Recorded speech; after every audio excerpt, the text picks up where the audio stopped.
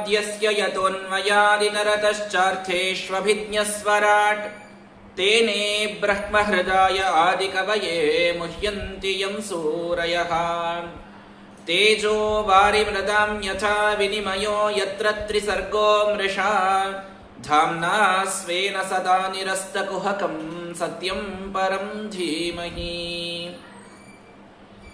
ಸೃಷ್ಟಿಸ್ಥಿತ್ಯಪ್ಯಯೇಹ ನಿಯತಿದಶಿತಮೋ ಬಂಧಮೋಕ್ಷಾಶ್ಚ ಯಸ್ಮಾತ್ ಅಸ್ಯ ಶ್ರೀ ಬ್ರಹ್ಮರುದ್ರ ಪ್ರಭೃತಿ ಸುರನರದ್ವೇಷಶತ್ರುತ್ಮಕಸ್ಯ ವಿಷ್ಣೋರ್ವ್ಯಸ್ತಾಃ ಸಮಸ್ತಾಃ ಸಕಲಗುಣನಿಧಿಃ ಸರ್ವದೋಷವ್ಯಪೇತಃ ಪೂರ್ಣಾನಂದಾವ್ಯಯೋ ಯೋ ಗುರುರಪಿ ಪರಮಶ್ಚಿಂತಯೇತಂ ಮಹಾಂತಂ. ನಾರಾಯಣಂ ನಮಸ್ಕೃತ್ಯ ನರಂ ಚೈವ ನರೋತ್ತಮಂ ದೇವೀಂ ಸರಸ್ವತೀಂ ವ್ಯಾಸಂ ತತೋ ಗ್ರಂಥಮುದೀರಯೇ. ಅಶೇಷ ವಾಗ್ಜಾಡ್ಯಮಲಾಪಹಂತ್ರೀ ನವಂ ನವಂ ಸ್ಪಷ್ಟ ಸುವಾಕ್ಪ್ರದಾಯಿನಿ ಮಮೇಹ ಜಿಹ್ವಾಗ್ರಸುರಂಗ ನರ್ತಕೀ ಭವ ಪ್ರಸನ್ನಾ ವದನೆ ಚ ಮೇ ಶ್ರೀಃ. ಅಭ್ರಮಂ ಭಂಗರಹಿತಂ ಅಜಡಂ ವಿಮಲಂ ಸದಾ ಆನಂದತೀರ್ಥಮತುಲಂ ಭಜೆ ತಾಪತ್ರಯಾಪಹಂ. ವಾಣೀತೆ ಕರವಾಣ್ಯಂಬ ಚರಣೋ ಹೃದಿ ಸರ್ವದಾ ಮದ್ವಾಕ್ಯ ಸರಣಿರ್ಭೂಯಾತ್ ಶ್ರೀಮದಾಚಾರ್ಯ ಭಾವಗ. ಯಂ ಪ್ರವ್ರಜಂತಮನುಪೇತಮಪೇತಕೃತ್ಯಂ ದ್ವೈಪಾಯನೋ ವಿರಹ ಕಾತರ ಆಜುಘಾವ. ಪುತ್ರೇತಿ ತನ್ಮಯತಯಾ ತರವೋಪಿ ನೇದುಃ ತಂ ಸರ್ವಭೂತ ಹೃದಯಂ ಮುನಿಮಾನತೋಸ್ಮಿ.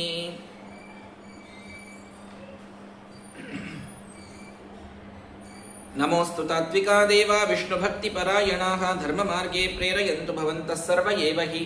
ಟೀಕಾಕೃತ್ಪಾದವರ್ಯಾನ್ ಶತಮತಿಮತವಿಸ್ತಾರಕಾನ್ ಸಂಯಮೀಂದ್ರಾನ್ ವಂದೇ ಸದ್ಭಾವಬೋಧಪ್ರಭೃತಿಪರಿಮಳಗ್ರಂಥಕಾರಾನ್ ಗುರುಂಶ್ಚ ಸದ್ಧರ್ಮಾಖ್ಯಾನ್ಯತೀಂದ್ರಾನ್ ಕವಿಕುಲತಿಲಕಾನ್ಯಸ್ತಗಂಗಾಂತರಂಗಾನ್ ಸತ್ಯಧ್ಯಾನಪ್ರಮೋದಾನ್ ಸಕಲಗುರುಕೃಪಾಕಾರ ಸತ್ಯಾತ್ಮತೀರ್ಥಾನ್. ವಿದ್ಯಾಪೀಠವಿಧಾತಾರಂ ವಿದ್ಯಾವಾರಿಧಿಚಂದಿರಂ ವಿದ್ಯಾರ್ಥಿವತ್ಸಲಂ ವಂದೇ ಮಹಾಮಹಿಮ ಸದ್ಗುರುಂ. ಬುಧೈರಪಿ ಸುದುರ್ಬೋಧೆ ಗ್ರಂಥೇಯನ್ಮಮ ಸಾಹಸಂ ತತ್ಪಾರಯಂತು ನಿಪುಣಾಃ ಗುರುಪಾದರಚಕ್ಕಣಾಃ. ಸಮಾಶ್ರಯೇತ್ ಗುರುಂ ಭಕ್ತ್ಯಾ ಮಹಾವಿಶ್ವಾಸಪೂರ್ವಕಂ ನಿಕ್ಷಿಪೇತ್ ಸರ್ವಭಾರಾಂಶ್ಚ ಗುರೋ ಶ್ರೀಪಾದ ಪಂಕಜೇ. ಶ್ರೀ ಗುರುಭ್ಯೋ ನಮಃ. ಹರಿ ಓಂ. ಸ್ವಸ್ತ್ಯಸ್ತು.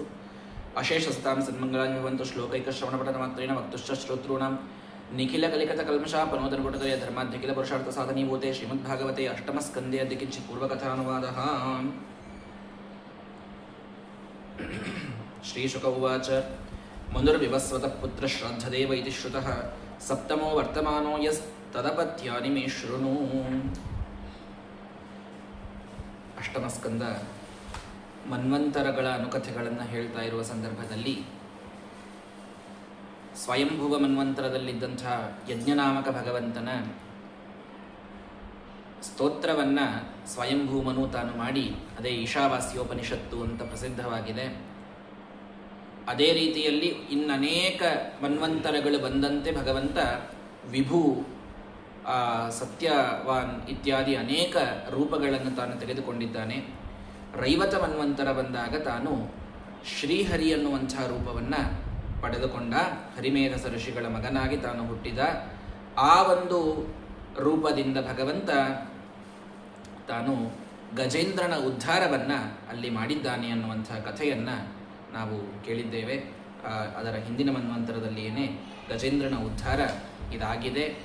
ಆ ಗಜೇಂದ್ರನ ಉದ್ಧಾರವನ್ನು ಮಾಡಿದ ಭಗವಂತ ತಾನು ತನ್ನ ಪ್ರೀತಿಗೆ, ತನ್ನ ಅನುಗ್ರಹಕ್ಕೆ ಭಕ್ತಿ ಒಂದೇ ಮುಖ್ಯವಾದಂತಹ ಕಾರಣ ಅಂತನ್ನುವಂತಹ ಸಂದೇಶವನ್ನು ತಾನು ಕೊಟ್ಟಿದ್ದಾನೆ. ಮುಂದೆ ರೈವತ ಮನ್ವಂತರದಲ್ಲಿ ಸಮುದ್ರ ಮಂಥನದ ಕಥೆಯನ್ನು ನಾವು ನಿನ್ನೆ ಕೇಳಿದ್ದೇವೆ. ಲಕ್ಷ್ಮೀದೇವಿ ಸ್ವಯಂ ತಾನು ಆ ಸಮುದ್ರದಿಂದ ಉದಿಸಿ ತಾನು ಬಂದಿದ್ದಾಳೆ. ಬಂದಾಗ ಭಗವಂತನ ಒಂದು ಅಲ್ಲಿಯ ಅವರ ಸ್ವಯಂವರದಲ್ಲಿ ಭಗವಂತನಿಗೆ ತಾನು ಮಾಲೆಯನ್ನು ಹಾಕಿ, ಲಕ್ಷ್ಮೀನಾರಾಯಣರಿಬ್ಬರೂ ಕೂಡ ಅನಾದಿ ದಂಪತಿಗಳು, ಇಬ್ಬರಿಗೂ ವಿವಾಹದ ಪ್ರಸಂಗವೇ ಇಲ್ಲ, ಅಷ್ಟು ನಿತ್ಯಾವಿಯೋಗಿಗಳಾಗಿ ಇಬ್ಬರೂ ಯಾವಾಗಲೂ ಕೂಡಿ ಇರತಕ್ಕಂಥದ್ದು.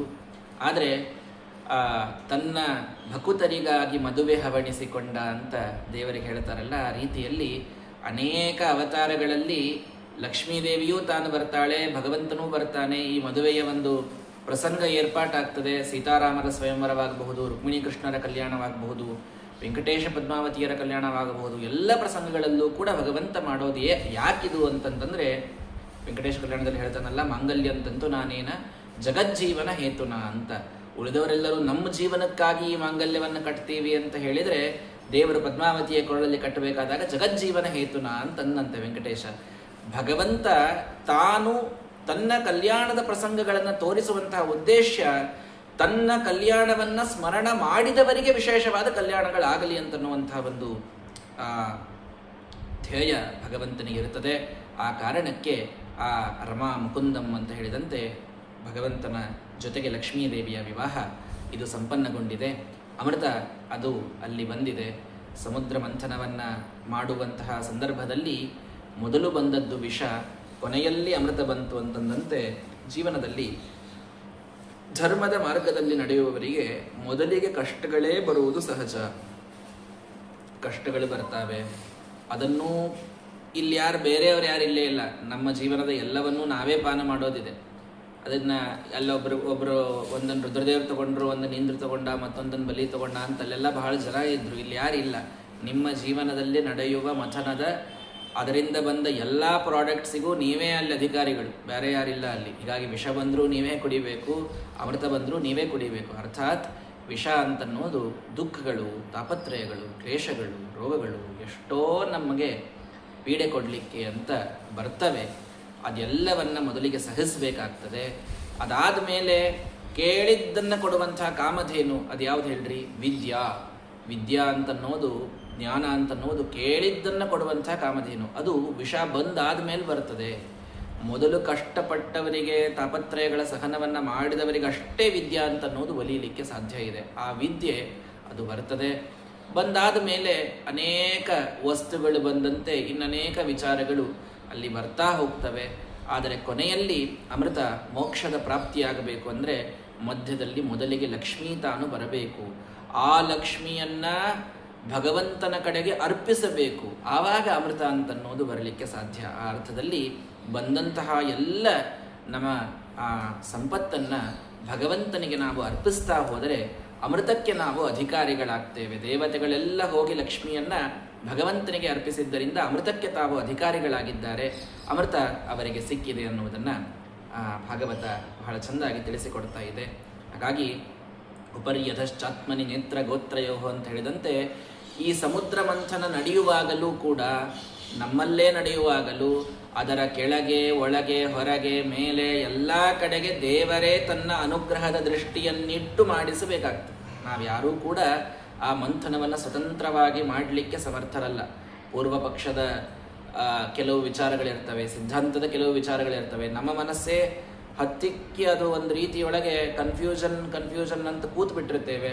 ಕೆಲವೊಮ್ಮೆ ನಾವೇ ನಾಸ್ತಿಕವಾದಗಳನ್ನು ಹಾಕ್ತೇವೆ. ದೇವರಿಲ್ಲ ಅಂತ ಅನಿಸುವಂತಹ ಮಾತುಗಳು ನಮ್ಮಿಂದಲೇ ಬರ್ತವೆ. ಕೆಲವೊಮ್ಮೆ ಭಾರೀ ಧಾರ್ಮಿಕರಾಗಿರ್ತೇವೆ. ಇವೆಲ್ಲ ಒಂದು ಮಂಥನ ಜೀವನದೊಳಗೆ ನಡೆದಿರುತ್ತದೆ. ಆದರೆ ಆ ಎಲ್ಲದರಿಂದಲೂ ಕೂಡ ಬಂದಂತಹ ಆ ಭಾಗ್ಯವನ್ನು, ಸಂಪತ್ತನ್ನು ಭಗವಂತನಿಗೆ ಸಮರ್ಪಣ ಮಾಡ್ತಾ ಅಮೃತಕ್ಕಾಗಿ, ಮೋಕ್ಷಕ್ಕಾಗಿ ಅಂತೇ ಕೊನೆ ತನಕ ನಾವು ಅದನ್ನು ಬಿಡದೇನೆ ಮಾಡ್ತಾ ಹೋದರೆ ಅವಶ್ಯವಾಗಿ ನಮಗೆ ಈ ಅಮೃತ ಮೋಕ್ಷ ಅಂತನ್ನುವುದರ ಪ್ರಾಪ್ತಿ ಇದಾಗಲಿಕ್ಕೆ ಸಾಧ್ಯ ಇದೆ. ಹಾಗಾಗಿ ಬಂದ ಲಕ್ಷ್ಮಿಯನ್ನು ಭಗವಂತನಿಗೆ ಅರ್ಪಿಸಿ.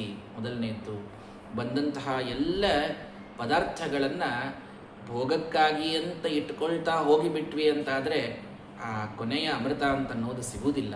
ಆದ್ದರಿಂದ ಅದನ್ನು ಭಗವಂತನಿಗೆ ಅರ್ಪಿಸುವುದೇ ಸೂಕ್ತ ಅಂತನ್ನೋದನ್ನು ತಿಳಿಸಿಕೊಡ್ತಾ ಇದ್ದಾರೆ. ಅಂತಹ ಅನೇಕ ಮನ್ವಂತರ ಕಥೆಗಳನ್ನು ಹೇಳಿ ಈಗ ನಡೆದದ್ದು 7ನೆಯ ಮನ್ವಂತರ. ಅದು ವೈವಸ್ವತ ಅನ್ನುವ ಮನ್ವಂತರ.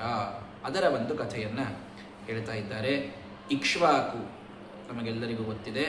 ಮನುರ್ವಿವಸ್ವತ ಪುತ್ರ ಶ್ರಾದ್ದದೇವ ಇತಿ ಶ್ರುತಃ ಸಪ್ತಮೋ ವರ್ತಮಾನೋ ಯಸ್ತದಪತ್ಯಾನಿ ಮೇಶೃಣು ಅಂತ. ಆ ಸೂರ್ಯ ಅವನಿಗೆ ವಿವಸ್ವಾನ್ ಅಂತ ಕರೀತಾರೆ. ದ್ವಾದಶಾದಿತ್ಯರಲ್ಲಿ ಒಬ್ಬವ. ಆ ವಿವಸ್ವಾನನ ಮಗ ಅವನಿಗೆ ಶ್ರಾದ್ದದೇವ ಅಂತ ಹೆಸರು. ಅವನೇ ಈ ವೈವಸ್ವತ ಅನ್ನುವ ಮನು. ಈ ವೈವಸ್ವತ ಮನು 7ನೇಯವ. ಇವನಿಗೆ ಇಕ್ಷ್ವಾಕು, ನಭ, ಧೃಷ್ಟ, ಶರ್ಯಾತಿ, ನರಿಷ್ಯಂತ, ನಾಭಾಗ ಅಂತ ಮಕ್ಕಳು ಅಲ್ಲಿ ಹುಟ್ಟಿದ್ದಾರೆ. ದಿಷ್ಟ, ಕರುಷ, ವೃಷಧ್ರ, ಕೊನೆಗೆ ವಸುಮಾನ್. 10 ಜನ ಮಕ್ಕಳು ವೈವಸ್ವತ ಮನುವಿಗೆ ಇದ್ದಾರೆ. ಅವರಿಂದಲೇ ಬಂದದ್ದು ಇಕ್ಷ್ವಾಕು ಅನ್ನುವ ವಂಶ. ಇದೇ ವಂಶದಲ್ಲಿ ನೀವು 9ನೇ ಸ್ಕಂದದಲ್ಲಿ ಕೇಳ್ತೀರಿ, ಸಾಕ್ಷಾತ್ ಶ್ರೀರಾಮಚಂದ್ರ ದೇವರು ಅವತಾರ ಮಾಡಿದ್ದು ಈ ವೈವಸ್ವತ ಮನುವಿನ ವಂಶದಲ್ಲಿ ಅಂತ ತಿಳಿಸ್ತಾರೆ. ಹೀಗಾಗಿ 10 ಜನ ಮಕ್ಕಳಿದ್ದ ಈ ವೈವಸ್ವತ ಇವನಿಗೆ ಆದಿತ್ಯ, ವಸವೋ, ರುದ್ರ, ವಿಶ್ವೇದೇವ, ಮರುದ್ಗಣ, ನೋಡ್ರಿ ಇಲ್ಲೆಲ್ಲ ದೇವತೆಗಳಿದ್ದಾರೆ. ಆದಿತ್ಯರು, ವಸುಗಳು, ರುದ್ರರು ಇವರೆಲ್ಲ ಈಗ ಬಹಳ ಗೊತ್ತಿರ್ಬೇಕ್ರಿ. ಯಾಕ ಅಧಿಕ ಮಾಸ ನಡೆದದ. ಇವರೇ ಇದಕ್ಕೆ 33 ಮಂದಿ ದೇವತೆಗಳು. ಅದು 12 ಆದಿತ್ಯರು, 8 ವಸುಗಳು, 11 ರುದ್ರರು. ಎಷ್ಟಾಯ್ತು? 31 ಆಯಿತು. ವಷಟ್ಕಾರ, ಪ್ರಜಾಪತಿ ಅಂತಿಬ್ಬರು ಕೂಡಿಸಿದ್ರೆ 33. ಒಟ್ಟಾರೆ 33 ದೇವತೆಗಳು ಈ ಅಧಿಕ ಮಾಸಕ್ಕೆ ನಿಯಾಮಕರು. ಅವರಲ್ಲಿರ್ತಕ್ಕಂಥ ಒಂದೊಂದು ಭಗವದ್ ರೂಪ ಇದೆ. ಒಂದೊಂದು ಆ 33 ಭಗವದ್ ರೂಪಗಳು ಅದನ್ನು ಚಿಂತನೆ ಮಾಡಿ, ಏನೋ ದಾನ ಮಾಡಬೇಕು ಅಂತಂದರೆ ಬೇಗ ಹೋಗಿ ಅಂಗಡಿಯಿಂದ ಅನಾರಸ ತಂದು ಕೊಟ್ಬಿಟ್ವಿ ಅಂತಂದ್ರೆ ಮುಗೀತು ಅಂತಲ್ಲ. ಒಂದೊಂದು ಆ ಒಂದು ಪದಾರ್ಥ ನೀವೇನು ದಾನ ಮಾಡ್ತಾ ಇದ್ದೀರಿ ಅದರೊಳಗೆ ಆ ದೇವತಾ ತದಂತರ್ಗತನಾದ ಭಗವಂತ ಅವನನ್ನು ಮೊದಲು ಆಹ್ವಾನ ಮಾಡಬೇಕು. ಆಹ್ವಾನ ಮಾಡಿ ಪೂಜೆಯನ್ನು ಮಾಡಿ ನೈವೇದ್ಯವನ್ನು ತೋರಿಸಿ ಬ್ರಾಹ್ಮಣರಿಗೆ ಅದರ ದಾನವನ್ನು ಮಾಡುವಂಥ ಒಂದು ಕ್ರಮ ಹೇಳ್ತಾರೆ. ಅಂತೂ ಈ ವೈವಸ್ವತ ಮನ್ವಂತರದಲ್ಲಿ ಎಲ್ಲ ದೇವತೆಗಳಿದ್ದಾರೆ. ರಾಜನ್ ಇಂದ್ರಸ್ತೇಷಾಂ ಪುರಂದರ. ಪುರಂದರ ಅನ್ನುವಂತಹ ವ್ಯಕ್ತಿ ಈ ಒಂದು ಕಾಲದಲ್ಲಿ ವೈವಸ್ವತ ಮನ್ವಂತರದಲ್ಲಿ ಇಂದ್ರನ ಪದವಿಗೆ ತಾನು ಬಂದಿದ್ದಾನೆ ಅಂತ ಹೇಳಿದೆ. ಅದೇ ಪುರಂದರ ಮುಂದೆ ಅರ್ಜುನನಾಗಿ, ವಾಲಿಯಾಗಿ ತಾನು ಅವತಾರವನ್ನು ಮಾಡ್ತಾನೆ. ಇಲ್ಲಿ 7 ಸಪ್ತರ್ಷಿಗಳು ನೋಡ್ರಿ. ಎಲ್ಲ ಮನ್ವಂತರಕ್ಕೂ ಸಪ್ತರ್ಷಿಗಳು ಬೇರೆ ಬೇರೆ ಜನ ಇದ್ದಾರೆ. ಎಲ್ಲರೂ ಒಬ್ಬರೇ 7 ಋಷಿಗಳು ಏನಿದ್ದಾರೆ ಅವರೇ ಫಿಕ್ಸ್ ಅಂತಿಲ್ಲ. ಕಶ್ಯಪ, ಅತ್ರಿ, ವಸಿಷ್ಠ, ವಿಶ್ವಾಮಿತ್ರ, ಗೌತಮ, ಜಮದಗ್ನಿ, ಭರದ್ವಾಜ ಇವರು ವೈವಸ್ವತ ಮನ್ವಂತರದ ಸಪ್ತರ್ಷಿಗಳು. ಇದು ಗೊತ್ತಿರಬೇಕು, ಆಯ್ತಾ? ಹೀಗಾಗಿ ಈ ವೈವಸ್ವತ ಮನ್ವಂತರದಲ್ಲಿ ಮತ್ತು ಭಗವಂತ ಯಾವ ರೂಪದಿಂದ ಅವತಾರ ಮಾಡಿದ ಅಂದ್ರೆ, ಅತ್ರಾಪಿ ಭಗವಜ್ಜನ್ಮ ಕಶ್ಯಪಾತ್ ಅದಿತೇರಭೂತ್ ಆದಿತ್ಯಾನಾಂ ಅವರಜೋ ವಿಷ್ಣು ವಾಮನ ರೂಪಧೃಕ ಅಂತ ಭಾಗವತ ತಿಳಿಸ್ಕೊಡ್ತಾ ಇದೆ. ಕಶ್ಯಪರಿಂದ ಅದಿತಿಯಲ್ಲಿ ಭಗವಂತ ಈ ವೈವಸ್ವತ ಮನ್ವಂತರದಲ್ಲಿ ಎಲ್ಲ ದೇವತೆಗಳ ತಮ್ಮನಾಗಿ, ಅಂದರೆ ಅದಿತಿಯಲ್ಲಿ ಎಲ್ಲ ದೇವತೆಗಳು ಹುಟ್ಟಿದ್ರಲ್ಲ, ಅವರ ನಂತರದೊಳಗ ಇಂದ್ರನ ನಂತರದಲ್ಲಿ ಹುಟ್ಟಿದ ಅನ್ನೋದಕ್ಕೆ ಉಪೇಂದ್ರ ಅಂತ ಇವನಿಗೆ ಹೆಸರು. ಅದು ವಾಮನ ರೂಪಿಯಾದಂತಹ ಭಗವಂತ ಈ ವೈವಸ್ವತ ಮನ್ವಂತರದಲ್ಲಿ ಅವತಾರವನ್ನ ಮಾಡಿದ ಅಂತ ಹೇಳ್ತಾ ಇದ್ದಾರೆ. ವಿವಸ್ವತಶ್ಚ ದ್ವೇ ಭಾರ್ಯೆ ವಿಶ್ವಕರ್ಮ ಸುತೇಯುಭೇ. ಆ ವಿವಸ್ವಾನ್ ಅವನೇನಿದ್ನಲ್ಲ ಸೂರ್ಯ, ಅವನಿಗೆ 2 ಹೆಂಡಂದ್ರು, ವಿಶ್ವಕರ್ಮನ ಮಕ್ಕಳಿಬ್ರು ಕೂಡ, ಸಂಜ್ಞಾ ಮತ್ತು ಛಾಯಾ ಅಂತ. ಅಲ್ಲಿ ತೃತೀಯಳೊಬ್ಬಳಿದ್ಲು, ಒಡವ ಅಂತ. ಅಂದ್ರೆ ಅವಳೆ ಸಂಜ್ಞಾನೇ ಒಡವ ಆಗಿರ್ತಾಳೆ, ಅಂದರೆ ಕುದುರೆಯ ರೂಪದಲ್ಲಿ ಇರ್ತಕ್ಕಂಥವಳು. ಅಲ್ಲಿ ಮೊದಲು ಸಂಜ್ಞಾದೇವಿಯಲ್ಲಿ ಯಮ, ಯಮುನ ಮತ್ತು ಈ ವೈವಸ್ವತ ಅನ್ನುವ ಮನ್ವಂತರ, ಇವ ಶ್ರಾದ್ದ ದೇವ ಅಂತ ಈ 3 ಜನ ಮಕ್ಕಳು ಮೊದಲಿಗೆ ಹುಟ್ಟುತ್ತಾರೆ. ಇನ್ನು ಛಾಯಾ ಅಂತೇನು ಮಗಳಿರ್ತಾಳೆ, ಹೆಂಡತಿ ಇದ್ದಾಳೆ ಸೂರ್ಯನಿಗೆ. ಅಲ್ಲಿ ಸಾವರಣಿ ಮನ್ವಂತರ ಅವನು ಹುಟ್ಟುತ್ತಾನೆ, ಸಾವರಣೀವಂತ ಒಬ್ಬವ. ಜೊತೆಗೆ ಶನೈಶ್ಚರ, ಶನಿ ಅನ್ನುವಂಥ ಏನು ಗ್ರಹ ಇದೆ, ಇದು ಛಾಯಾದೇವಿಯಲ್ಲಿ ಹುಟ್ಟುತ್ತದೆ. ಇನ್ನು ಅಶ್ವಿನಿ ದೇವತೆಗಳು, ಅದೇ ಸೂರ್ಯ ಮತ್ತು ಸಂಜ್ಞಾದೇವಿಯರು ಕುರುಕ್ಷೇತ್ರದಲ್ಲಿ ಅಶ್ವರೂಪದಲ್ಲಿ ತಪಸ್ಸು ಮಾಡಿದಾಗ ಅಶ್ವಿನಿ ದೇವತೆಗಳು ಅಲ್ಲಿ ಹುಟ್ಟುತ್ತಾರೆ ಅಂತ ಈ ವೈವಸ್ವತ ಮನ್ವಂತರದಲ್ಲಿ ಇರತಕ್ಕಂತಹ ಕಥೆ ಅಂತ. ಇದಾದ ಮೇಲೆ ಬರೋದು ಇದೇ ಸಾವರಣಿ. ಅದೇನು ಛಾಯಾನ್ ಮಗ ಇದ್ ನೋಡ್ರಿ. ಈಗ ಸಂಜ್ಞಾನ್ ಮಗ ವೈವಸ್ವತ ಮನ್ವಂತರ ನಡೆದಿದ್ದು. ಇನ್ನು ಛಾಯಾನ್ ಮಗ ಏನಿದ್ದಾನಲ್ಲ ಸಾವರಣಿ, ಅವ ಮುಂದಿನ ಮನ್ವಂತರ, ಅವ 8ನೇ ಮನ್ವಂತರದೊಳಗೆ ಅವ ಬರ್ತಾನೆ. ಅವ ಮನ್ವಂತರಕ್ಕೆ ರಾಜ ಆಗಿದ್ದಾನೆ. ಹೀಗಾಗಿ ಈ ಸಾವರಣಿಗೆ ಅನೇಕ ಮಕ್ಕಳು ಹುಟ್ಟಿದ್ದಾರೆ. ಅಲ್ಲಿ ಇಂದ್ರ ಯಾರಾಗ್ತಾರಪ್ಪ? ಸಾವರಣಿ ಮನ್ವಂತರದೊಳಗೆ ಇಂದ್ರ ಯಾರಾಗ್ತಾರಂದ್ರೆ, ಈಗೇನು ಮುಂದೆ ನೀವು ಬಲಿಚಕ್ರವರ್ತಿ ಕಥೆ ಕೇಳಲಿಗತ್ತೀರಿ, ಇವ ಮುಂದೆ ಸಾವರಣಿ ಮನ್ವಂತರದೊಳಗೆ ಇಂದ್ರ ಆಗ್ತಾನೆ ಅಂತ. ಈಗಿನ ಬಲಿ ಮುಂದೆ ಇಂದ್ರ ಆಗ್ತಾನೆ ಅಂತ ಹೇಳ್ತಾ ಇದ್ದಾರೆ. ಅಲ್ಲಿ ಗಾಲವೋ ದೀಪ್ತಿಮಾನ್ ರಾಮ ದ್ರೋಣಪುತ್ರ ಕೃಪಸ್ತಥ ಋಷ್ಯಶೃಂಗ ಪಿತಾಸ್ಮಾಕಂ ಭಗವಾನ್ ಬಾದರಾಯಣ. ನೋಡ್ರಿ, ನಮ್ಮ ತಂದೆಯಾದಂತಹ ಬಾದರಾಯಣರು ಅಂದರೆ ವೇದವ್ಯಾಸ ದೇವರು, ಋಷ್ಯಶೃಂಗರು, ಕೃಪಾಚಾರ್ಯರು, ಏನಪ್ಪ ದ್ರೋಣಪುತ್ರನಾದ ಅಶ್ವತ್ಥಾಮ, ಇವನೇ ವೇದವ್ಯಾಸರ ಪದವಿಯೊಳಗಿರ್ತಾನವಾಗ. ಮುಂದಿನ ಸಾವರಣಿ ಮನ್ವಂತರದೊಳಗೆ ಅಶ್ವತ್ಥಾಮನೇ ವೇದವ್ಯಾಸರ ಪದವಿಗೆ ಬರ್ತಾನೆ ಅಂತಿದೆ. ಮತ್ತು ಗಾಲವ ಋಷಿಗಳು, ಇವರೇ ಮೊದಲಾದವರು ಸಪ್ತಋಷಿಗಳಾಗಿ ಆ ಸಾವರಣಿ ಮನ್ವಂತರದಲ್ಲಿ ಅವರಿರ್ತಾರೆ. ಇದಾದ ಮೇಲೆ 9ನೇ ಮನ್ವಂತರ ಯಾವುದು ಗೊತ್ತಾ? ದಕ್ಷ ಸಾವರಣಿ ಅಂತ ಅದಕ್ಕೆ ಕರೀತಾರೆ. ಅಲ್ಲೂ ಕೂಡ ಯಾರೆಲ್ಲ ಏನಾದರೂ ಅಂತ ಅನ್ನೋದನ್ನು ತಿಳಿಸ್ತಾ, 10ನೇಯದ್ದು ಬ್ರಹ್ಮ ಸಾವರಣಿ ಅಂತ ಇರತಕ್ಕಂಥ ಮನ್ವಂತರ. ಉಪಶ್ಲೋಕ ಅನ್ನುವಂತಹ ಋಷಿಗಳ ಮಗನಾಗಿ ಬ್ರಹ್ಮ ಸಾವರಣಿ ಅಂತ ಅಲ್ಲಿ ಮನು ತಾನು ಹುಟ್ಟುತ್ತಾ ಇದ್ದಾನೆ. ಆ ಬ್ರಹ್ಮ ಸಾವರಣಿ ಮನ್ವಂತರದಲ್ಲಿ ಹರೇಹೇ ವಿಶ್ವಸಜಾಂ ಗ್ರಹೇ ಶ್ರೀಮೂರ್ತಿ ರೀತಿ ವಿಖ್ಯಾತ. ಶ್ರೀಮೂರ್ತಿ ಅನ್ನುವಂಥ ಒಂದು ಭಗವಂತನ ರೂಪ ಅಲ್ಲಿ ಹುಟ್ಟುತ್ತದೆ ಅಂತ ಹೇಳ್ತಾ ಇದ್ದಾರೆ. ಇನ್ನು ಅದಾದ ಮೇಲೆ 11ನೆಯ ಮನ್ವಂತರ, ಅದು ಧರ್ಮಸಾವರಣಿ ಅನ್ನುವಂಥ ಮನ್ವಂತರ. ಅಲ್ಲಿ ವಿಹಂಗಮ ಕಾಮಗಮ ನಿರ್ವಾಣ ರುಚಯಸ್ಸುರಾಹ ಅಂತ ಅಲ್ಲಿಯ ವಿಹಂಗಮಗಳು ಅಂದರೆ ಪಕ್ಷಿಗಳು ತಾವು ಎಲ್ಲಿ ಬೇಕಲ್ಲಿ ಹೋಗ್ಲಿಕ್ಕೆ ಬರುವಂಥ ಒಂದು ಮನ್ವಂತರ ಅಂತದ್ದು ಧರ್ಮಸಾವರಣಿ ಅಂತ ಬಂದಾಗ ಆ ರೀತಿಯಲ್ಲಿ ಅದಿರುತ್ತದೆ ಅಂತ. ಇಲ್ಲಿ ವೈಧೃತಿ ಅನ್ನುವಂಥವಳಲ್ಲಿ ತತ್ರ ಧರ್ಮಸೇತು ಅನ್ನುವಂತಹ ಒಂದು ಭಗವಂತನ ರೂಪ ಅಲ್ಲಿ ಬರ್ತದೆ ಅಂತ ಹೇಳ್ತಾ ಇದ್ದಾರೆ. ಇದಾದ್ಮೇಲೆ 12ನೆಯದ್ದು ರುದ್ರ ಸಾವರಣಿ ಅನ್ನುವಂಥ ಮನ್ವಂತರ. ಅಲ್ಲೂ ಕೂಡ ಭಗವಂತನ ಅಂಶ ಸ್ವಧಾಮ ಅನ್ನುವಂಥ ಒಂದು ಭಗವಂತನ ಅಂಶ ಅಲ್ಲಿ ಹುಟ್ಟುತ್ತದೆ ಅಂತ ಹೇಳ್ತಾರೆ. ಇನ್ನು 13ನೆಯದ್ದು ದೇವಸಾವರಣಿ ಅನ್ನುವಂತಹ ಒಂದು ಮನ್ವಂತರ ಅಂತ ಹೇಳ್ತಾರೆ. ಅಲ್ಲಿ ಬೃಹತಿ ಅಂತನ್ನುವಲ್ಲಿ ದೇವಹೋತ್ರ ಅನ್ನುವ ಹೆಸರಿನಿಂದ ಭಗವಂತ, ನೋಡ್ರಿ ಮನ್ವಂತರಗಳು ಇವು ಯಾವನ ಹೆಸರು ಕೇಳೇ ಇಲ್ಲ, ದೇವರ ಹೆಸರುಗಳು ಇವೆಲ್ಲ, ದೇವರ ಅವತಾರಗಳಿವೆಲ್ಲ. ದೇವಹೋತ್ರ ಅಂತಂದು ಅವತಾರ ಅದ ಏನಪ್ಪ, ಇನ್ನನೇಕ ಹಿಂದೆಲ್ಲ ಹೇಳಿದ್ವಲ್ಲ ಸ್ವಧಾಮ ಅನ್ನುವಂಥ ಅವತಾರ. ಇವೆಲ್ಲ ಅವತಾರಗಳನ್ನು ಆಯಾ ಸಂವತ್ಸರಗಳಲ್ಲಿ ಆಯಾ ಮನ್ವಂತರಗಳಲ್ಲಿ ಭಗವಂತ ತಗೊಳ್ತಾನೆ. ಕೊನೆಯದ್ದು ಇಂದ್ರ ಸಾವರಣಿ ಅಂತ 14ನೆಯ ಮನ್ವಂತರ. ಅಲ್ಲಿಯೂ ಕೂಡ ಭಗವಂತ ತಾನು ಅವತಾರವನ್ನ ತಾಳ್ತಾನೆ ಅಂತ ಶುಚಿನಾಮಕ ಇಂದ್ರ ಅಲ್ಲಿ ಇರ್ತಾನೆ ಅಂತೆಲ್ಲ ಹೇಳ್ತಾ ಇದ್ದಾರೆ. ಹೀಗೆ 14 ಮನ್ವಂತರಗಳು. ಈ ಎಲ್ಲ ಮನ್ವಂತರಗಳಲ್ಲೂ ಕೂಡ 71 ಮಹಾಯುಗಗಳಿವೆ. ಒಂದೊಂದು ಮನ್ವಂತರದಲ್ಲಿ 4 ಯುಗಗಳು ಕೂಡಿದರೆ ಕೃತ ತ್ರೇತಾ ದ್ವಾಪರ ಕಲಿ 4 ಸಲ ಏನು ಯುಗ ಅದ, ಇದು ಮುಗಿದ್ಮೇಲೆ ಮತ್ತೆ ಕೃತ ತ್ರೇತಾ ದ್ವಾಪರ ಕಲಿ, ಮತ್ತೆ ಕೃತ ತ್ರೇತಾ ದ್ವಾಪರ ಕಲಿ, ಈ ಸೈಕಲ್ 71 ಸಲ ಆದಾಗ ಒಂದು ಮನುವಿನ ಕಾಲ ಮುಗೀತದ. ಹಂಗ 14 ಮನ್ವಂತರಗಳವ. ಇಂಥ 14 ಮನ್ವಂತರ ಕೂಡಿದ್ರ ಬ್ರಹ್ಮದೇವರಿಗೆ ಒಂದು ಹಗಲಿದು. ಇಷ್ಟು ದೊಡ್ಡ 14 ಮನ್ವಂತರದ ಟೈಮು ಅವ್ರಿಗೆ ಒಂದು ಹಗಲು, ಅಂಥದ್ದೇ ಒಂದು ಟೈಮ್ ಒಂದು ರಾತ್ರಿ. ಹಂಗೆ 2 ಕಲ್ಪ ಕೂಡಿದಾಗ ಒಂದು ದಿನ ನಮ್ಮ ಬ್ರಹ್ಮದೇವರಿಗೆ. ಹಿಂಗೆ ಅವ್ರಿಗೆ 360 ವರ್ಷ ಆಗ್ಬೇಕು, 1 ವರ್ಷ ಹ್ಯಾಪಿ ಬರ್ಡೇ ಅಂತ ಅವಾಗ ಹೇಳ್ಬೇಕು ಅವರಿಗೆ. ಏನ್ರಪ್ಪ ಅದಾದ್ಮೇಲೆ ಮತ್ತೆ ಅವ್ರಿಗೆ ಒಂದು 100 ವರ್ಷ ಆದಾಗ ಪ್ರಳಯ ಇತ್ಯಾದಿಗಳಾಗೋದು. ಈ ರೀತಿಯಲ್ಲಿ ನಡೆದಿದೆ, ಇದು ನಡೆಕೊಂಡು ಬಂದಿದೆ ಅಂತ ಹೇಳ್ತಾ ಇದ್ದಾರೆ.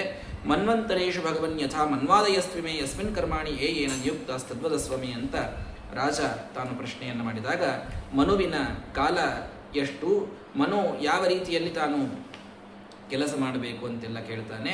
ಆವಾಗ ಈ 71 ಮಹಾಯುಗಳಿಗೆ ಏನು ನಾನು ಕಾಲ ಹೇಳಿದೆ ಆ ದಿನಕಲ್ಪ ಅಂತ ಆಗ್ತದೆ. 4 ಯುಗಗಳು ಮುಗೀತು ಅಂತಂದ್ರೆ ಒಂದು ಸಣ್ಣದೊಂದು ಪ್ರಳಯ ಆಗ್ತದೆ ರೀ. ಅದು ದೈನಂದಿನ ಪ್ರಳಯ ಅಂತ ಕರೀತಾರೆ ಅದಕ್ಕೆ, ಆಯ್ತಾ. ಹಿಂಗಾಗಿ ಅದು ಸಣ್ಣ ಪ್ರಳಯ. ಅದಾದ ಮೇಲೆ ಮತ್ತೆ ಕೃತಯುಗ ಪ್ರಾರಂಭ ಆಗಿಬಿಡ್ತದೆ. ಸಂಧಿಕಾಲದೊಳಗೆ ಮತ್ತೆ ಕೃತಯುಗ ಪ್ರಾರಂಭ ಆಗ್ತದೆ. ಮತ್ತೆಲ್ಲ ಚತುಷ್ಪಾದ ಧರ್ಮ, 4 ಪಾದಕ್ಕೆ 100% ಧರ್ಮ ಇವೆಲ್ಲ ಮತ್ತೆ ನಡೆದಿರ್ತಾವೆ. ತ್ರೇತಾ ದ್ವಾಪರ ಕಲಿ ಬಂದಾಗ ಒಂದೊಂದು ಧರ್ಮದ ಪಾದ ಇದು ಸಣ್ಣದಾಗ್ತಾ ಬರ್ತದೆ. ಮತ್ತು ದಿನಕಲ್ಪ ಆದಮೇಲೆ ಮತ್ತೆ ಕೃತಯುಗ, ಹೀಗೆ ಅದು ಬರ್ತಾ ಇರ್ತದೆ ಅಂತ ಹೇಳ್ತಾ ಇದ್ದಾರೆ. ಆವಾಗ ರಾಜ ಪ್ರಶ್ನೆಯನ್ನು ಮಾಡಿದ, ಬಲೇ ಪದತ್ರಯಂ ಭೂಮೆ ಕಸ್ಮಾತ್ ಹರಿರಯಾಚತ ಭೂತ್ವ ಈಶ್ವರ ಕೃಪಣವತ್ ಲಬ್ಧಾರ್ಥೋಪಿ ಬಬಂಧತಂ ಅಂತ. ಸಾಕ್ಷಾತ್ ಭಗವಂತ ಪರಿಪೂರ್ಣನಾದಂಥವ, ಸರ್ವಶಕ್ತ, ಸರ್ವಲೋಕೇಶ್ವರ, ಅವನಿಗೆ ಯಾರ ಮುಂದೂ ಹೋಗಿ ಬೇಡುವ ಕಾರಣವೇ ಇಲ್ಲ. ಅಂಥವ ಬಲಿಯ ಮುಂದೆ ಹೋಗಿ ಭಿಕ್ಷೆಯನ್ನ ಬೇಡಬೇಕಾಯಿತು ಯಾಕೆ? ಹೋಗ್ಲಿ, ತನಗೇನು ಬೇಕಾಗಿತ್ತು ಅದನ್ನು ಪಡ್ಕೊಂಡ ಮೇಲೂ ಅವನನ್ನು ಬಂಧನ ಮಾಡಿದ್ದು ಯಾಕೆ ಅಂತ ನನಗೆ ಹೇಳ್ರಿ ಅಂತ ವಾಮನೋಪಾಖ್ಯಾನದ ಒಂದು ವಿವರಣೆಯನ್ನು ನೀಡಲಿಕ್ಕೆ ರಾಜನಾದ ಪರೀಕ್ಷಿತ ಶುಕಾಚಾರ್ಯರಿಗೆ ಪ್ರಶ್ನೆ ಮಾಡ್ತಾ ಇದ್ದಾನೆ. ಅದರ ವಿವರವನ್ನು ಹೇಳ್ತಾರೆ. ಅದೇ ಮುಖ್ಯವಾದ ಅಷ್ಟಮಸ್ಕಂದದ ಹೂರಣ. ಅತ್ಯಂತ ಭಕ್ತಿಯಿಂದ ವಾಮನರೂಪಿಯಾದ ಭಗವಂತನ ಒಂದು ಉಪಾಖ್ಯಾನವನ್ನು ಕೇಳ್ರಿ. ಭೂಮಿಂತು ವಾಮನೋದದ್ಯಾತಂತ ನಮ್ಮ ಶಾಸ್ತ್ರ ತಿಳಿಸ್ತದೆ. ಮನೆ ಆಗಲಾರದವರು ವಾಮನನ ಕಥೆಯನ್ನು ಚೆಂದಾಗಿ ಕೇಳಿದ್ರಿ ಅಂದರೆ ಬಹಳ ಬೇಗ ಒಂದು ಮನೆ ಆಗುತ್ತದೆ ಅಂತ. ಆ ಮನೆಯನ್ನು ಕೊಡುವಂಥ ರೂಪ ಅದು ವಾಮನ ರೂಪ ಅಂತ ಹೇಳಿದ್ದಾರೆ. ಹಾಗಾಗಿ ಬಹಳ ಭಕ್ತಿಯಿಂದ ನಮ್ದೆಲ್ಲ ಮನೆ ಅದೇ ಹೇಳ್ರಿ ಆಚಾರ ಅಂತ ಅನ್ನಬೇಡ್ರಿ. ನಾ ಯಾವಾಗಲೂ ಹೇಳ್ತಿರ್ತೀನಿ, ಅಲ್ಲಿದೆ ನಮ್ಮ ಮನೆ, ಇಲ್ಲಿ ಬಂದೆ ಸುಮ್ಮನೆ ಅಂತ. ಅದೇನು ಮನಿ ಅದ ನೋಡ್ರಿ, ಆ ಮನೆ ಬಗ್ಗೆ ಮಾತಾಡ್ಲಿತ್ತೀವಿ. ಮತ್ತಿದೇ ಮನಿ 30-40 ಪ್ಲಾಟು, ಅದ್ರಾಗ ಒಂದು ಖರ್ಚು ಸಿಮೆಂಟಿನ ಜಾಗ, ಇಷ್ಟೇ ಮನಿ ಅಂತ ಅನ್ನಬೇಡ್ರಿ. ಇದು ಬಿಟ್ಟು ಇನ್ನೂ ದೊಡ್ಡದದ. ಆ ಮನೆಗಾಗಿಯೂ ಕೂಡ ವಾಮನನ ಅನುಗ್ರಹ ವಿಶೇಷವಾಗಿ ಬೇಕು. ಏನಾಗಿತ್ತು ಹಿಂದೆ? ಸಮುದ್ರ ಮಂಥನವಾಗಿತ್ತು. ಎಲ್ಲ ದೇವತೆಗಳು ಅಮೃತವನ್ನು ಕುಡಿದು ಅಮರರಾಗಿ ಬಿಟ್ಟರು. ಯಾವ ದೈತ್ಯರಿಗೂ ಅಮರತ್ವ ಸಿಗಲಿಲ್ಲ. ಎಲ್ಲರೂ ಪಾಪ ಬಲಿಚಕ್ರವರ್ತಿ ತಾನು ದೈತ್ಯರ ರಾಜ. ಆ ಸಮಯದಲ್ಲಿ ಬಲಿ ಯಾರೋ ಬೇರೆ ಅಲ್ಲ, ಸಾಕ್ಷಾತ್ ಪ್ರಹ್ಲಾದ ರಾಜರ ಮೊಮ್ಮಗ. ಪ್ರಹ್ಲಾದನ ಮಗ ವಿರೋಚನ, ವಿರೋಚನನ ಮಗನೇ ಬಲಿ. ಆ ಬಲಿಚಕ್ರವರ್ತಿ ತಾನು ದೈತ್ಯರ ರಾಜನಾಗಿರತಕ್ಕಂತಹ ಕಾಲದೊಳಗೆ ಎಲ್ಲ ಸಂಪತ್ತು ಹೋಯಿತು. ಸಂಪತ್ತೆಲ್ಲ ಹೋದಾಗ ಪರಾಜಿತ ಶ್ರೀರ ಸುಭಿಶ್ಚ ಹಾಪಿತೋ ಇಂದ್ರೇಣ ರಾಜನ್ ಗುರುಭಿಸ್ಸ ಜೀವಿತ ಸರ್ವಾತ್ಮನಾಥಾನ್ ಅಭಜದ್ಭೃಗುನ್ ಬಲಿಹಿ ಶಿಷ್ಯೋ ಮಹಾನ್ ಸ್ವಾರ್ಥ ನಿವೇದನೇನ. ಸಂಪತ್ತೆಲ್ಲ ಹೋಯಿತು, ಎಷ್ಟೋ ಜನ ಸತ್ತೋದ್ರು, ತಾನೂ ಸಾಯಲಿಕ್ಕಾಗಿದ್ದ. ಪಾಪ ಶುಕ್ರಾಚಾರ್ಯರ ತಪಸ್ಸಿನ ಬಲದಿಂದ ಬದುಕಿ ಉಳಿದ ಬಲಿಚಕ್ರವರ್ತಿ. ಆ ಬದುಕಿ ಉಳಿದಂತಹ ಬಲಿ ತನ್ನ ಸರ್ವಾತ್ಮನ ಅಂತ ಹೇಳ್ತಾರೆ, ಅಂದ್ರೆ ಸಂಪೂರ್ಣ ಶರಣಾಗತನಾಗಿ ಕಾಲಿಗೆ ಬಿದ್ದುಬಿಡ್ತಾನೆ. ಯಾರಿಗೆ? ಶುಕ್ರಾಚಾರ್ಯರಿಗೆ. ನೀವು ಏನು ಹೇಳ್ತೀರೋ ಅದನ್ನು ನಾನು ಮಾಡ್ತೀನಿ, ನೀವು ಏನು ಹೇಳ್ತೀರೋ ಅದನ್ನು ನಾನು ಮಾಡ್ತೀನಿ. ನನಗೆ ಬಹಳ ಅಪಮಾನ ಆಗ್ಯದ, ದೇವತೆಗಳೆಲ್ಲ ಇಂಥ ಒಂದು ಮೋಸದಿಂದ ತಾವು ಅಮೃತವನ್ನು ಕುಡಿದು ನಮಗೆಲ್ಲ ಸೋಲಿಸಿಬಿಟ್ಟಾರ. ನೀವು ಏನು ಹೇಳ್ತೀರೋ ಅದರಂತೆ ನಡ್ಕೊಳ್ತೀನಿ ಸ್ವಾಮಿ, ನನಗೆ ಹೋದಂತಹ ಸಂಪತ್ತು ಮರಳಿ ಬರಬೇಕು ಅಂತ. ಭಾರೀ ಒಂದು ತಪಸ್ಸಾಮರ್ಥ್ಯ, ಶಕ್ತಿ ನಮ್ಮ ಶುಕ್ರಾಚಾರ್ಯರಿಗೆ ಇದ್ದದ್ದು. ಅವರು ಭೃಗು ಋಷಿಗಳ ಸಂತಾನ, ಭಾರ್ಗವ ಅಂತ ಶುಕ್ರಾಚಾರ್ಯರಿಗೆ ಕರೀತಾರೆ. ಇವತ್ತಿಗೂ ನಮ್ಮ ಕುಂಡಲಿ ಒಳಗೆ ಶುಕ್ರ ಏನ್ರೆ ಸ್ಟ್ರಾಂಗ್ ಇತ್ತು ಅಂತಂತಂದ್ರೆ ಬೇಕಾದ ಸಿಗುತ್ತದೆ. ಶುಕ್ರ ದಶೆ ಅಂತ ಕರೀತಾರೆ ಅದಕ್ಕೆ. ಶುಕ್ರ ಇದ್ದ ಅಂತಂದ್ರೆ ಏನ್ರಿ, ಏನು ಬೇಕಾದ ನೀವು ಅಂದದ್ದು ಸಿಗುತ್ತದೆ. ಅಂಥವ್ರು ಅವ್ರು ಶುಕ್ರಾಚಾರ್ಯ, ಸಾಮಾನ್ಯರಲ್ಲ ಅವರು, ದೈತ್ಯರ ಗುರುಗಳು ತಿಳಿತಾ. ಅವ್ರ ರಾಕ್ಷಸರಲ್ಲ, ಮತ್ತು ಅವ್ರು ಮಹಾ ಋಷಿಗಳವರು ತಿಳಿತಾ. ಗುರುತ್ವವನ್ನು ದೈತ್ಯರವರಿಂದ ಪಡೆದಾರ ಅಷ್ಟೇ. ಹೀಗಾಗಿ ಭೃಗು ಋಷಿಗಳ ಸಂತಾನ. ಭೃಗು ಋಷಿಗಳು ಎಷ್ಟು ವಿಭೂತಿ ಅಧ್ಯಾಯದೊಳಗೆ ಕೃಷ್ಣ ಪರಮಾತ್ಮ ತನ್ನ ವಿಭೂತಿ ಎಲ್ಲದ ಅಂತ ಹೇಳಬೇಕಾದಾಗ ಭೃಗು ಋಷಿಗಳಲ್ಲಿ ನನ್ನ ವಿಭೂತಿ ಅದ ಅಂತ ಹೇಳೋಣ ಗೀತಾದೊಳಗೆ. ಅಷ್ಟು ಭಗವಂತನ ಸನ್ನಿಧಾನವನ್ನು ಪರಿಪೂರ್ಣವಾಗಿ ಹೊಂದಿದಂತಹ ಋಷಿಗಳು ಭೃಗು ಋಷಿಗಳು. ಅವರ ಸಂತಾನದಲ್ಲಿ ಬಂದವರು ಶುಕ್ರಾಚಾರ್ಯರು. ಹೀಗಾಗಿ ಅವರಿಗೆ ಭಾರ್ಗವ ಅಂತ ಕರೆಯೋದುಂಟು. ಆಯಿತಾ. ಆ ವಂಶದಲ್ಲಿಯೇ ಲಕ್ಷ್ಮೀದೇವಿ ಇನ್ನೊಮ್ಮೆ ಬಂದಾಳೆ, ಅದಕ್ಕೆ ಭಾರ್ಗವಿ ಅಂತ ಅವಳ ಹೆಸರು. ಅದಕ್ಕೆ ಶುಕ್ರವಾರ ಯಾಕೆ ಲಕ್ಷ್ಮೀವಾರ ಅಂತ ಕೇಳಿದ್ರೆ ಅವ್ರು ಎರಡೂ ಒಂದೇ ವಂಶದಾಗ ಬಂದವರು. ಭೃಗು ಋಷಿಗಳ ವಂಶದೊಳಗೆ ಶುಕ್ರಾಚಾರ್ಯರು ಬಂದಾರೆ, ಲಕ್ಷ್ಮೀದೇವಿನೂ ಬಂದಾಳೆ ಅನ್ನೋದಕ್ಕೆ ಶುಕ್ರವಾರಕ್ಕೆ ಲಕ್ಷ್ಮಿಗೆ ಎಷ್ಟು ಸಂಬಂಧ ಇದನ್ನು ತಿಳ್ಕೊಳ್ಳಿ. ಇರಲಿ. ಅಂತೂ ಆ ಭೃಗು ಋಷಿಗಳು ಅಷ್ಟು ಬೇಡ್ಕೊಳ್ತಾ ಇದ್ದಾನೆ ಶಿಷ್ಯ ಅಂತ ಬಹಳ ಮನಸ್ಸು ತೃಪ್ತ ಆಗ್ಬಿಡ್ತು. ಗುರುಗಳ ಮನಸ್ಸು ತೃಪ್ತ ಆಯ್ತು ನೋಡ್ರಿ, ಬೇಕಾದ ಸಿಕ್ಬಿಡುತ್ತೆ. ಏನಾಯ್ತು? ಅಯಾಜಯನ್ ವಿಶ್ವಜಿತ ತ್ರಿಲೋಕಂ ಬಾ ನಿನಗಂತೇಳಿ ವಿಶ್ವಜಿತ್ ಯಜ್ಞ ಮಾಡಿಸ್ಬಿಟ್ರಿ ಅವ್ರು. ವಿಶ್ವಜಿತ್ ಯಜ್ಞ ಮಾಡಿಸಿದ್ರೆ ತಥೋ ರಥ ಕಾಂಚನ ಪಟ್ಟ ಭಚ್ಚ ಹಯಾಶ್ಚ ಹರ್ಯಶ್ಚ ತುರಂಗ ವರ್ಣಾಥ ಧ್ವಜಶ್ಚ ಸಿಂಹೇನ ವಿರಾಜಮಾನೋ ಹುತಾಶನಾದಾಸ ಹವಿರ್ಭಿರಿದ್ಧಾತ್. ಪೂರ್ಣ ವಿಶ್ವವನ್ನ ಗೆಲ್ಲುವಂತಹ ಒಂದು ಯಜ್ಞವನ್ನ ಮಾಡಿಸಿ ಆಹುತಿಯನ್ನ ತಾವು ಅಗ್ನಿಯೊಳಗೆ ಹಾಕಿದ್ರ ಆ ಅಗ್ನಿಯಿಂದ ಒಂದು ರಥ ಎದ್ದು ಬಂತ್ರಿ. ರಥ, ಕುದುರೆ, ಅದ್ಭುತವಾದಂತಹ ಒಂದು ಸಿಂಹ ಇದ್ದಂತಹ ಧ್ವಜ, ಇದೆಲ್ಲ ಅದರಿಂದ ಬಂತು. ಧನುಸ್ಸು ಬಂತು, ಬಾಣಗಳು ಬಂದು, ಅಕ್ಷಯವಾದ ಬತ್ತಳಿಕೆ ಬಂತು, ದಿವ್ಯವಾದಂತಹ ಕವಚ ಬಂತು. ಪಿತಾಮಹರಾದಂತಹ ಪ್ರಹ್ಲಾದರಾಜರು ಬಂದು ಒಂದು ವಿಜಯದ ಮಾಲೆಯನ್ನು ಅವನ ಮೇಲೆ ಹಾಕಿಬಿಡ್ತಾರೆ. ಯಾರ ಮೇಲೆ? ಬಲಿಚಕ್ರವರ್ತಿ ಮೇಲೆ. ಎಂಥದ್ದು? ಅಮ್ಲಾನ ಪುಷ್ಪಂ, ಅಮ್ಲಾನ ಪುಷ್ಪಂ. ಅದರ ಕಮಲಗಳು ಬಾಡೇತಿರಲಿಲ್ಲಂತ. ಅಂತಹ ಅದ್ಭುತವಾದ ಮಾಲೆ. ಆ ಮಾಲೆಯನ್ನು ತಂದು ವಿಜಯ ಮಾಲೆಯನ್ನು ಹಾಕಿದ್ರು. ಎಲ್ಲ ಧನಸ್ಸು, ರಥ ಎಲ್ಲ ಬಂದುಬಿಡುತ್ತು.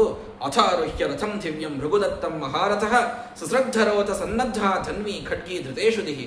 ಖಡ್ಗವನ್ನು ಹಿಡಿದುಕೊಂಡು, ಬಿಲ್ಲು ಬಾಣಗಳನ್ನು ಹಿಡಿದುಕೊಂಡು ರಥವನ್ನೇರಿ ಭೃಗು ಋಷಿಗಳ ಅರ್ಥಾತ್ ಶುಕ್ರಾಚಾರ್ಯರ ಅನುಗ್ರಹದಿಂದ ತಾನು ಹೊಂಟೇ ಬಿಟ್ಟ ರಥ ಏರಿ. ಯಾರು? ನಮ್ಮ ಬಲಿಚಕ್ರವರ್ತಿ. ಸ್ವರ್ಗಕ್ಕೆ ನಾನು ಮುತ್ತಿಗೆ ಹಾಕ್ತೇನೆ ಅಂತ. ಏನು ಸ್ವರ್ಗರಿ? ರಮ್ಯಾಮುಪವನೋದ್ಯಾನೈ ಶ್ರೀಮದ್ಭಿರ್ ನಂದನಾದಿಭಿ ಕೂಜದ್ವಿಹಂಗ ಮಿಥುನೈಹಿ ಗಾಯನ್ ಮತ್ತ ಮಧುವ್ರತೈ. ಅದ್ಭುತವಾದಂತಹ ನಂದನವನ. ಯಾವಾಗಲೂ ವಸಂತ ಕಾಲದೊಳಗೆ ಕೋಗಿಲೆಗಳು ಇಲ್ಲಿ ಹಾಡಿದರೆ ನಂದನವನದೊಳಗೆ ಎಲ್ಲ ಕಾಲಕ್ಕೆ ಹಾಡ್ತಾವಂತವು. ಯಾವ ಋತು ಇದ್ರೂ ಕೋಗಿಲೆಗಳು ಹಾಡುವಂಥದ್ದು. ಎಲ್ಲ ಟೈಮ್ ಒಳಗೂ ಫಲಗಳು, ಪುಷ್ಪಗಳು ಬಿಡತಕ್ಕಂತಹ ಅದ್ಭುತವಾದಂತಹ ಅದೇನು ಹಂಸ ಪಕ್ಷಿಗಳಿರ್ತಕ್ಕಂತಹ ಸರೋವರಗಳು. ಆಕಾಶ ಗಂಗಯ ದೇವಿಯ ವ್ರತಾಂ ಪರಿಖಭೂತಯ.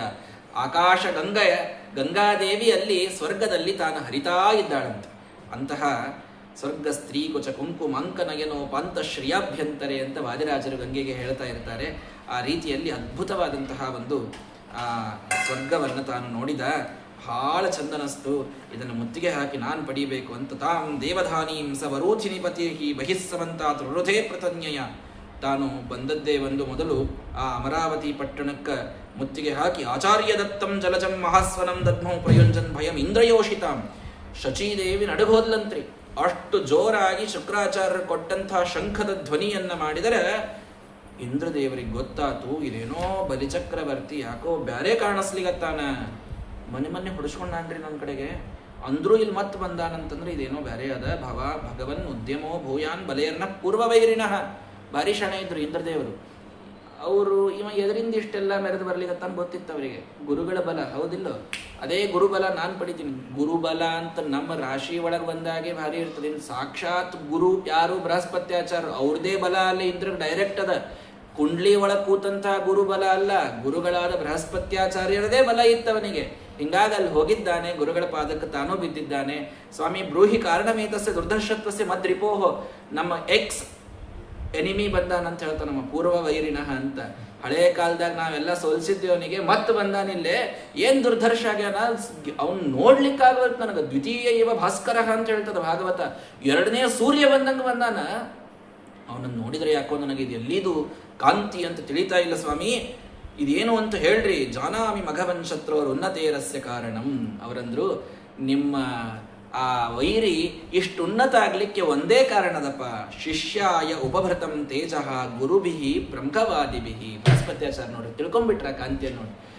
ಭಾರಿ ಬ್ರಹ್ಮವಾದಿಯಾದಂಥ ಒಬ್ಬ ಋಷಿ ತನ್ನ ತಪಶಕ್ತಿ ಕೊಟ್ರಷ್ಟೇ ಇಂಥ ಕಾಂತಿ ಬರ್ಲಿಕ್ಕೆ ಸಾಧ್ಯದಪ್ಪ. ಹಿಂಗಾಗಿ ನೀ ಅಲ್ಲ, ನಿನ್ನ ಎಲ್ಲಾ ದೇವತೆಗಳ ಟೋಳಿ ಬಂದ್ರೂ ಅವನನ್ನು ಈಗ ಗೆಲ್ಲಿಕ್ಕಾಗುವುದಿಲ್ಲ. ಏಷ ವಿಪ್ರಬಲೋದರ್ಕ ಸಂಪ್ರತ್ಯೂರ್ಜಿತ ವಿಕ್ರಮ ಏಷಾಮೇವ ಅವಮಾನೇನ ಸಾನುಬಂಧೋ ವಿನಂಕ್ಷತಿ. ಇದು ವಿಪ್ರಬಲೋದರ್ಕ, ಇದು ಬ್ರಾಹ್ಮಣನ ಬಲದಿಂದ ಬಂದ ಕಾಂತಿ. ಇದರ ಮುಂದೆ ನಿಮ್ದು ಯಾವ ಅಮೃತ ನೀವು ಘಟಘಟ ಕೊಡಿದ್ರೂ ನಡೆಯುವುದಿಲ್ಲ. ಹಂಗಂದ್ರೆ ಹೆಂಗ್ರಿ ಅಂದವ. ಮತ್ತೆ ಏನ್ ಮಾಡ್ಬೇಕು? ಯಾತ ಕಾಲಂ ಪ್ರತೀಕ್ಷಂತಹ ಯತಃಶತ್ರೋರ್ ವಿಪರ್ಯಯ. ಎಲ್ಲಿ ತನಕ ಇವನಿಗೇನೆ ವಿಪರ್ಯಯ ಕಾಲ ಬರುವುದಿಲ್ಲ, ಅಲ್ಲಿ ತನ ನೀವೆಲ್ಲರೂ ದೇವತೆಗಳು ಮಾಯ ಆಗಿಬಿಡ್ರಿ, ಸ್ವರ್ಗ ಬಿಟ್ಟು ಹೋಗ್ರಿ ಅಂತ ಸ್ಪಷ್ಟ ಹೇಳಿದ್ರು. ನೋಡ್ರಿ ಬೃಹಸ್ಪತ್ಯಾಚಾರ್ಯರ ಮಾತು ಏನು ಸಂದೇಶ ಕೊಡ್ತಾ ಇದೆ ಅಂತಂದ್ರೆ, ದಿಗ್ಬಲಂ ಕ್ಷತ್ರಿಯ ಬಲಂ ಬ್ರಹ್ಮತೇಜೋ ಬಲಂ ಬಲಂ. ಯಾವ ಕ್ಷತ್ರಿಯರ ಬಲ, ಏನು ಅದ್ಭುತವಾದಂತಹ ಯುದ್ಧ ಕೌಶಲ ಎಷ್ಟು ಬೇಕಷ್ಟಿದ್ರೂ ಕೂಡ ಒಬ್ಬ ತಪಸ್ವಿಯ ಸಾಮರ್ಥ್ಯದ ಮುಂದೆ ಎಲ್ಲಾನೂ ಬಾಗಬೇಕಾಗ್ತದೆ. ಮುಂದಿನ ಸ್ಕಂದದೊಳಗೆ ನೀವು ಕೌಶಿಕನ ಕಥೆಯನ್ನು ಕೇಳ್ತೀರಿ. ಅಲ್ಲೂ ವಸಿಷ್ಠರ ಒಂದು ಬ್ರಹ್ಮದಂಡ ಹೆಂಗೆ ಎಲ್ಲ ಬ್ರಹ್ಮಾಸ್ತ್ರವನ್ನೂ ತಾನು ಅದರ ಮುಂದೆ ಅದು ಬಂದು ಬೀಳಬೇಕಾದಂತಹ ಪರಿಸ್ಥಿತಿ ಬಂದದ್ದು. ಹೀಗಾಗಿ ಆ ಬ್ರಹ್ಮ ತೇಜಸ್ಸಿನಿಂದ ಮೆರೆಯುವಂತಹ ವ್ಯಕ್ತಿಯನ್ನ ಸೋಲಿಸಲಿಕ್ಕೆ ಸಾಧ್ಯ ಇಲ್ಲ. ನೋಡ್ರಿ, ಗುರುಗಳು ತಪಸ್ವಿ ಇದ್ದಂಥವರು ತಮ್ಮ ತಪಸ್ಸಾಮರ್ಥ್ಯವನ್ನು ಧಾರೆ ಎರೆದ್ರಂದ್ರೆ ಯಾವನೂ ಅದನ್ನು ಸೋಲಿಸ್ಲಿಕ್ಕೆ ಆಗೋದಿಲ್ಲ. ಅದಕ್ಕೆ ಆ ಕಾಲದ ತನಕ ನೀವು ತಡೆದು ಬಿಡ್ರಿ. ಯಾವ ಕಾಲದ ತನಕ ಅಂದವ ಇಂದ್ರ, ಎಲ್ಲಿ ತನಕ ತಡಿಯಂತೀರಿ ಅಂತ. ಯಾವ ತಪಸ್ವಿಗಳಾದ ಶುಕ್ರಾಚಾರ್ಯರ ಬಲದಿಂದ ಇವತ್ತಿವನು ಇಷ್ಟು ಮ್ಯಾಲೆದ್ದು ಬಂದಾನೋ ಅವರೇ ಇವನಿಗೆ ಶಾಪ್ ಕೊಡ್ತಾರೆ, ಅಲ್ಲಿ ತನ ತಡಿ ಅಂತಂದ್ರು ಬೃಹಸ್ಪತ್ಯಾಚಾರ್ಯ. ನೋಡ್ರಿ, ಅವ್ರ ಭವಿಷ್ಯ ನೋಡಿಯವರು ಅವ್ರನ್ನೇ ಇವ ಅವಮಾನ ಮಾಡ್ತಾನ, ಅವರೇ ಇವನಿಗೆ ಶಾಪ್ ಕೊಡ್ತಾರೆ, ಅಲ್ಲಿ ತನಕ ನೀನ್ ತಡ್ಕೊಂಡ್ ಬಿಡುವಂತ. ಆಯ್ತು ಸ್ವಾಮಿ, ನೀವು ಹೆಂಗಂತೀರ? ಬೃಹಸ್ಪತ್ಯಾಚಾರ್ಯರಿಗೆ ಒಂದು ಮಾತು ಅನ್ಲಿಲ್ಲ ಇಂದ್ರದೇವರು. ಹಿಂದ್ ಕಂದಾಗ ಏನಾಗಿತ್ತಂತ ಗೊತ್ತಿತ್ತು ಅವರಿಗೆ. ಓಡ್ ಹೋಗ್ಬಿಟ್ಟಿದ್ರಿ ಅವ್ರು ಅವಮಾನ ಮಾಡಿದ್ದಕ್ಕೆ. ವಿಶ್ವರೂಪನ್ ತಂದು ಅವನ್ ಕೊಂದು ತಾವು ಬ್ರಹ್ಮ ಹತ್ಯೆ ಮಾಡ್ಕೊಂಡು ಇಷ್ಟೆಲ್ಲ ಗದ್ಲಾಗಿ ವೃತ್ರಾಸುರ ಹುಟ್ಟಿ ಎಲ್ಲ ಆಗಿತ್ತು. ಬೃಹಸ್ಪತ್ಯಾಚಾರ್ಯರಿಗೆ ಇನ್ನೆಂದೂ ಜೀವನದಾಗ ಅವಮಾನ ಮಾಡಂಗಿಲ್ಲ ಅಂತ ಚಂದ ತಿಳ್ಕೊಂಡಿದ್ರು ಯಾರು? ನಮ್ಮ ಇಂದ್ರದೇವರು. ದುರ್ವಾಸರಿಗೂ ಅವಮಾನ ಆದಾಗೂ ಸಮಸ್ಯೆ ಬಂದಿತ್ತು. ಹಿಂಗಾಗಿ ಇನ್ಯಾವ ಋಷಿಗೂ ನಾನೇನೋ ಅನ್ನಂಗಿಲ್ಲಪ್ಪ ಅಂತ ಹೇಳಿ ಬೃಹಸ್ಪತ್ಯಾಚಾರ್ಯ ಹೇಳಿದ್ರು. ಆಯ್ತಂತ ಹೇಳಿ ಜಗ್ಮುರ್ ಗೀರ್ವಾಣ ಕಾಮರೂಪಿಣ ತಮಗ ವಿಚಿತ್ರ ವಿಚಿತ್ರ ರೂಪ ತಗೊಂಡ್ಬಿಟ್ರಂತ. ಒಬ್ಬ ಕುದುರೆ ಆದ, ಒಬ್ಬ ಪಕ್ಷಿಯಾದ, ದೇವತೆಗಳೆಲ್ಲ ಬೇರೆ ಬೇರೆ ರೂಪಗಳನ್ನು ತಗೊಂಡು ತಾವು ಹಾರಿ ಹೋಗ್ಬಿಟ್ರಲ್ಲಿಂದ. ಸ್ವರ್ಗ ಖಾಲಿ. ತಮ್ ವಿಶ್ವಜಯಿನಂ ಶಿಷ್ಯಂ ಭೃಗವ ಶಿಷ್ಯವತ್ಸಲಾಹ. ಶಿಷ್ಯವತ್ಸಲಾದ ಗುರುಗಳು ಶುಕ್ರಾಚಾರ್ಯರು ಬಂದು ಬಾರಪ್ಪ ನಿನಗ ಕೂಡಿಸೇ ಬಿಡ್ತೀನಿ ಅಂತ ಹೇಳಿ ಸ್ವರ್ಗದ ಸಿಂಹಾಸನದ ಮೇಲೆ ಕೂಡಿಸಿ ಪಟ್ಟಾಭಿಷೇಕ ಮಾಡಿ ಅವ ಅಂದ, ಸ್ವಾಮಿ ಭಾರಿ ದೊಡ್ಡ ಕೀರ್ತಿ ಬಂತು, ಆದ್ರೆ ಈ ಕೀರ್ತಿ ಪರ್ಮನೆಂಟ್ ಆಗಿ ಉಳಿಯೋಂಗ್ ಒಂದೇನ್ರೆ ಮಾಡ್ರಿ ಅಂತ. ಪರ್ಮನೆಂಟ್ ಆಗಿ ಇಂದ್ರ ಪದವಿ ಉಳಿಬೇಕಂತಂದ್ರೆ ಒಂದೇ ದಾರಿಪ್ಪ. ಏನು? 100 ಸಲ ಯಾವ ಅಶ್ವಮೇಧ ಮಾಡ್ತಾನೆ ಅವನಿಗೆ ಇಂದ್ರ ಪದವಿ ಅಂತದ್ದು. 100 ಸಲ ಅಶ್ವಮೇಧ ಮಾಡೋರು ಇಂದ್ರದೇವರು ಒಬ್ರೆ, ಅವ್ರು ಬಿಟ್ಟರೆ ನೀ ಯಾರಿಗೂ ಮಾಡ್ಲಿಕ್ಕೆ ಆಗಿಲ್ಲ. ಅದನ್ನು ನಿನಗೆ 100 ಅಶ್ವಮೇಧ ಮಾಡಿಸ್ಬಿಡ್ತೀನಿ ಬಾ ಅಂತಂದ್ರೆ ಅವ್ರು ಹೋಲ್ಸೇಲ್ನಾಗ ಮಾಡಿಸ್ತಿರ್ತಾರೆ ನೋಡ್ರಿ. ಈಗ ಹಂಗೆ 100 ಅಶ್ವಮೇಧ ಮಾಡಿಸ್ಬಿಡ್ತೀನಿ ನಿನಗ ಅಂತ. ಆಯ್ತು, ನೀವು ಹೆಂಗೆ ಹೇಳ್ತೀರ ಹಂಗೆ. ಈ ಕಡೆಗೆ ಏವಂ ಪುತ್ರೇಶು ನಷ್ಟೇಶು ದೇವಮಾತಾ ಅದಿತಿಸ್ತದ ಹೃತೆ ತ್ರಿವಿಷ್ಟಪೇ ದೈತ್ಯೈ ಪರ್ಯತಪ್ಯತ ಅನಾಥವತ್. ಅದಿತಿ ದೇವಿ ದೇವತೆಗಳ ತಾಯಿಗೆ ಮನಸ್ಸು ಬಹಳ ಕಷ್ಟದೊಳಗೆ ಬಂದ್ಬಿಡುತ್ತೆ. ಬಹಳ ಕಷ್ಟದೊಳಗೆ ತಾಯಿ ಮಕ್ಕಳ ದುಃಖವನ್ನು ಎಷ್ಟು ದಿವಸ ಅಂತ ನೋಡ್ತಾಳೆ. ತಮ್ಮ ಅಧಿಕಾರದೊಳಗಿದ್ದಂಥದ್ದನ್ನು ದೇವತೆಗಳು ಪೂರ್ಣ ಕಳ್ಕೊಂಡ್ಬಿಟ್ಟಾಳೆ. ಕಳ್ಕೊಂಡು ಎಲ್ಲೋ ಪಾಪ ಅಡಗಿಕೊಂಡು ಕೂತ ಅವಳು ಪೂರ್ಣ ಮನಸ್ಸು ಕೆಡಿಸ್ಕೊಂಡು ಮುಖ ಸಣ್ಣದು ಮಾಡಿಕೊಂಡು ಕೂತ್ಬಿಟ್ಟು.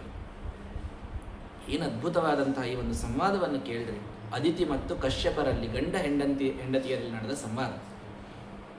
ಬಂದರು ಕಶ್ಯಪರು, ಸಾಯಂಕಾಲ ಅನ್ನೀಕೆಲ್ಲ ಮುಗಿಸ್ಕೊಂಡು ಬಂದರು. ನೋಡ್ತಾರ ಹೆಂಡತಿ ಮುಖ ಪಾಪ ಬಹಳ ಬಾಡಿಬಿಟ್ಟು. ಅಪ್ಯಭದ್ರಂ ನ ವಿಪ್ರಾಣಂ ಭದ್ರೇ ಲೋಕೆ ಅಧುನಾಗತಂ. ಮೊದಲನೇ ಪ್ರಶ್ನೆ ಏನು ಮಾಡ್ಬೇಕ್ರಿ ನಮ್ಮ ಕಶ್ಯಪರು? ಅದಿತಿ ದೇವಿ ಕೇಳ್ತಾರ, ಏನು ಬ್ರಾಹ್ಮಣರಿಗೆ ಏನಾದರೂ ತೊಂದರೆ ಬಂತೇನು ಅಂತ. ನಿನ್ನ ಮುಖ ಬಾಡ್ಯದ ಅಂತನ್ಲಿಕ್ಕೆ ನಿನಗೆ ತೊಂದರೆ ಬಂತೇನು ಅನ್ನೋದಲ್ಲ ಮೊದಲನೇ ಪ್ರಶ್ನೆ. ಬ್ರಾಹ್ಮಣರಿಗೆ ಏನಾದರೂ ಲೋಕದೊಳಗೆ ತೊಂದರೆ ಉಂಟಾಯ್ತಾ? ಅಂಥ ಕೆಟ್ಟ ರಾಜ ಯಾರೇ ಸಿಂಹಾಸನ ಏರಿದ್ನಾ ಅಂದ್ರ ಲೋಕಕ್ಕೆಲ್ಲ ಅಮಂಗಳ ಆಗ್ತದಂತ ಅರ್ಥ. ಹಂಗೇನಾದರೂ ಆಯ್ತಾ? ನ ಧರ್ಮಸ್ಯ ನ ಲೋಕಸ್ಯ ಮೃತ್ಯೋಶ್ಚಂದಾನುವರ್ತಿನಃ. ಏನಾಗಿದೆ? ಅಪಿವಾ ಅಕುಶಲಂ ಕಿಂವಾ ಗ್ರಹೇಶು ಗ್ರಹಮೇಥಿನಿ. ಮನೆಯೊಳಗೆ ಏನಾದರೂ ಕೂಡ ಕೆಟ್ಟದ್ದೇನಾದರೂ ನಡೀತಾ? ಕೆಟ್ಟದ್ದಂತಂದ್ರೆ ಏನು ನಡಿಬೇಕು? ಸಿಲಿಂಡರ್ ಬ್ಲಾಸ್ಟ್ ಆಗೋದು ಮಾಡೋದು ಇಂಥವಲ್ಲ. ಅವ್ರು ಎಷ್ಟು ಚಂದ ಕೇಳ್ತಾರೆ ನೋಡ್ರಿ. ಅಪಿವಾ ಅತಿಥಯೋಭ್ಯೇತ್ಯ ಕುಟುಂಬ ಸಕ್ತಯಾ ತ್ವಯಾ ಗೃಹಾದ ಪೂಜಿತಾಯಾತ ಪ್ರತ್ಯುತ್ಥಾನೇನ ವಾಕ್ವಚಿತ. ದೊಡ್ಡ ಮಂಗಳ ಮನೆಯೊಳಗೆ ನಡೆದದ ಅಂತಂದ್ರೆ ಏನು ನಡೀಬೇಕಂತಂದ್ರೆ ಕಶ್ಯಪರ ಹೇಳ್ತಾರೆ, ಮನಿತನಕ ಬಂದ ಅತಿಥಿಗಳನ್ನ ನೀನು ಮನೆ ಕೆಲಸದೊಳಗೆ ಬ್ಯುಸಿ ಇದ್ದೀನಂತ ಹೇಳಿ ಏನಾದರೂ ಉಪಚಾರ ಮಾಡ್ಲಾರ್ದೆ ಕಳಿಸಿದೇನು? ಅದಕ್ಕೆ ನಿನ್ನ ಮುಖ ಎಷ್ಟು ಬಾಡೇದೇನು? ಗ್ರಹೇಶು ಏಷ್ವತಿಥಯೋ ನಾರ್ಚಿತ ಸಲಿಲೈರಪಿ ಯದಿ ನಿರ್ಯಾಂತಿತೆ ನೂನಂ ಪ್ರೇತರಾಜ ಗ್ರಹೋಪಮಾಹ. ಕಶ್ಯಪರ ಹೇಳ್ತಾರೆ, ಮನೆಗೆ ಬಂದಂಥ ಅತಿಥಿಗಳಿಗೆ ಒಂದು ನೀರೂ ಕೊಡ್ಲಾರ್ದೇನೆ, ಏನೂ ಅವರಿಗೆ ಒಂದು ಆಧಾರದ ಮಾತುಗಳನ್ನು ಹೇಳದೇನೆ ನೀವು ಹೊರಗೆ ಕಳಿಸಿದ್ರಿ ಅಂತಂದ್ರೆ ಆ ಮನೆಯೊಳಗೆ ಪ್ರೇತ ಪಿಶಾಚಿಗಳು ನರ್ತನವನ್ನು ಮಾಡುವಂತಹ ಮನೆಗಳಾಗ್ತಾವವು, ಸ್ಮಶಾನವಾಗಿ ಹೋಗ್ತಾವೆ. ಸ್ಮಶಾನ ತುಲ್ಯಾನಿ ಗ್ರಹಾಣಿ ತಾನಿ ಸ್ವಾಹ ಸ್ವಧಾಕಾರ ವಿವರ್ಜಿತಾನಿ ಸ್ಮಶಾನ ತುಲ್ಯಾನಿ ಗ್ರಹಾಣಿ ತಾನಿ. ಬಂದಂತಹ ಅತಿಥಿಗಳಿಗೆ ಸತ್ಕಾರವಾಗಲಿಲ್ಲ ಅಂತಂದ್ರೆ, ಹೋಮ ಹವನಾದಿಗಳು ಶ್ರಾದ್ದಾದಿಗಳಾಗಲಿಲ್ಲ ಅಂತಂದ್ರೆ ಆ ಮನೆಗಳು ಸ್ಮಶಾನಗಳಾಗ್ತವೆ. ಹಂಗೇನಾದರೂ ಮಾಡಿಬಿಟ್ಟಿಯಾ? ಅತಿಥಿಗಳಿಗೇನಾದರೂ ಪೂಜೆ ಮಾಡಲಾರ್ದೆ ಕಳಿಸಿದೆಯಾ? ಯತ್ ಪೂಜೆಯ ಕಾಮದುಖಾನ್ ಯಾಂತಿ ಲೋಕಾನ್ ಗ್ರಹಾನ್ವಿತ ಬ್ರಾಹ್ಮಣೋಗ್ನಿಶ್ಚ ವೈ ವಿಷ್ಣು ಸರ್ವದೇವಾತ್ಮನೋ ಮುಖಂ. ಅಗ್ನಿಯ ಪೂಜೆ ಏನಾದರೂ ನೀನು ವೇಳಾದೊಳಗೆ ಮಾಡುವುದು ಮರೆತೇನು? ನೋಡ್ರಿ, ಹೆಂಡತಿ ಕೇಳೋದು, ಅಗ್ನಿ ಪೂಜಾ ನಿತ್ಯದಲ್ಲಿ ಗಂಡ ತಾನು ಹೊರಗೆ ಹೋದಾಗ ಆ ಅಗ್ನಿಹೋತ್ರವನ್ನ ಹೆಂಡತಿಯಾದವಳು ಕಾಪಾಡಲಿಕ್ಕೆ ತಾನು ಆಹುತಿಯನ್ನು ಹಾಕಬಹುದು ಅಂತದ. ಅಮಂತ್ರಕವಾಗಿ ಮಂತ್ರ ಅಂದು ಗಂಡ ಹಾಕ್ತಾನೆ, ಮಂತ್ರ ಅನ್ಲಾರ್ದೇನೆ ಆ ಅಗ್ನಿಯ ತೇಜಸ್ಸು ಉಳಿಲಿಕ್ಕೆ ಹೆಂಡತಿ ಆಹುತಿ ಹಾಕಬೇಕು ಅಂತ. ನಾನು ಹೋದಾಗ ನೀನೇನಾದರೂ ಕರೆಕ್ಟ್ ಟೈಮಿಗೆ ಆಹುತಿ ಹಾಕುವುದು ಮರ್ತೇನು? ಅವಾಗ ನಿನ್ನ ಮುಖ ಹಿಂಗೆ ಬಾಡಬೇಕು. ಟೈಮಿಗೆ ಏನಾದರೂ ಚಹಾ ಮಾಡಿಕೊಡ್ಲಿಲ್ಲೇನೋ ಅದಕ್ಕೆ ಬಾಡೇದೇನೋ ಅಂತ ಹಿಂಗೆ ಅನ್ಲಿಲ್ಲ. ಅಗ್ನಿಗೆ ಏನಾದರೂ ಆಹುತಿ ಹಾಕುವುದು ಮರೆತೇನು? ಅಪಿ ಸರ್ವೇ ಕುಶಲಿನ. ಇಷ್ಟೆಲ್ಲ ಮೊದಲ ಪ್ರಶ್ನೆ ಬರಬೇಕು. ಗಂಡ ಹೆಂಡತಿಯ ಮುಖ ಬಾಡಿದಾಗ ಕೇಳಬೇಕಾದ ಪ್ರಶ್ನೆಗಳು ಇವು. ಮೇಕಪ್ ಕಿಟ್ನಾಗಿಂದ ಯಾವುದಾದ್ರೂ ಒಂದು ಹೋಗ್ಯದೇನು? ಮತ್ತೊಂದು ಸೀರೆ ಬೇಕೇನು? ಇವೆಲ್ಲ ಇವತ್ತಿನ ಪ್ರಶ್ನೆಗಳು. ಅವರಿಗೆ ಒಂದು ಗೊತ್ತು, ನನ್ನ ಹೆಂಡತಿ ಎಷ್ಟು ಸಾಧ್ವಿ ಶಿರೋಮಣಿ ಅಂತಂದ್ರೆ ಅವಳಿಗೆ ಸಣ್ಣದಾದ ಯಾವುದೋ ಲೌಕಿಕಾಪೇಕ್ಷಾದಿಂದ ಅವಳಿಗೆ ಎಂದೂ ದುಃಖ ಆಗಂಗೇ ಇಲ್ಲ. ಅವಳಿಗೆ ದುಃಖ ಆಗ್ಯದಂತಂದ್ರೆ ಇಂಥದ್ರಿಂದೇ ಆಗಿರುತ್ತದೆ ಅಂತ ಗೊತ್ತು. ಅಷ್ಟು ನಮ್ಮ ಕಶ್ಯಪರ ದೀರ್ಘದೃಷ್ಟಿ. ಅಂಥ ಒಂದು ಸಾಧುತನ ಅದಿತಿ ದೇವಿಯಲ್ಲಿ ಇದ್ದದ್ದು. ಒಬ್ಬ ಸ್ತ್ರೀ ಇರಲಿಕ್ಕೆ ಅವಳೊಂದು ಮಾದರಿಯಾದಂಥ ಹೆಣ್ಣು. ಹಾಗಾಗಿ ಇಷ್ಟೆಲ್ಲ ಕೇಳಿ ಆಮೇಲೆ ಕೇಳ್ತಾರೆ, ಅಪಿ ಸರ್ವೇ ಕುಶಲಿನಸ್ತವ ಪುತ್ರ ಮನಸ್ವಿನಿ ಲಕ್ಷಯ ಸ್ವಸ್ಥಮಾತ್ಮಾನಂ ಭವತ್ಯ ಲಕ್ಷಣೈರಿಹಂ. ನಿನ್ನ ಮುಖದ ಲಕ್ಷಣಗಳನ್ನು ನೋಡಿದ್ರೆ ನಿನ್ನ ಮಕ್ಕಳಿಗೆ ಏನರೇ ತ್ರಾಸಾಗ್ಯದೇನು? ಆವಾಗ ಲಾಸ್ಟಿಗೆ ಕೇಳಿದ್ರೆ ಅದೆಲ್ಲ ಲಾಸ್ಟ್ ಪ್ರಿಫರೆನ್ಸ್. ಅದು ನಿನಗೆ ತ್ರಾಸು, ನಿನ್ನ ಮಕ್ಕಳಿಗೆ ತ್ರಾಸು ಅನ್ನೋದು ಫಸ್ಟ್ ಪ್ರಿಫರೆನ್ಸಲ್ಲೇ ಭಗವಂತನ ಪೂಜಾ ಆಗ್ಯದೋ ಇಲ್ಲೋ, ಅತಿಥಿಗಳ ಸತ್ಕಾರ ಆಗ್ಯದೋ ಇಲ್ಲೋ, ಅಗ್ನಿಯಲ್ಲಿ ಆಹುತಿಗಳನ್ನು ಹಾಕಿಯೋ ಇಲ್ಲೋ, ಗೋಪೂಜೆ ಮಾಡಿಯೋ ಇಲ್ಲೋ, ಇವೆಲ್ಲ ಮೊದಲು ಕೇಳಿದ್ರು. ಇವೆಲ್ಲ ಚಂದ ನಡೆದದ ಅಂತಂದ್ರೆ ಅಂದ್ರೂ ನೀವು ಅಳತೀರಿ ಅಂತಂದ್ರೆ ಅದು ಏನು ಅಳೋದಕ್ಕೆ ಮಹತ್ವ ಇಲ್ಲ ಅಂತಂದಂಗೆ ಅದು ಆ ಲೆಕ್ಕದೊಳಗೆ ಕೇಳಿಬಿಟ್ರೆ ಅವರು. ಆವಾಗ ಅವಳು ಹೇಳ್ತಾಳ, ಭದ್ರಂ ದ್ವಿಜಗವಾಂ ಬ್ರಹ್ಮನ್ ಧರ್ಮಸ್ಯಾಸ್ಯ ಜನಸ್ಯ ಚ. ಎಲ್ಲ ಬ್ರಾಹ್ಮಣರಿಗೆ ಮಾಡಬೇಕಾದದ್ದು, ಗೋವಿಗೆ ಮಾಡಬೇಕಾಗಿದ್ದು ಎಲ್ಲ ಮಾಡಿ, ಅತಿಥಿಗಳಿಗೆ ಎಲ್ಲ ಅಗ್ನಯೋ ಅತಿಥಯೋ ಭೃತ್ಯ ಭಿಕ್ಷವೋ ಏಚ ಲಿಪ್ಸವಃ ಸರ್ವಂ ಭಗವತೋ ಬ್ರಹ್ಮನ್ ಅನುಧ್ಯಾನ ನರಿಷ್ಯತಿ. ಏನೂ ಬಿಟ್ಟಿಲ್ಲ ನಾನು ಅಂತಂದು ಎಲ್ಲ ಮಾಡಿ. ನಿಮ್ಮಂಥವ್ರು ನನ್ನ ಗಂಡನಾಗಿರ್ಬೇಕಾದಾಗ ಯಾಕೆ ನಾನು ಅಧರ್ಮ ಮಾಡ್ತೀನಿ ಸ್ವಾಮಿ? ಯಾವ ಧರ್ಮನೂ ನನ್ನಿಂದಾಗಿಲ್ಲ, ಯಾವ ಧರ್ಮದ ಲೋಪವೂ ಕೂಡ ನನ್ನಿಂದಾಗಿಲ್ಲ. ಆದರೆ ಹೃತಶ್ರಿಯ ರಥಸ್ಥಾನ ಸಪತ್ನೈ ಪಾಹಿನ ಪ್ರಭು. ನನ್ನ ಮಕ್ಕಳ್ರಿ ಸಂಪತ್ತು ಹೋಗ್ಯದ, ಸ್ಥಾನ ತಮ್ಮ ಅಧಿಕಾರ ಕಳ್ಕೊಂಡಾರ. ಯಾಕೆ ಎಲ್ಲ ರಾಕ್ಷಸರು ಬಂದು ನನ್ನ ಮಗನಿಗೇನೆ ಸುತ್ತು ಬೀಳ್ತಾರ? ನಮ್ಮ ಇಂದ್ರಿಗೆ ಯಾಕೆ ಯಾವಾಗಲೂ ತ್ರಾಸ ಬರ್ತಾವ? ಎಲ್ಲ ಕಷ್ಟ ನನ್ನ ಮಕ್ಕಳಿಗೆ ಯಾಕೆ? ಪಾಪ ಭಾಳ ತಾನು ಮನಸ್ಸಿಗೆ ಹಚ್ಕೊಂಡು ಅದರಿಂದ ನನಗೆ ಪಾರಾಗುವಂಥ ಒಂದು ಬಗೆ ತೋರಿಸ್ರಿ ಸಾಕು ಅಂತ ಕಶ್ಯಪರಿಗೆ ಕೇಳಿದ್ರೆ ನಕ್ ಬಿಟ್ರಂತ ಕಶ್ಯಪ. ಕ್ವದೇಹೋ ಭೌತಿಕೋ ಅನಾತ್ಮ ಕ್ವಚಾತ್ಮ ಪ್ರಕೃತಿ ಪರಃ ಕಸ್ಯ ಕೇ ಪತಿಪುತ್ರಾದ್ಯ ಮೋಹ ಏವ ಹಿ ಕಾರಣಂ. ಅದಿತಿ, ಯಾರಮ್ಮ ನಿನ್ನ ಮಕ್ಕಳು? ದೇವತೆಗಳ ನಿನ್ನ ಮಕ್ಕಳ? ಅವರು ಬ್ರಹ್ಮಾಂಡದ ಹೊರಗುಟ್ಟಿದಂಥ ಮಹಾನುಭಾವರು ಒಬ್ಬರೊಬ್ಬರು ಕೂಡ. ಯೋಗ್ಯತಾದೊಳಗೆ ನಾನಾಗಲಿ ನೀನಾಗಲಿ ಅವರಿಗಿಂತ ಕೋಟಿ ಪಟ್ಟು ಕಡಿಮೆ ಇದ್ದೀವಿ ನಾವೆಲ್ಲರೂ. ನಾವೇನು ಅವ್ರ ನಿಮಿತ್ತಕ್ಕೆ ತಂದೆ ತಾಯಿ ಅಷ್ಟೇ. ಬ್ರಹ್ಮಾಂಡದೊಳಗೆ ಸ್ವಯಂ ಭಗವಂತ ಬ್ರಹ್ಮಾಂಡದ ಹೊರಗೆ ಅವ್ರನ್ನ ಹುಟ್ಟಿಸ್ಯಾನ. ಒಳಗೆ ಬಂದ್ಮೇಲೆ ಬ್ರಹ್ಮದೇವರಿಂದ ಅವ್ರು ಹುಟ್ಟ್ಯಾರ. ನಮ್ಮ ಹೊಟ್ಟೆಯಿಂದ ಹುಟ್ಟುವುದು ಅವ್ರ ನೆಪ ಮಾತ್ರ ಅವರಿಗೆ. ನಮ್ಮ ಮಕ್ಕಳಲ್ಲಮ್ಮ. ಹೋಗ್ಲಿ, ನಮ್ಮ ಮಕ್ಕಳಾಗೇ ಇದ್ದಾರಂತೆ ತಿಳ್ಕೊ. ಎಲ್ಲಿ ಗಂಡ, ಎಲ್ಲಿ ಮಕ್ಕಳು, ಯಾವ ಸಂಬಂಧ, ಎಲ್ಲಿ ಭಗವಂತ, ಎಲ್ಲಿ ನೀನು ಹೋಗಬೇಕಾದದ್ದು? ಏನಿದು ವಿಚಿತ್ರ. ಸ್ನೇಹಬದ್ಧ ಮಿದಂ ಜಗತ್ ಅಂತ ನಕ್ ಬಿಟ್ರಂತ. ಈ ಜಗತ್ತೆಲ್ಲ ಸ್ನೇಹದ ಬಂಧನದೊಳಗೆ ಮತ್ತೆ ಎಲ್ಲರನ್ನೂ ಇಲ್ಲೇ ಕೂಡಿಸ್ತದ ಹೊರತು ಯಾರನ್ನೂ ಹೊರಗೆ ತರಲಿಕ್ಕೆ ಇದು ಸಾಧ್ಯನೇ ಇಲ್ಲ. ಅಂತೂ ನೀನು ಪಾಪ ಸ್ತ್ರೀ, ನಿನಗೆ ಮಮತಾ ಅಂತನ್ನೋದು ಸ್ವಾಭಾವಿಕವಾಗಿರ್ತದೆ. ಕರುಣಾ ಹೃದಯ ನಿಂದು. ಏನು ನೀ ಕೆಟ್ಟದ್ದನ್ನಂತೂ ಕೇಳ್ತಾ ಇಲ್ಲ.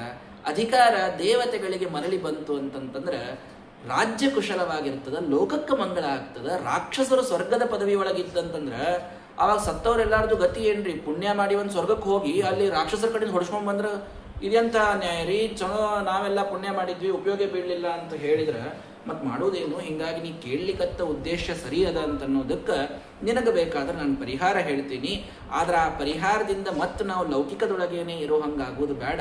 ಉದ್ಧಾರ ಆಗೋ ಪರಿಹಾರ ಹೇಳ್ತೀನಿ, ಕೇಳು. ಸ ವಿಧಾಸ್ಯತಿ ತೇ ಕಾಮಾನ್ ಹರಿಹಿ ದೀನಾನುಕಂಪನಃ ಅಮೋಘ ಭಗವದ್ಭಕ್ತಿ ನೇತರೇತಿ ಮತಿರ್ಮಮ. ಯಾವುದಾದ್ರೂ ಕೆಲಸ ನಮಗೆ ಆಗಬೇಕು ಅಂತಂದ್ರೆ ಅದು ಮೋಘ ಆಗಬಾರ್ದು, ಅಮೋಘ ಅಂದ್ರೆ ಸಕ್ಸಸ್ಫುಲ್ಲೇ ಆಗಬೇಕು ಅಂತಂದ್ರೆ ಅಮೋಘ ಭಗವದ್ಭಕ್ತಿ. ಭಗವದ್ಭಕ್ತಿ ಒಂದರಿಂದೇ ಅದು ಸಾಧ್ಯ, ಅದು ಬಿಟ್ಟರೆ ಇನ್ಯಾವುದರಿಂದೂ ಆಗೋದಿಲ್ಲ. ಹಾಗಾಗಿ ನಿನ್ನ ಕಷ್ಟವನ್ನು ಕಳೆಯುವುದು ಭಗವಂತನೊಬ್ಬನೇ, ಅವನಿಗೆ ಬಿಟ್ಟರೆ ಇನ್ಯಾರಿಗೂ ಅದು ಆಗೋದಿಲ್ಲ. ಹಾಗಾಗಿ ಆ ಭಗವಂತನನ್ನ ಒಲಿಸಿಕೊಳ್ಳೋ ಒಂದು ವೃತದ ಉಪದೇಶವನ್ನು ಮಾಡ್ತೀನಿ.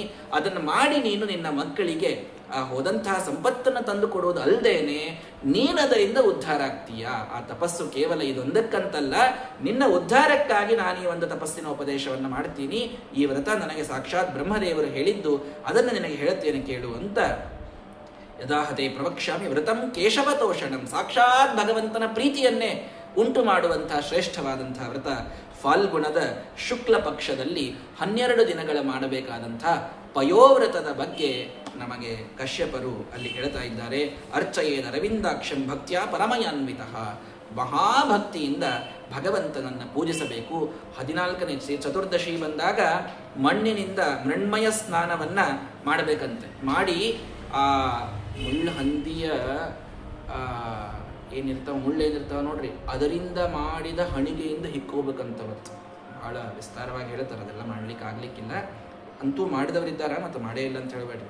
ಅರ್ಚಾಯಾಮ್ ಸ್ಥಂಡಿಲೆ ಸೂರ್ಯೇ ಜಲೆ ವನ್ಹೋ ಪುರಾವಪಿ. 2 ದಿವಸ ಮೊದಲೇನೆ ಭಗವಂತನಿಗೆ ವಿಶೇಷವಾಗಿ ಪೂಜೆಯನ್ನು ಮಾಡಿ ಅಲ್ಲೇ ಭಗವಂತನ ಮೂರ್ತಿಯನ್ನು ಮಾಡಿಕೊಂಡು ಮತ್ತು ಸ್ಥಂಡಿಲದೊಳಗೆ ಸೂರ್ಯನಲ್ಲಿ ಜಲದಲ್ಲಿ ಗುರುಗಳ ಪೂಜೆಯನ್ನು, ಇಷ್ಟೆಲ್ಲ ಪೂಜೆಯನ್ನು ವಿಶೇಷವಾಗಿ ಮಾಡಿ ಭಗವಂತನಿಗೆ ಪ್ರಾರ್ಥನೆಯನ್ನು ಮಾಡಿ ನಮೋದ್ವಿಶೀರ್ಷೆ ತ್ರಿಪದೇ ಚತುಶೃಂಗಾಯ ತಂತವೇ ಸಪ್ತಹಸ್ತಾಯ ಯಜ್ಞಾಯ ತ್ರಯೀ ವಿದ್ಯಾತ್ಮನೇ ನಮಃ. ಅಗ್ನಿಯಲ್ಲಿರ್ತಕ್ಕಂಥ ಪರಶುರಾಮ ದೇವರ ಸ್ಮರಣೆ ವಿಶೇಷವಾಗಿ ಮಾಡಬೇಕಪ್ಪ. ಚತ್ವಾರಿ ಶೃಂಗ ತ್ರಯೋ ಅಸ್ಯ ಪಾದ ದ್ವೇ ಶೀರ್ಷೆ ಸಪ್ತಹಸ್ತಾಸೋ ಅಸ್ಯ ತ್ರಿಧಾ ಬದ್ಧೋ ಋಷಭೋ ರೋರವೀತಿ ಮಹೋದೇವೋ ಮರ್ತ್ಯಾಂ ಆವಿವೇಶ ಅಂತ ಅಗ್ನಿಗೆ 4 ಶೃಂಗಗಳಂತ, 4 ಕೋಡು. ಯಾವ್ರಿ 4 ಕೋಡು ಅಂತಂದ್ರೆ ಏನಿದು ಅಂತ? 2 ಮುಖ ಏನಪ್ಪ, 3 ಪಾದ, 7 ಹಸ್ತಗಳು. ಅವರ ರೂಪ ಇರೋದು ಹಂಗದ, ಆದ್ರೆ ಅದಕ್ಕೆ ಅದೆಲ್ಲ ಒಂದು ಸಿಂಬಲಿಕ್, ಅದು ಪ್ರಾತೀತಿಕ. ಅದು ಚತ್ವಾರಿ ಶೃಂಗ ವೇದಾಸ್ತು. ನಮ್ಮ ಸದ್ಧರ್ಮ ಚರಿತ್ರೆ ಬಂದೇ ಬಿಡ್ತಾರೆ. ಏನು ನೀವು 4 ಕೋಡವ ಅಂತಂದ್ರೆ ಹಿಂಗೆ ಕೋಡು ಇಮ್ಯಾಜಿನ್ ಮಾಡ್ಕೊಂಡು ಕೂಡಬೇಡ್ರಿ ಅಂತ ಹೇಳಿ 4 ವೇದಗಳೇ 4 ಕೋಡುಗಳಿದ್ದಂಗೆ. ತ್ರಿಪಾದ ಅಂತಂದ್ರೆ ಸವನಾನಿಚ 3 ಯಜ್ಞಗಳು ಅವೇ ಸವನಗಳು, ಅವೇ 3 ಪಾದ ಇದ್ದಂಗೆ. ಇನ್ನು 2 ಮುಖಗಳು ಅಂತಂದಾಗ ಪ್ರಾಪಣೀಯ ಒಂದು ಉದಯನೀಯಕ ಅನ್ನುವಂಥ 2 ಶಿರಗಳು. ಹಸ್ತಗಳು ಸಪ್ತ ಅಂದರೆ ಛಂದಸ್ಸುಗಳು, 7 ಛಂದಸ್ಸುಗಳವ. ಜಗತಿ ಛಂದಸ್ಸು, ತ್ರಿಷ್ಟುಪ್ ಛಂದಸ್ಸು, ಅನುಷ್ಟುಪ್ ಛಂದಸ್ಸು, ಬೃಹತಿ ಛಂದಸ್ಸು, ಹೀಗೆ 7 ಛಂದಸ್ಸುಗಳು. ಈ 7 ಕೈಗಳಿದ್ದಂಗೆ ಅವುಗಳಿಂದ ಅವನು ಪಡೀತಾನೆ. ನೀವು ಹಾಕಿದ ಆಹುತಿಗಳನ್ನು ಸ್ವೀಕಾರ ಮಾಡ್ತಾನೆ. ತ್ರಿಧಾಬದ್ಧ ಮಂತ್ರ, ಬ್ರಾಹ್ಮಣ, ಕಲ್ಪ 3ರಿಂದ ಅಗ್ನಿ ಬದ್ಧ ಇರ್ತದೆ ನೋಡ್ರಪ್ಪ. ಅಗ್ನಿ ಬಿಟ್ಟು ಹೋಗಬಾರ್ದು ಅಂದ್ರೆ 3 ಬೇಕು. ಒಂದು ಮಂತ್ರ ಬೇಕು, ಒಂದು ಬ್ರಾಹ್ಮಣ ಬೇಕು, ಒಂದು ಕಲ್ಪ, ಅಲ್ಲಿಯ ವಿಧಾನ ಬೇಕು. 3 ಇದ್ದಾಗ ಅವ ಬದ್ಧನಾಗಿರ್ತಾನೆ. ಶಾಸ್ತ್ರ ಉದ್ಗಾತು ಸ್ತುತಿರವೈ ರೋರವೀತಿ ಇತಿ ಋತ್ವಿಜೋ ಮುಖಾತ್. ಋತ್ವಿಜರ ಮುಖದಿಂದ ಬರುವ ಮಂತ್ರಗಳಿಂದ ಆ ಅಗ್ನಿ ತಾನು ಸ್ತುತನಾಗಿದ್ದಾನೆ. ಅಲ್ಲಿ ವೃಷಭ ಅಂತಂದ್ರೆ ವೃಷಭೋ ಮಹಾನ್ ಸ್ವಧರ್ಮತ್ವ ದೇವಸ್ತು ಫಲಭಾವನಾತ್ ಅಂತ ಸಾಕ್ಷಾತ್ ಅಲ್ಲಿ ಧರ್ಮವೇ ವೃಷಭ ರೂಪದಲ್ಲಿ. ಇಂಥ ಅಗ್ನಿಯ ಸ್ವರೂಪ ಇದು. ಈ ಸ್ವರೂಪವನ್ನು ವಿಶೇಷವಾಗಿ ಧ್ಯಾನ ಮಾಡಿ ಒಳಗಿದ್ದಂಥ ಭಗವಂತನ ಧ್ಯಾನವನ್ನು ಮಾಡಿ ಅವನಿಗೆ ಎಲ್ಲ ಗಂಧಮಾಲಾದಿಗಳನ್ನು ಏಳಿಸಿ ಪಯಸಾ ಸ್ನಾಪಯೇದ್ವಿಭುಂ. ನೋಡ್ರಿ, ಪಯೋವ್ರತದೊಳಗೆ ಹಾಲಿನ ಅಭಿಷೇಕವನ್ನು ನಿತ್ಯದಲ್ಲಿ ಮಾಡಬೇಕು. ಮಾಡಿ ಸಸರ್ಪಿ ಸಗುಡಂ ದತ್ವ, ಬೆಲ್ಲ, ತುಪ್ಪ ಇತ್ಯಾದಿಗಳ ನೈವೇದ್ಯವನ್ನು ವಿಶೇಷವಾಗಿ ಮಾಡಿ ಅದರ ಆಹುತಿಗಳನ್ನು ಹಾಕಿ ದದ್ಯಾತ್ ಪುಂಜೀತವಾ ಸ್ವಯಂ, ಅದರ ದಾನವನ್ನು ಮಾಡಿ ದ್ವ್ಯವರಾನ್ ಭೋಜಯೇದ್ ವಿಪ್ರಾನ್, ಕನಿಷ್ಠ 2 ನಿತ್ಯ ಊಟಕ್ಕೆ ಹಾಕಬೇಕು.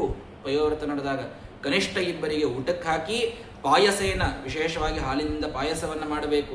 ಅದನ್ನು ಮಾಡಿ ತಾನು ಹಿಂದಿನ ದಿವಸ ಚತುರ್ದಶಿ ದಿನ ತಾನೂ ಭೋಜನವನ್ನು ಅವಶ್ಯವಾಗಿ ಮಾಡಬೇಕು. ಮರುದಿವಸ ತಾನು ವ್ರತದ ಒಂದು ಪುಣ್ಯಾಹವಾಚನ ಇತ್ಯಾದಿಗಳನ್ನೆಲ್ಲ ಮಾಡಿಸಿಕೊಂಡು ಈ ಪೂರ್ಣ ವ್ರತ ಮುಗಿಯುತನ ಬ್ರಹ್ಮಚಾರಿಯಾಗಿ ತಾನಿರಬೇಕು.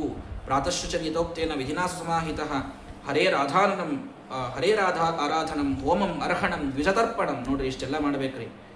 ಆ ತ್ರಯೋದಶಿ ಬರೋ ತನಕ ನಿತ್ಯದಲ್ಲಿ ಭಗವಂತನ ಪೂಜಾ, ಹೋಮ ಮತ್ತು ಬ್ರಾಹ್ಮಣರಿಗೆ ಭೋಜನ ಇದನ್ನು ಮಾಡಿ ಬ್ರಹ್ಮಚರ್ಯದಿಂದಿದ್ದು ಅಧಸ್ವಾಪವನ್ನು ಮಾಡಿ ಕೆಳಗೆ ಮಲ್ಕೋಬೇಕು, ನೆಲದ ಮೇಲೆ ಗಾದಿ ಇತ್ಯಾದಿಗಳನ್ನು ಹಾಸ್ಕೋಬಾರ್ದು. ತ್ರಿಶ್ರವಣಂ ಚರೇತ್ 3 ಸಲ ಸ್ನಾನವನ್ನು ನಿತ್ಯದಲ್ಲಿ ಮಾಡಬೇಕು. ವರ್ಜಯೇದ್ ಅಸದಾಲಾಪಂ, ಹರಟಿ ಹೊಡಿಬಾರ್ದು. ಪಯೋವ್ರತ ಮಾಡಬೇಕಾದಾಗ ಒಟ್ಟಾರೆ ಅಸದಾಲಾಪಗಳನ್ನು ಬಿಡಬೇಕು. ಎಲ್ಲ ಭೋಗಗಳನ್ನು ಬಿಟ್ಟು 12 ದಿನ ಕೇವಲ 1 ಲೋಟ ಹಾಲಿನ ಮೇಲೆ ಇರಬೇಕು. 1 ಲೋಟ ಹಾಲು ಇಷ್ಟೇ. ಇಷ್ಟನ್ನೇ ಕುಡಿದು ಮತ್ತು ಏಕಾದಶಿ ಕುಡಿದಕ್ಕೆ ಬರಂಗಿಲ್ಲ, ಮತ್ತು ನಡೆದದ್ದು ಬರ್ರಿ, ಮತ್ತು ಪಯೋವ್ರತ ನಡೆದಾಗಲೇ ಬರ್ತದಲ್ರಿ ಅಂತ ಹೇಳಿ ಅವಾಗ ಕುಡಿಯೋ ಹಂಗಿಲ್ಲ. ಅದನ್ನು ಪೂರ್ಣ ಮತ್ತು ಉಪವಾಸ ಮಾಡೋದು. ದ್ವಾದಶಿ ದಿವಸ 1 ಲೋಟ ಹಾಲು ಇಷ್ಟನ್ನೇ ತಗೊಂಡು ಚರುಂ ನಿರೂಪ್ಯ ಪಯಸಿ ಶಿವಿಷ್ಟಾಯ ವಿಷ್ಣವೇ, ಆ ಚರುವನ್ನು ಹಾಲಿನೊಳಗೆ ಹಾಕಿ ಅದರಿಂದ ಹಾಲನ್ನವನ್ನು ವಿಶೇಷವಾಗಿ ಅವತ್ತು ನೈವೇದ್ಯ ಇತ್ಯಾದಿಗಳನ್ನು ಮಾಡಿ ಎಲ್ಲ ಆಚಾರ್ಯಂ ಜ್ಞಾನ ಸಂಪನ್ನಂ ವಸ್ತ್ರಾಭರಣ ಧೀನುವಿಹಿ, ಆಚಾರ್ಯರಿಗೆ ಗುರುಗಳಿಗೆ ವಸ್ತ್ರಗಳನ್ನು ಆಭರಣಗಳನ್ನೆಲ್ಲ ಕೊಟ್ಟು ಆ ಋತ್ವಿಜರೆಲ್ಲರೂ ತೃಪ್ತಿಯಾದ ಮೇಲೆ ಎಲ್ಲ ಬ್ರಾಹ್ಮಣರಿಗೆ ಯಥಾಶಕ್ತಿ ನಾವು ಊಟಕ್ಕೆ ಹಾಕಿ 13ನೇ ದಿನ ತ್ರಯೋದಶಿ ದಿನ ತಾವು ಪಾರಣವನ್ನು ಮಾಡಬೇಕು. ಇಂಥ ಪಯೋವ್ರತ ಅದ್ಭುತವಾದದ್ದು. ಸಾಕ್ಷಾತ್ ಬ್ರಹ್ಮದೇವರು ನನಗೆ ಹೇಳ್ಯಾರಮ್ಮ, ಇದು ವಿಷ್ಣು ಪ್ರೀತ್ಯರ್ಥವಾಗಿ ಮಾಡಬೇಕಾದದ್ದು. ಅಯಂ ವೈ ಸರ್ವ ಯಜ್ಞಾಖ್ಯ ಸರ್ವೈರ್ವ್ರತಮಿದಂ ಶ್ರುತಂ. ಎಲ್ಲ ಯಜ್ಞಗಳನ್ನು ಎಲ್ಲ ವ್ರತಗಳನ್ನು ಮಾಡಿದರೆ ಬರುವ ಪುಣ್ಯ ಪಯೋವ್ರತದಿಂದ ಬರ್ತದೆ. ತಪಸ್ಸಾರಮಿದಂ ಭದ್ರೇ ದಾನಂಚ ಈಶ್ವರ ತರ್ಪಣಂ. ತಪಸ್ಸುಗಳ ಸಾರವೇ ಈ ವ್ರತ. ತಸ್ಮಾದ್ ಏವಂ ವ್ರತಂ ಭದ್ರೇ ಪ್ರಯತ ಶ್ರದ್ಧೆಯಾಚರ. ಬಹಳ ಪ್ರಯತ್ನ ಮಾಡಿ ಶ್ರದ್ಧಾದಿಂದ ಭಗವಂತ ಪ್ರೀತ ಆಗಲಿಕ್ಕೆ, ಅವ ಬಂದು ವರ ಕೊಡಲಿಕ್ಕೆ ಈ ಒಂದು ವ್ರತವನ್ನು ನೀನು ಮಾಡಮ್ಮ.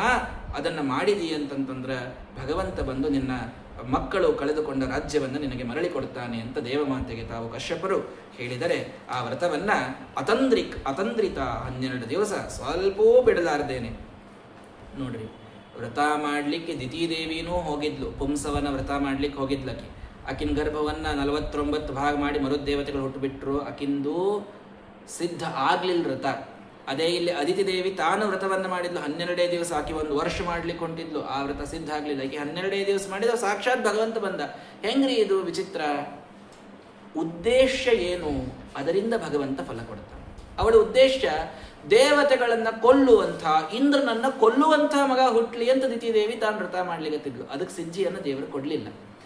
ಇಲ್ಲೇ ಅಧಿಕಾರ ಇದ್ದ ತನ್ನ ಮಕ್ಕಳಿಗೆ ಸಂಪತ್ತು ಬರೋದರ ಜೊತೆಗೆ ಭಗವಂತ ನನ್ನ ಮೇಲೆ ಪ್ರೀತನಾಗಲಿ ಅನ್ನುವಂತಹ ದೊಡ್ಡ ಉದ್ದೇಶದಿಂದ ಅದಿತಿ ತಾನು ವ್ರತವನ್ನು ಮಾಡ್ಲಿಕ್ಕತ್ತಲು. ಭಗವಂತ ಪ್ರೀತನಾದ. ಉದ್ದೇಶ ಏನಿಟ್ಕೊಂಡು ನೀವು ರಾಯರಿ ಪ್ರದಕ್ಷಿಣೆ ಹಾಕ್ಲಿಕ್ಕಂತ ಹೋದವರು ಅವ ಏನು ನನ್ನ ವೈರಿ ಇದ್ದಾನ್ರಿ, ಅವನಿಗೆ ಏನ್ರಿ ಒಂದು ಭ್ರಷ್ಟಾಚಾರದಾಗ ಸಿಕ್ಕ ಅವ ಜೈಲಿಗೆ ಹೋಗಲಿ, ಲೋಕಾಯುಕ್ತರ ದಾಳಿ ಆಗಲಿ, ಇಂಥವೆಲ್ಲ ಇಟ್ಕೊಂಡು ನೀವು ಪ್ರದಕ್ಷಿಣೆ ಹಾಕ್ತೀನಿ, ಉರುಳು ಸೇವಾ ಮಾಡ್ತೀನಿ ಅಂತ ನಿಮ್ಮ ಉದ್ದೇಶ ತಪ್ಪಿತ್ತು ಅಂದ್ರೆ ಸರ್ವಥಾ ಅದಕ್ಕೆ ಫಲ ಬರುವುದಿಲ್ಲ. ಅದು ಉಲ್ಟಾ ಹೊಡಿತದ, ಅದು ನಮಗೇ ಬಡ್ಕೊಳ್ಳುವಂಥದ್ದಾಗ್ತದೆ. ಅದೇ ವ್ರತಕ್ಕೆ ಉದ್ದೇಶ ಸರಿ ಇತ್ತು ಅಂತಂದ್ರೆ ಶ್ರೇಷ್ಠವಾದಂಥ ಫಲ ಅಂತ ಅನ್ನೋದು ಬರ್ತದೆ. ಹಾಗಾಗಿ ಅತಿಥಿ ದೇವಿ ಅದನ್ನು ಪೂರ್ಣ ತಾನು ಮಾಡಿದ್ದಾಳಂತೆ.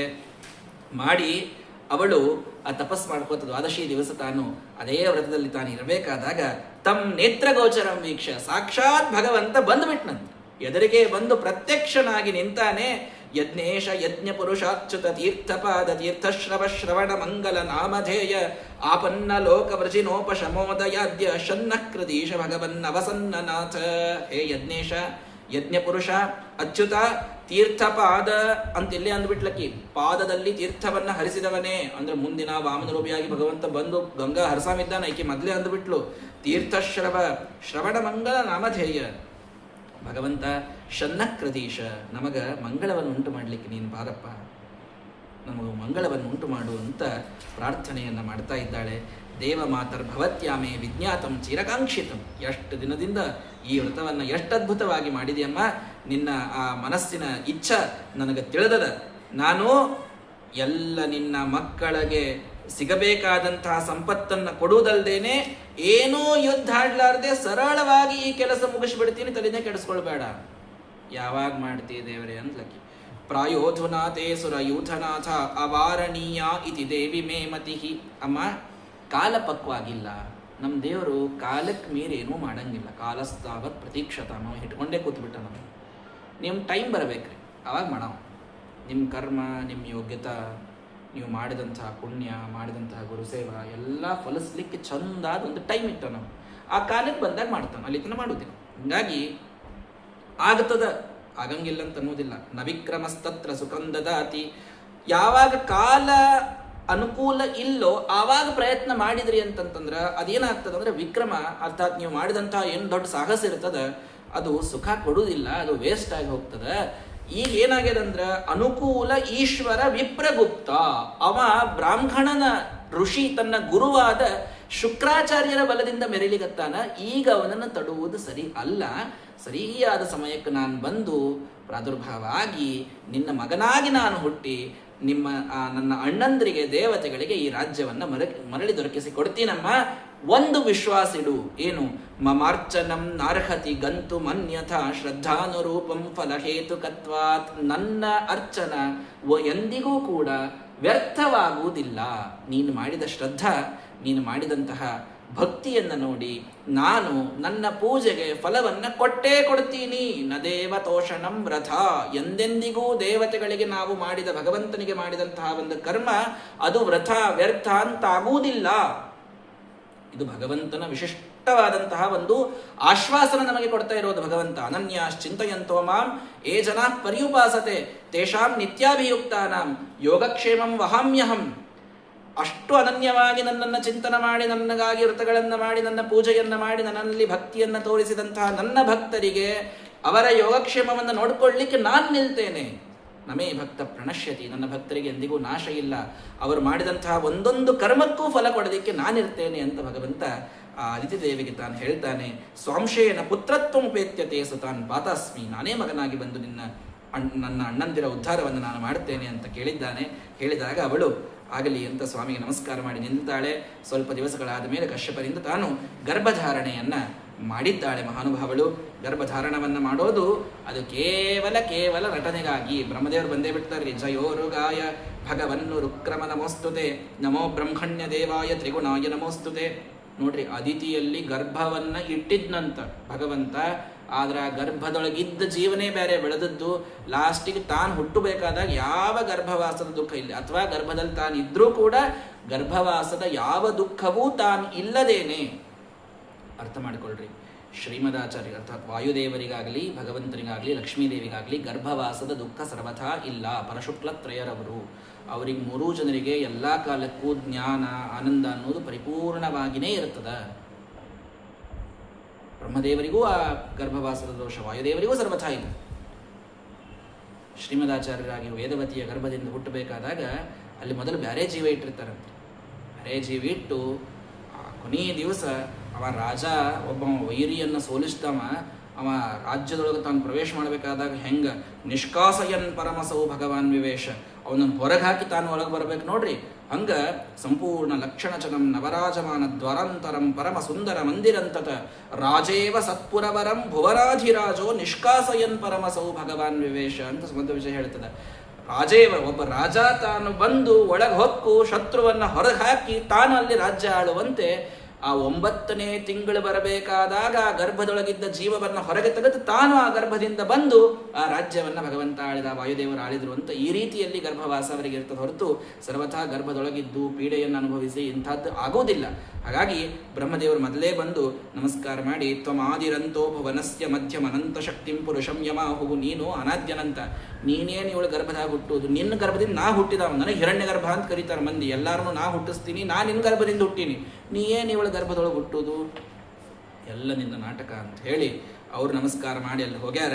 ಹೋದಾಗ ನೋಡ್ರಿ, ಯಾವಾಗ ಶ್ರೋಣಾಯಾಮ್ ಶ್ರವಣದ್ವಾದಶ್ಯಾಂ ಮುಹೂರ್ತೆ ಅಭಿಜಿತಿ ಪ್ರಭು, ಶ್ರವಣದ್ವಾದಶಿ ಅಂತ ಯಾವಾಗ ಮಾಡ್ತಿರಪ್ಪ ವಾಮನ ಜಯಂತಿ? ಭಾದ್ರಪದ ದ್ವಾದಶಿ. ಮತ್ತೆ ಇಲ್ಲಿ ಶ್ರವಣ ದ್ವಾದಶಿ ಅಂದಾರಲ್ಲೋ, ಶ್ರಾವಣದ ಮಾಸದ ದ್ವಾದಶಿ ಅಂತ ಅಂದ್ಬಿಡ್ತಾರಲ್ಲ, ಮತ್ತೆ ಹೆಂಗೆ ಮಾಡೋದು ಈಗ? ಅದಕ್ಕೆ ಶ್ರವಣ ದ್ವಾದಶಿ ಅಂದ್ರೆ ಶ್ರಾವಣ ಮಾಸದ ದ್ವಾದಶಿ ಅಂತ ಮಾಡಬೇಡ್ರಿ ಅಂದ್ರೆ ಸಂದರ್ಭ ಇರ್ತದೆ. ದ್ವಾದಶಿ ದಿವಸ ಶ್ರವಣ ನಕ್ಷತ್ರ ಬಂದಿತ್ತು. ಶ್ರವಣಯುಕ್ತ ದ್ವಾದಶಿ ಅಂದ್ರೆ 2ನೇ ಉಪವಾಸದಾಗಿದ್ಲಕ್ಕಿ ಮಹಾನ್ ಭಾವಳು. 2ನೇ ಶ್ರವಣ ದ್ವಾದಶಿ ಬಂದಾಗ 2 ಉಪವಾಸ ಇರ್ತಾವಲ್ಲೇನು? ಶ್ರವಣಯುಕ್ತ ದ್ವಾದಶಿ ಇದ್ದಾಗ ಏಕಾದಶಿ ಮಾಡಿ 2ನೇ ಉಪವಾಸ ಮಾಡ್ಲಿಕ್ಕತ್ತಿದ್ಲಕ್ಕಿ. ಯಾವಾಗ ಹುಟ್ಟ್ಯಾನ ಭಗವಂತ? ಉಪವಾಸ ಮಾಡಿದ್ಲ ಮತ್ತಕ್ಕಿ ಚಂದ ತಿಂದುಂಡು ಹಾಲು ಸಕ್ರೆ ಹಣ್ಣು ಇವೆಲ್ಲ ಏನಿಲ್ಲ. ಮತ್ತೆ 2ನೇ ಉಪವಾಸ ಮಾಡ್ಲಿಕ್ಕತ್ತಿದ್ಲ ಅವಳು ಮಹಾನುಭಾವಳು. ಶ್ರವಣ ದ್ವಾದಶಿ, ಭಾದ್ರಪದ ಮಾಸ ಶ್ರವಣಯುಕ್ತವಾದಂತಹ ದ್ವಾದಶಿ, ಅಭಿಜಿನ್ ಮುಹೂರ್ತ. ಆ ಸಂದರ್ಭದಲ್ಲಿ ಭಗವಂತ ಶ್ಯಾಮಾವದಾತೋ ರಾಜಕುಂಡಲತ್ವಿಶೋಲ್ಲಸತ್ ಶ್ರೀವದನಾಂಬುಜ ಪುಮಾನ್ ಶ್ರೀವತ್ಸವಕ್ಷಾವಲಯಾಂಗದೋಲ್ಲಸತ್ ಕಿರೀಟ ಕಾಂಚೀ ಗುಣಚಾರುನೂಪುರಃ. ವಾಮನ ರೂಪಿಯಾದ ಭಗವಂತ ಅಲ್ಲಿ ಸುಂದರವಾದಂತಹ ಮೇಘದ ಬಣ್ಣದಿಂದ ತಾನು ಕರ್ಣಕುಂಡಲಗಳನ್ನು ಧರಿಸಿ ಶ್ರೀವದನಃ ಸಾಕ್ಷಾತ್ ಚಂದ್ರನಂತಹ ಒಂದು ವದನವನ್ನು ತಾನು ಮುಖವನ್ನು ಇಟ್ಟುಕೊಂಡು ಶ್ರೀವತ್ಸವನ್ನು ತಾನು ಧರಿಸಿ ಆ ಅದ್ಭುತವಾದ ಕಿರೀಟವನ್ನು ಧರಿಸಿ ಭಗವಂತ ಅಲ್ಲಿ ಪ್ರಕಟನಾಗಿ ದಿಶಪ್ರಸೈದು ಸಲಿಲಾಶಯಾಸ್ತದ ಪ್ರಜಾ ಪ್ರಹೃಷ್ಟ ರಥವೋ ಗುಣಾನ್ವಿತ ದ್ಯೌರಂತರಿಕ್ಷಂ ಕ್ಷಿತಿರಗ್ನಿಜಿಹ್ವಾ ಗಾವೋ ದ್ವಿಜ ಸಂಜಹೃಷುಷ್ ನಗಾಶ್ಚ. ಆವಾಗ ಆ ವಾಮನ ರೂಪಿಯಾದ ಭಗವಂತ ಹುಟ್ಟಿದ್ರ ಆಕಳುಗಳು ಕುಣಿದಾಡ್ಲಿಕ್ಕತ್ತು ಅಂತ. ಎಲ್ಲೋ ಇದ್ದ ಆಕಳು ಗೊತ್ತಿಲ್ಲ. ಒಟ್ಟಾರೆ ಎಲ್ಲಾ ಕಡೆಗೆ ಪ್ರಕೃತಿಯಲ್ಲಿ ಆದ ಬದಲಾವಣೆಯನ್ನು ನೋಡಿ ಆಕಳುಗಳು ಕುಣಿತಾ ಇವೆಯಂತೆ. ಎಲ್ಲ ಮೇಘಗಳು ತಾನಾಗಿ ತುಂತುರು ಮಳೆಯನ್ನ ಅವು ಹರಿಸ್ತಾ ಇವೆಯಂತೆ. ಇಡೀ ಪ್ರಕೃತಿ ಭಗವಂತನಿಗೆ ಅವತ್ತು ಶರಣಾಗತವಾಗಿ ಬರ್ತದೆ.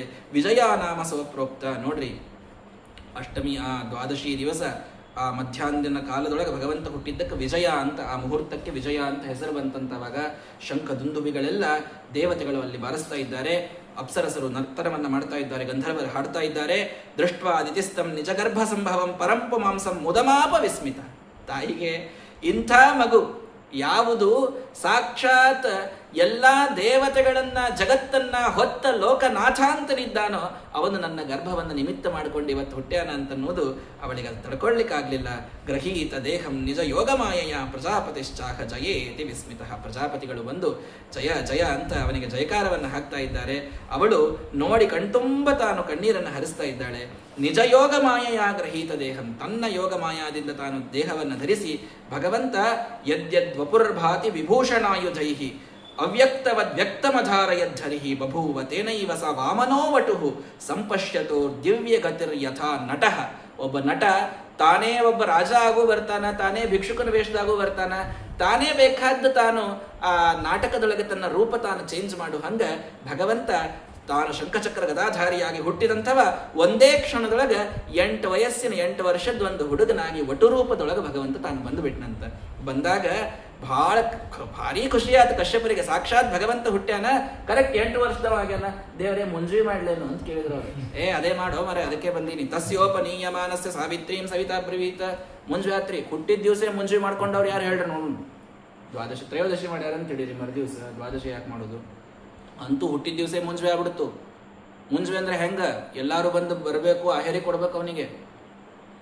ಆಹೇರಿ ಏನೇನು ಕೊಟ್ರು? ಬೃಹಸ್ಪತ್ಯಾಚಾರ್ಯ ಬಂದು ತಾವು ಜನಿವಾರ ಕೊಟ್ರಂತ. ಕಶ್ಯಪರು ಮೇಖಲಾ ಕೊಟ್ಟಿದ್ದಾರೆ, ಮುಂಜಿ ಉಡದಾರವನ್ನು ಕೊಟ್ಟಿದ್ದಾರಂತೆ. ಇವು ಗಾಯತ್ರಿ ಉಪದೇಶ ಮಾಡ್ಬೇಕಲ್ಲ, ಯಾರು ಮಾಡಬೇಕು ಅಂತ ಬಂತು. ಸೂರ್ಯ ಬಂದ್ಬಿಟ್ನಂತ. ಆ ಸೂರ್ಯನಾರಾಯಣನೇ ಗಾಯತ್ರಿ ಪ್ರತಿಪಾದ್ಯ. ತಾನೇ ಬಂದು ಗಾಯತ್ರಿ ಮಂತ್ರವನ್ನು ನಾನು ಅನುವಾದ ಮಾಡ್ತೀನಿ ದೇವರ ಮುಂದೆ ಅಂತ ಹೇಳಿ ಸೂರ್ಯ ನಿಂತು ಅವರ ಕಿವಿಯೊಳಗೆ ತಾನು ಮಾಡಿದ್ದಾನೆ. ದದೌ ಕೃಷ್ಣಾಜಿನಂ ಭೂಮಿ, ಭೂಮಿ ಬಂದು ಕೃಷ್ಣಾಜಿನವನ್ನು ಕೊಡುತ್ತೆ. ಯಾಕಂದ್ರೆ ನನ್ನ ಮ್ಯಾಲ್ ಕೂಡ ನನ್ನ ಆ ಆಸನ ನಂದೇ ಇರಲಿ ಅಂತ ಭೂಮಿ ತಾನು ಬಂದು ಕೃಷ್ಣಾಜಿನವನ್ನು ಕೊಡುತ್ತಂತ. ದಂಡಂ ಸೋಮೋ ವನಸ್ಪತಿ, ಚಂದ್ರ ಬಂದು ದಂಡವನ್ನು ಕೊಟ್ಟಿದ್ದಾನೆ. ಕೌಪೀನವನ್ನ ತಾಯಿಯಾದಂತಹ ಅದಿತಿ ದೇವಿ ತಾನು ಬಂದು ಕೊಡ್ತಾಳೆ. ಛತ್ರವನ್ನ ಸಾಕ್ಷಾತ್ ಸ್ವರ್ಗಾಭಿಮಾನಿಯಾದಂಥ ಇಂದ್ರದೇವರು ಬಂದು ಛತ್ರವನ್ನು ಕೊಟ್ಟಿದ್ದಾರೆ. ನಮ್ಮ ತಲೆ ಮೇಲಿನ ಸೂರು ಹೋಗ್ಯದಂತಾರಲ್ಲ, ಹಿಂಗಾಗಿ ಪಾಪ ಅವ್ರಿಗೆ ಸ್ವರ್ಗ ಹೋಗ್ಬಿಟ್ಟಿತ್ತಲ್ರಿ. ಹಿಂಗಾಗಿ ಛತ್ರ ತಂದು ಕೊಟ್ಟು ನಾನು ನಿನಗೆ ಇದನ್ನು ತಂದು ಕೊಟ್ಟಿನಿ, ಲೋಕ ನನಗೆ ತಂದು ಕೊಡು ಅಂತ ಕೇಳೋದಿತ್ತು ಕಾಣಿಸ್ತದೆ ಇಂದ್ರದೇವರಿಗೆ. ಹಿಂಗಾಗಿ ಚಂದ ತಂದು ಅವ್ರು ಛತ್ರ ಮೇಲಿಟ್ಟಾರೆ. ಕಮಂಡಲವನ್ನ ವೇದಗರ್ಭ ಅವರು ಬಂದು ಬ್ರಹ್ಮದೇವರು ಬಂದು ಕೊಟ್ಟಿದ್ದಾರೆ. ಕುಶಗಳನ್ನು ದರ್ಭಗಳನ್ನು ಸಪ್ತಋಷಿಗಳು ಬಂದು ಕೊಟ್ಟಿದ್ದಾರೆ. ಅಕ್ಷಮಾಲೆಯನ್ನ ಸರಸ್ವತೀ ದೇವಿ ತಾನು ತಂದು ಆ ಜಪಮಾಲೆಯನ್ನ ಕೊಡ್ತಾಳಂತೆ. ಆವಾಗ ಇದನ್ನ ಹಾಕ್ಬೇಕಲ್ರಿ, ಮಾತೃಭಿಕ್ಷಾ ಹಾಕ್ಬೇಕಲ್ಲ ಮುಂಜಾನೆ ಟೈಮ್ ಒಳಗ. ಯಾರು ಬಂದ್ರು? ಭಿಕ್ಷಾಂ ಭಗವತಿ ಸಾಕ್ಷಾತ್ ಉಮಾ ಅದಾತ್ ಅಂಬಿಕಾ ಸತಿ. ಉಮಾದೇವಿ ಪಾರ್ವತೀ ದೇವಿ ಬಂದು ಭಿಕ್ಷೆಯನ್ನ ಹಾಕ್ತಾಳಂತೆ. ಎಂದವಳು ಅನ್ನವನ್ನ ತಂದು ಆ ಭಿಕ್ಷೆಯನ್ನ ವಾಮನನಿಗೆ ಹಾಕಿದ್ಲೋ ತಾನು ಅನ್ನಪೂರ್ಣ ಆಗ್ಬಿಟ್ಲಂತ್ರಿ. ಆಕಿ ಅನ್ನ ಹಾಕಿದ್ಯವಂಗ ಅನ್ನಪೂರ್ಣ ಆದಾಕಿ ಪಾರ್ವತೀ ದೇವಿ. ಎಷ್ಟು ವಿಚಿತ್ರದ ನೋಡ್ರಿ, ಅನ್ನಪೂರ್ಣೆಯಾಗಿ ಅವಳು ಮೆರೀತಾಳೆ. ಹಾಗೆ ಎಲ್ಲವನ್ನ ಒಂದೊಂದನ್ನು ಸಮಿಧನ್ನ ತಂದು ವನ್ನಿ ತಾನು ಅಗ್ನಿ ತಾನು ಕೊಡ್ತಾ ಇದ್ದಾನೆ. ಇವೆಲ್ಲವನ್ನ ಕೊಟ್ಟು ಮುಂದಿನ ಕೆಲಸ ಏನು ಅಂತ ಕೇಳಿದ್ರು. ದೇವರಂದ ಬಂದದ್ದ ಒಂದೇ ಉದ್ದೇಶಕ್ಕೆ 99 ಅಶ್ವಮೇಧ ಬಿಟ್ಟಿದ್ದು ರೀ ಅವಾಗ. ಯಾರ್ದು? ಬಲಿರಾಜಂದು. ಒಂದೇ ಒಂದು ಉಳಿದಿತ್ತು, 100ನೇದ್ದು. 100 ಮಾಡಿದಂದ್ರೆ ಅವ ಇಂದ್ರ ಆಗ್ಬೇಕು. ನರ್ಮದಾ ತಟದೊಳಗ ಬಲಿಯ ಯಜ್ಞಕ್ಕೆ ನಾನು ಹೋಗ್ತೀನಿ ಅಂತ ಹೊಂಟ ಮಹಾನ್ ಭಾವ. ಹೊಂಟ್ರ ಅಲ್ಲೇ ಭೃಗು ಋಷಿಗಳು ಅರ್ಥಾತ್ ನಮ್ಮ ಶುಕ್ರಾಚಾರ್ಯ ತಮ್ಮ ಎಲ್ಲಾ ಶಿಷ್ಯರನ್ನು ಕರ್ಕೊಂಡು 100ನೇದ್ದು ಇದಾತಂತಂದ್ರೆ ಇವ ಇಂದ್ರಿಯ ಆಗಬೇಕು, ಇಲ್ಲೇ ವಿಘ್ನ ಬರ್ತದಂತ ಕಾಯ್ಕೊಂಡೇ ಕೂತಿದ್ರಂತ. ಅವ್ರಿಗೆ ಗೊತ್ತಿತ್ತು ಅವ್ರಿಗೆ ಏನಾದರೂ ಇಲ್ಲೇ ಆಗಬೇಕು ಅಂತ. ಆವಾಗ ಎಲ್ಲರೂ ಕೂತಾಗ ಆ ಕಡೆಯಿಂದ ಒಂದು ವಿಚಿತ್ರವಾದ ಸೂರ್ಯ ಉದಯಿಸಿ ಬಂದಂಗೆ ಒಂದು 8 ವರ್ಷದ ಬಾಲಕ ಅಲ್ಲಿ ಬರ್ಲಿಗತ್ತಾನ. ನೋಡಿದ್ರಂತ ಯಜಮಾನ ಪ್ರಮುದಿತೋ ದರ್ಶನೀಯಂ ಮನೋರಮಂ. ಅವನನ್ನು ನೋಡ್ಲಿಕ್ಕೆ ಎಷ್ಟು ಸಂತೋಷ ಆಯ್ತು ಎಲ್ಲರಿಗೂ ಕೂಡ. ಅಂಥ ರೂಪ, ಅಂಥ ವಯಸ್ಸು, ಆ ರೂಪ ಅನುರೂಪ ಅವಯವಂ ತಸ್ಮಾ ಆಸನಮಾಹೃತ. ಎಲ್ಲರೂ ಎತ್ ನಿಂತು ನಮಸ್ಕಾರ ಮಾಡ್ಬಿಟ್ರಂತ್ರಿ. 8 ವರ್ಷದ ಹುಡುಗ ಬರ್ಲಿಗತ್ತದಲ್ಲಿ ದೊಡ್ಡ ಋಷಿಗಳು ಗಡ್ಡ ಮೀಸಿ ಬಿಳಿಯಾಗಿ ಹೋಗ್ಯಾವ. ಅಂಥವ್ರೆಲ್ಲರೂ ಕೂಡಿ ನಮಸ್ಕಾರ ಮಾಡುವುದೇ ಮಾಡುವುದು. ಧ್ಯಾನಾರ್ಕ ವಾಮನ ತನೋನಾಥ ಪಾಹಿ ಯಜಮಾನ ಸುರೇಶ ವಸುಧಾ ದಾನಾಯ ಯಾಚನಿಕ ಲೀನಾರ್ಥ ವಾಗ್ವಶಿತ ನಾನಾ ಸದಸ್ಯದನುಜ. ಹೆಂಗಿದ್ದ? ಮೀನಾಂಕ ನಿರ್ಮಲ ನಿಶಾನಾಥ ಕೋಟಿಲ ಸಮಾನಾತ್ಮ ಮೌಂಜಿ ಗುಣಕೌ ಪೀನಾಚ್ಛ ಸೂತ್ರ ಪದ ಯಾನಾಥ ಪತ್ರಕರ ಕಾನಮ್ಯ ದಂಡವರಭೃತ. ಮೀನಾಂಕ ಅಂದ್ರೆ ಯಾರು? ಮೀನಕೇತನ ಕಾಮ. ನಿರ್ಮಲ ನಿಶಾನಾಥ ಅಂದ್ರೆ ಯಾರು? ಚಂದ್ರ. ಮೀನಾಂಕ ನಿರ್ಮಲ ನಿಶಾನಾಥ ಕೋಟಿ ಲಸಮಾನಾತ್ಮ. ಚಂದ್ರ ಕಾಮ ಇವರೆಲ್ಲರೂ ಭಾರಿ ಛಂದ ದೇವತಾಗಳು. ಇಂಥ ಛಂದ ದೇವತಾಗಳ ಕೋಟಿ ಬಂದ್ರೂ ಇವನ ಕಾಂತಿಯ ಮುಂದೆ ಏನೂ ಅಲ್ಲಂತ. ನಮ್ಮ ಪಂಡಿತಾಚಾರ್ಯ ಭಾಳ ಚಂದ ಹೇಳ್ತಿದ್ರು, ಕೋಟಿ ಕಾಮಣ್ಣ ಕೋಟಿ ಸೋಮಣ್ಣ ನಿವಾಳಿಸಿ ಒಗಿಬೇಕು ನಮ್ಮ ವಾಮನ ದೇವರ ಮುಂದೆ ಅಂತ. ಅಷ್ಟು ಚಂದಾದಂಥ ರೂಪವನ್ನ ತಾಳಿ ಭಗವಂತ ಅಲ್ಲಿ ಬಂದಾನೆ. ಬಂದು ನೋಡ್ತಾನೆ, ಎಲ್ಲ ಪಿಂಗಾಕ್ಷ ಅಂತಂದ್ರೆ ಏನು? ಕೆಂಪು ಕಣ್ಣು. ಪಿಂಗಾಕ್ಷ ವಿಕ್ರಮ ತುರಂಗಾದಿ ಸೈನ್ಯ ಚದುರಂಗಾವಲಿಪ್ತ ಧನುಜ. ಅಂಥ ಧನುಜಾಮ. ಎಂಥ ಧನುಜ? ಎಲ್ಲ ವಿಕ್ರಮವಾದಂಥ ಕೆಂಪು ಕಣ್ಣಿನ ವಿಕ್ರಮ ಉಳ್ಳಂಥ ರಾಕ್ಷಸರು, ಅವ್ರ ಚತುರಂಗ ಸೈನ್ಯ ಅದಿದ್ದಾವ. ಅವ ಅಸಾಂಗಾಧ್ವರಸ್ಥ ಬಲಿ ಸಾಂಗಾವಪಾತ ಹೃಷಿತಾಂಗಾಮರಾಲಿನುತತೆ. ಅವನನ್ನ ಅವಪಾತ ಮಾಡಿ ಅಧ್ವರವನ್ನ ಅಸಾಂಗ ಮಾಡಲಿಕ್ಕೆ. ಅಧ್ವರ ಸಾಂಗ ಆಯ್ತು ಅಂದ್ರೆ 100 ಅಶ್ವಮೇಧ ಆಗ್ತಾವ. ಆಗಬಾರದು, ಅದನ್ನು ಅಸಾಂಗ ಮಾಡಬೇಕು ಅಂತ ಹೇಳಿ ಆ ಯಜಮಾನನಲ್ಲಿಂದ ಎಬ್ಬಿಸ್ಲಿಕ್ಕಂತ ಬಂದಂಥ ಭಗವಂತ ಅಲ್ಲಿ ಬಂದು ನಿಲ್ತಾನ್ರಿ. ಸ್ವಾಗತೇನ ಅಭಿನಂದ್ಯಾಚ ಪಾದವು ಭಗವತೋ ಬಲಿಹಿ. ಪಾದಕ್ಕೆ ಬಂದ್ಬಿದ್ದ ಬಲಿ ಚಕ್ರವರ್ತಿ. ಸ್ವಾಗತಂತೆ ನಮಸ್ತುಭ್ಯಂ ಬ್ರಹ್ಮನ್ ಕಿಂ ಕರವಾಮತೆ. ಬ್ರಹ್ಮರ್ಷೀಣಾಂ ತಪಸ್ಸಾಕ್ಷಾತ್ ಮನ್ನೇತ್ವಾರ್ಯ ಬೃದ್ಧರ. ನೀನು ನೋಡಿದ್ರೆ ಏನು ಅನ್ನಿಸ್ತದೆ ಅಂದ್ರೆ, ಎಲ್ಲಾ ಋಷಿಗಳ ತಪಸ್ಸು ಒಂದೇ ಮೂರ್ತಿ ಪಡೆದ್ರೆ ಹೆಂಗಾಗಬೇಕು ಅಷ್ಟು ಸುಂದರವಾದ ಮೂರ್ತಿ ನಿನ್ನದಪ್ಪ. ಅದ್ಯನ ಪಿತರಸ್ತೃಪ್ತ. ನನ್ನ ಪಿತೃಗಳಿವತ್ತು ಉದ್ಧಾರ ಆಗಿ ಹೋದ್ರು. ನೀನು ಬಂದೆಲ್ಲ ನನ್ನ ಹೋಮಕ್ಕ ಇಷ್ಟೇ ಸಾಕು. ಯದ್ಯದ್ ವಟೋ ವಾಂಛಸಿ ತತ್ ಪ್ರತೀಚ್ಛಮೆ. ತ್ವಾಮರ್ಚಿನಂ ವಿಪ್ರಸುತಾನು ತರ್ಕಯೇ. ನೀನು ಏನು ಬೇಕು ನಿನ್ನ ಮನಸ್ಸಿನೊಳಗಂತದನ್ನು ಹೇಳಿಬಿಡು, ಕ್ಷಣದೊಳಗೆ ಅದನ್ನು ಕೊಟ್ಟು ಮುಗಿಸ್ತೀನಿ ಅಂತ ಬಲಿಚಕ್ರವರ್ತಿ ಹೇಳಿದ್ರೆ, ನೈಷ್ಯೇ ತಸ್ಮಿನ್ ಕುಲೇ ಕಶ್ಚಿನ್ ಅಸತ್ವ ಕೃಪಣ ಪುಮಾನ್. ಏನ್ ಬಲಿ, ನಿನ್ನ ಕುಲ ಏನು, ನಿನ್ನ ಗೋತ್ರ ಏನು, ಏನು ಅದ್ಭುತ ನಿಮ್ಮ ವಂಶ. ಭಗವಂತ ಮಾತಾಡ್ಲಿಕ್ಕೆ ನೋಡ್ರಿ. ಯಾಂಚಾಮಿಷಾದ್ ಅಸುರ ವಂಚಕ ವಾಮನೇಶ. ಇವನೇ ಯಾಂಚಾಮಿಷಾತ್, ಬೇಡ್ಲಿಕ್ಕೆ ಅಂತ ಬಂದು ಅಸುರನ ವಂಚನ ಮಾಡಿ ಹೋದಂಥ ಮಹಾನುಭಾವ ಇವ. ಹಿಂಗಾಗಿ ಅಲ್ಲಿ ಬಂದ ಮಾತಾಡ್ತಾನ್ರಿ, ಏನ್ ನಿಮ್ಮಪ್ಪ, ಏನ್ ನಿಮ್ಮ ಮುತ್ಯ ಅನ್ಕೋತ ಎಲ್ಲಾರದು ಹೇಳಿದ್ರಿ. ಹಿರಣ್ಯಾಕ್ಷಂತಿದ್ದ ಗೊತ್ತೇನು ನಿಂಗಂತ ಮತ್ತೆ ಬೇರೆ ಕೇಳೋದು ಅವಂಗ ಗೊತ್ತಿರಂಗಿಲ್ಲೇನೋ, ಅವ್ನು ಮುತ್ತಜ್ಜೆ ಅವನು. ಏನು ವರಾಹ ದೇವ್ರ ಕಡೆ ಹೆಂಗೆ ಹೊಡ್ಸ್ಕೊಂಡ ಅನ್ ಗೊತ್ತೇನು, ಅದು ತಂದು ಹೇಳೋದ ಮತ್ತಲ್ಲಿ ಕಥಿ, ತಾನೇ ವರಾಹ ಅಂತ ಹೇಳಂಗಿಲ್ಲ ಅಷ್ಟ. ಹಿರಣ್ಯಾಕ್ಷನ್ ಹೆಂಗ ಏನು ಯುದ್ಧ ಆಡಿದ, ಇಡೀ ಭೂಮಿನೇ ಒಯ್ದಿದ್ನೋ ಅವ. ಅವ್ರ ಅಣ್ಣಂತೂ ಹಿರಣ್ಯಕಶಿಪು ನಿಮ್ಮ ಮುತ್ತಜ್ಜ, ಅದ್ಭುತವ. ನರಸಿಂಹದೇವ್ರ ಕಡೆ ಕೊಂದ ಸತ್ತವ ಗೊತ್ತದ ಇಲ್ಲ ಮತ್ತಂತ ಕೇಳೋದು ಮತ್ತೆ ನಡು. ಭಾರೀ ಎಲ್ಲ ಪರಾಕ್ರಮ ತೋರಿಸಿದವರು. ಯುಷ್ಮತ್ ಕುಲೇ ಯಶಸಾಮಲೇನ ಪ್ರಹ್ಲಾದ ಉದ್ಭಾತಿ ಯಥೋಡ್ರ ಪಕ್ಕೆ. ಅದು ಮಾತ್ರ ಭಾಳ ಚಂದ ಹೇಳಿದ. ಮತ್ತೆ ಪ್ರಹ್ಲಾದ ಹುಟ್ಟಿದ ನಿಮ್ಮ ವಂಶದೊಳಗ. ಹೆಂಗ ಎಲ್ಲಾ ನಕ್ಷತ್ರಗಳ ಮಧ್ಯದೊಳಗ ಚಂದ್ರ ಬಂದಾಗ ಕಾಂತಿ ರಾತ್ರಿಗೆ ಬರ್ತದೋ ಹಂಗ ಮಿಣುಕು ನಕ್ಷತ್ರ ಇದ್ದಂಗಿದ್ದು ಉಳಿದು ಅಂತ ಹೇಳ್ದಂಗಾತು, ಇವ ಮಾತ್ರ ಚಂದ್ರ ಅಂತ ಹೇಳ್ದಂಗಾತು. ಆ ರೀತಿಯೊಳಗ ಚಂದ್ರನಾಗಿ ಪ್ರಹ್ಲಾದ ಹುಟ್ಟಿದಂಥ ನಿಮ್ಮ ವಂಶ ಅದ್ಭುತವಾದಂತಹ ನಿಮ್ಮ ವಂಶಪ. ಯಾರಿಗೂ ಕೂಡ ಎಂದೂ ನೀವು ಒಲ್ಲೆ ಅಂತ ಹೇಳಿ ಕಳಿಸಿದವರು, ಕೊಡಂಗಿಲ್ಲ ಅಂತ ಹೇಳಿ ಕಳಿಸಿದವ್ರು ಅಲ್ಲ. ಅಂದ್ರೆ ಎಲ್ಲ ಕೊಡ್ಬೇಕು ನೀನು ಅಂತ. ಪಿತಾ ಪ್ರಹ್ಲಾದ ಪುತ್ರಸ್ಥೆ, ನಿಮ್ಮ ಅಪ್ಪಂತೂ ಯಾರು ಪ್ರಹ್ಲಾದನ ಮಗ. ತದ್ ವಿದ್ವಾನ್ ದ್ವಿಜವತ್ಸಲಃ ಸ್ವವಾಯುರ್ ದ್ವಿಜಲಿಂಗೇಭ್ಯೋ ದೇವೇಭ್ಯೋ ದಾತ್ಸ ಯಾಚಿತಃ. ದೇವತೆಗಳಿಗೇನೆ ಎಲ್ಲ ಬಿಟ್ಕೊಟ್ಟಂತಹ ಮಹಾನುಭಾವ ನಿಮ್ಮಪ್ಪ ವಿರೋಚನ. ಅಂಥವನು ನೀನು ಬ್ರಾಹ್ಮಣ ಈ ಪೂರ್ವಜ ಈ ಶೂರ್ಯ ಈ ಅನ್ನೈಶ್ಚ ಉದ್ದಾಮ ಕೀರ್ತಿಭಿ. ಭಾರಿ ಎಲ್ಲರೂ ಕೂಡ ಕೀರ್ತಿಯನ್ನುಳ್ಳವರು, ಶೂರರು ನಿನ್ನ ಪೂರ್ವಜರು. ಹಂಗಾಗಿ ನಿನ್ನ ಕಡೆ ಬಂದಿರಂದ್ರೆ ನನ್ನ ಮನಸ್ಸಾಗ ಏನದ ಅನ್ನೋದು ಸಿಕ್ಕೇ ಸಿಗುತ್ತದಂತ ನನಗೆ ಗ್ಯಾರಂಟಿ ಆಯ್ತಪ್ಪ. ಹೌದು, ಇಷ್ಟೆಲ್ಲ ಮಾತಾಡಿ ಏನು ಬೇಕು ಕೇಳೋ, ಸಣ್ಣ ಹುಡುಗಿದ್ದಿ, ಏನು ಬೇಕು ಕೇಳು. ಪದಾನಿ ತ್ರೀಣಿ ದೈತ್ಯೇಂದ್ರ ಸಂಹಿತಾನಿ ಪದಾ ಮಮ. ನನ್ನ ಪುಟ್ಟ ಪುಟ್ಟ ಪಾದಗಳವ. ಆ ಪಾದಗಳಿಂದ ನನ್ನ ಪಾದದ ಹೆಜ್ಜೆಗೆ ಮೂರು ಹೆಜ್ಜೆ ಇಟ್ಟು ನಿಂತಂದ್ರೆ ಎಷ್ಟೊಂದು ಸಣ್ಣ ಜಾಗ ಬರ್ತದ ನೋಡು, ಅಷ್ಟು ನನಗೆ ಕೊಟ್ಬಿಡು. 2x2 ಆಗ್ಲಿಕ್ಕಿಲ್ಲ, ಅಷ್ಟು ಸಣ್ಣ ಜಾಗ, ಅಷ್ಟು ಜಾಗ ನನಗೆ ಕೊಡು ಸರ್. ನಾಣ್ಯಂತೆ ಕಾಮಯೇ ರಾಜ ವದಾನ್ಯ ಜಗದೀಶ್ವರ.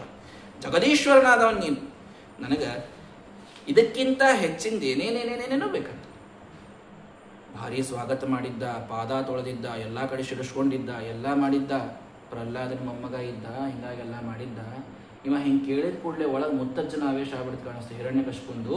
ಅಹೋ ಬ್ರಾಹ್ಮಣ ದಾಯಾದ ವಾಚಸ್ತೆ ಅವೃದ್ಧ ಸಮ್ಮತ ತ್ವಂ ಬಾಲೋ ಬಾಲಿಶಮತಿ ಸ್ವಾರ್ಥಂ ಪ್ರತ್ಯಬುಧೋ ಯತ. ಏನ್ ಬಾಲಕ, ಖರೆ ಖರೆ ದೊಡ್ಡ ಹುಡುಗೆ ಇದ್ದಿ ನೋಡಪ್ಪ ನೀನು, ಬಾಲಿಶ್ ಇದ್ದೀನಿ ಪಾಪ. ನಿನಗೇನು ಕೇಳಬೇಕು ಗೊತ್ತಾಗಿಲ್ಲ. ಎಂಥ ಮಹಾ ಕೋಟ್ಯಾಧೀಶ್ವರನ ಕಡೆ ಬಂದು ₹1 ಭಿಕ್ಷಾ ಬೇಡಿದ್ರೆ ಎಷ್ಟು ಅಸಹ್ಯ, ಕೊಡೋಂಗೆ ಅಸಹ್ಯ ಅನ್ಸಂಗಿಲ್ಲ. ಹಿಂಗೆ ನನ್ನ ಕಡೆ ಬಂದು ಇಷ್ಟು ನಪುಮಾನ್ ಮಾಮನುವ್ರಜ್ಯ ಭೂಯೋ ಯಾಚಿತು ಅರ್ಹತಿ. ನಾನು ಕಡೆ ಬಂದು ಕೇಳಿದವ ಇನ್ನೊಂದು ಜಗತ್ನಾಗ ಯಾರಿಗೂ ಕೇಳಿದವ, ಅಷ್ಟವನ್ ಜೀವನಕ್ಕಾಗಷ್ಟು ಕೊಟ್ಟಿದ್ದ. ನಾನು ತನ್ನ ಬಗ್ಗೆ ಹೇಳ್ಕೊಳ್ಳಿ ಚಾಲು ಮಾಡಿಬಿಟ್ರಿ. ಇಲ್ಲಿ ತನ ಭಾರಿ ಇದ್ನ, ಅದಕ್ಕೆ ಹೇಳಿದ್ನಲ್ಲ, ಇಲ್ಲಿ ತನ ಪ್ರಹ್ಲಾದನ ಮೊಮ್ಮಗ ಇದ್ದ ಬಲಿ ಈಗ ಒಮ್ಮೆ ಹಿರಣ್ಯಕಶಿಪುನ ಮರಿಮಗ ಆಗ್ಬಿಟ್ಟವ. ಹಿಂಗಾಗಿ ಒಳಗಿಂದ ಎಲ್ಲ ದೈತ್ಯಾವೇಶದಿಂದ ಮಾತುಗಳು ಬರ್ಲಿಕ್ಕತ್ತು. ಅದಕ್ಕೆ ಭೂಮಿಂ ವಟೋ ಕಾಮಂ ಪ್ರತೀಚ್ಛಮೆ. ಎಷ್ಟು ಭೂಮಿ ಬೇಕು ಕೇಳು, ಅರ್ಧ ರಾಜ್ಯ ಕೊಡು ಅಂತ ಹೇಳು, ಒಂದು 4 ಹಳ್ಳಿ ಬಿಟ್ಕೊಡು ಅಂತ ಹೇಳಿ, ಇಂಥವೇನ್ರ ಕೇಳು. ಸಣ್ಣದೊಂದು 3 ಪಾದ ಭೂಮಿ ಕೇಳಿದ್ರೆ ಏನು ಸಿಗೋದು ನಿನಗೆ?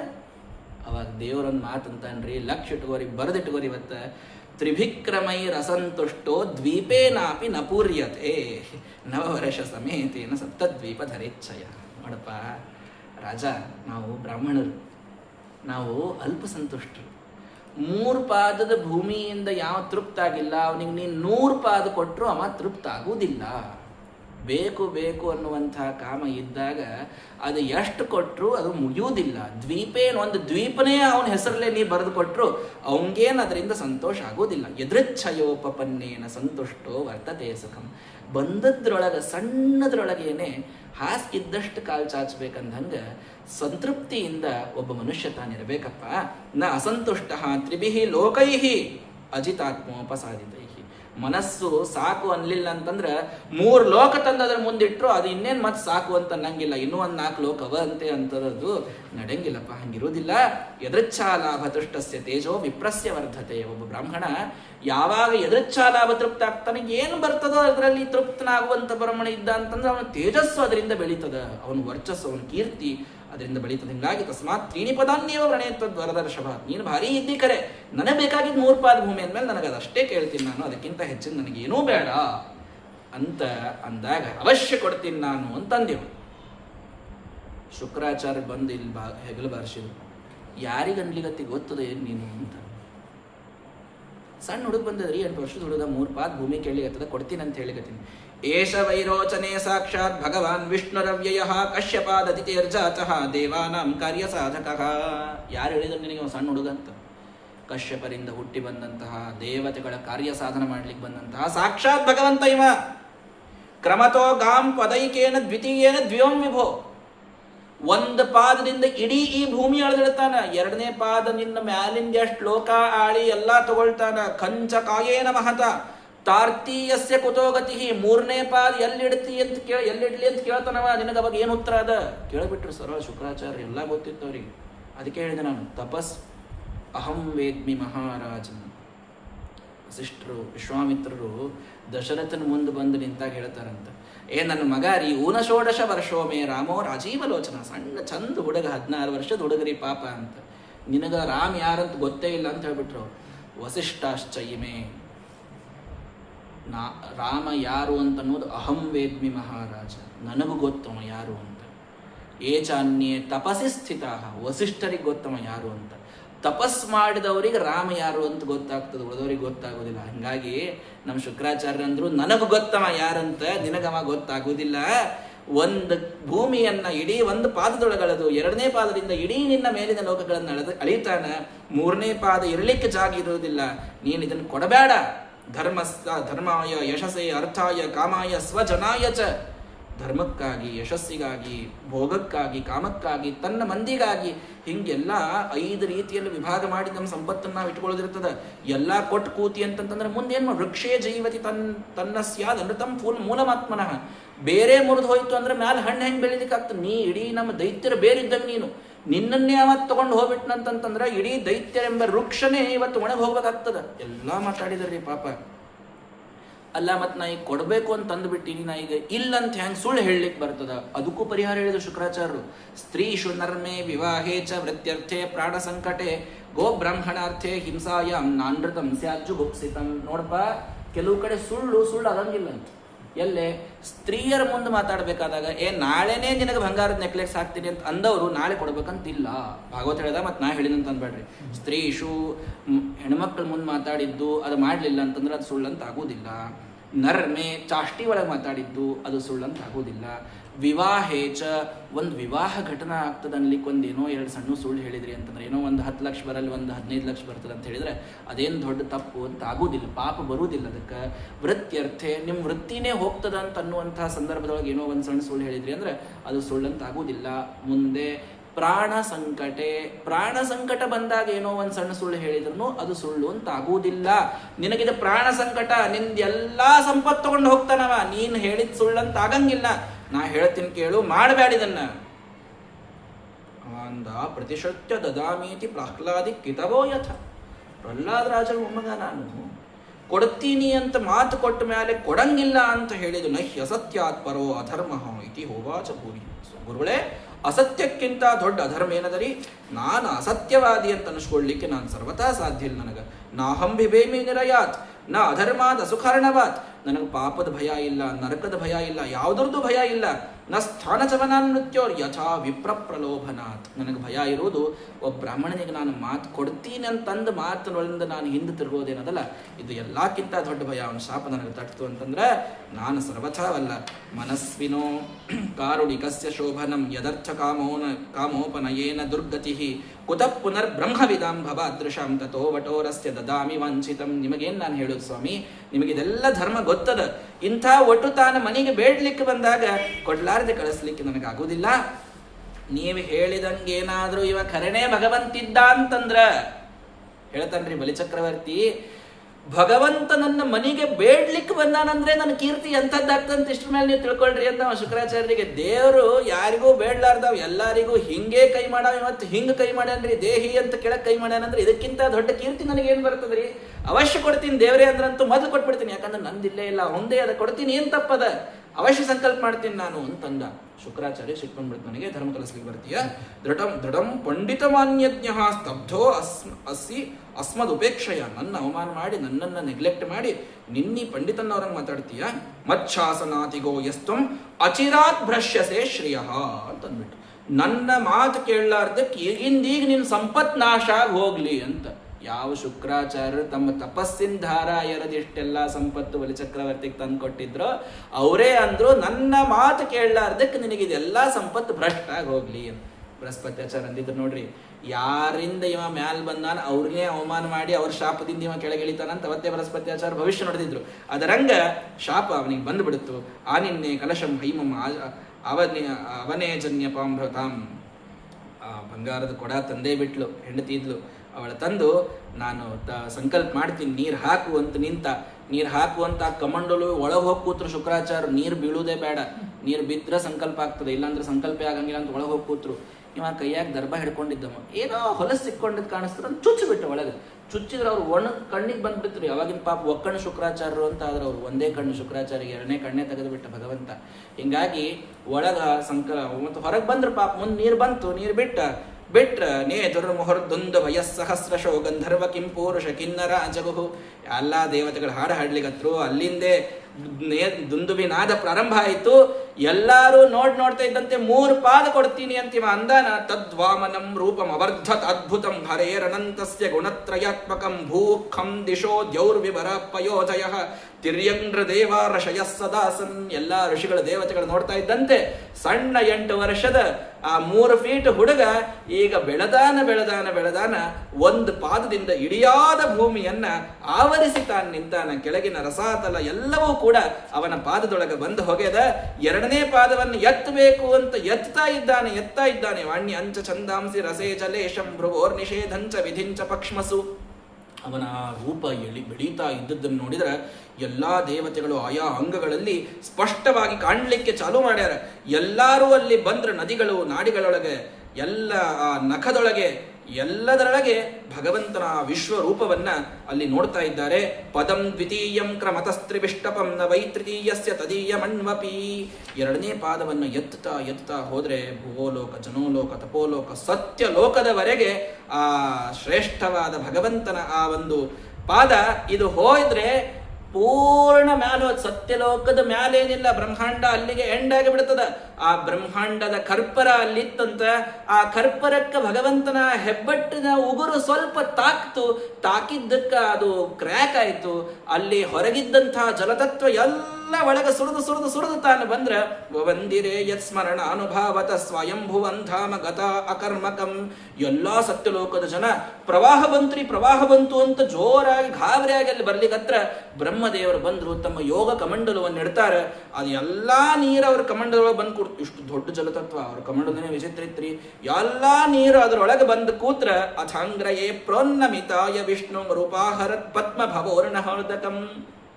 ಬ್ರಹ್ಮದೇವರು ಸ್ವಾಮಿಗಳ ಮನಿತನ ಬಂದಾರಂತ ಪಾದ ಪೂಜೆ ಮಾಡೋದು ಬೇರೆ, ಸ್ವಾಮಿಗಳ ಪಾದ ಅಷ್ಟೇ ಬಂದ್ಬಿಟ್ಟದೀಗ.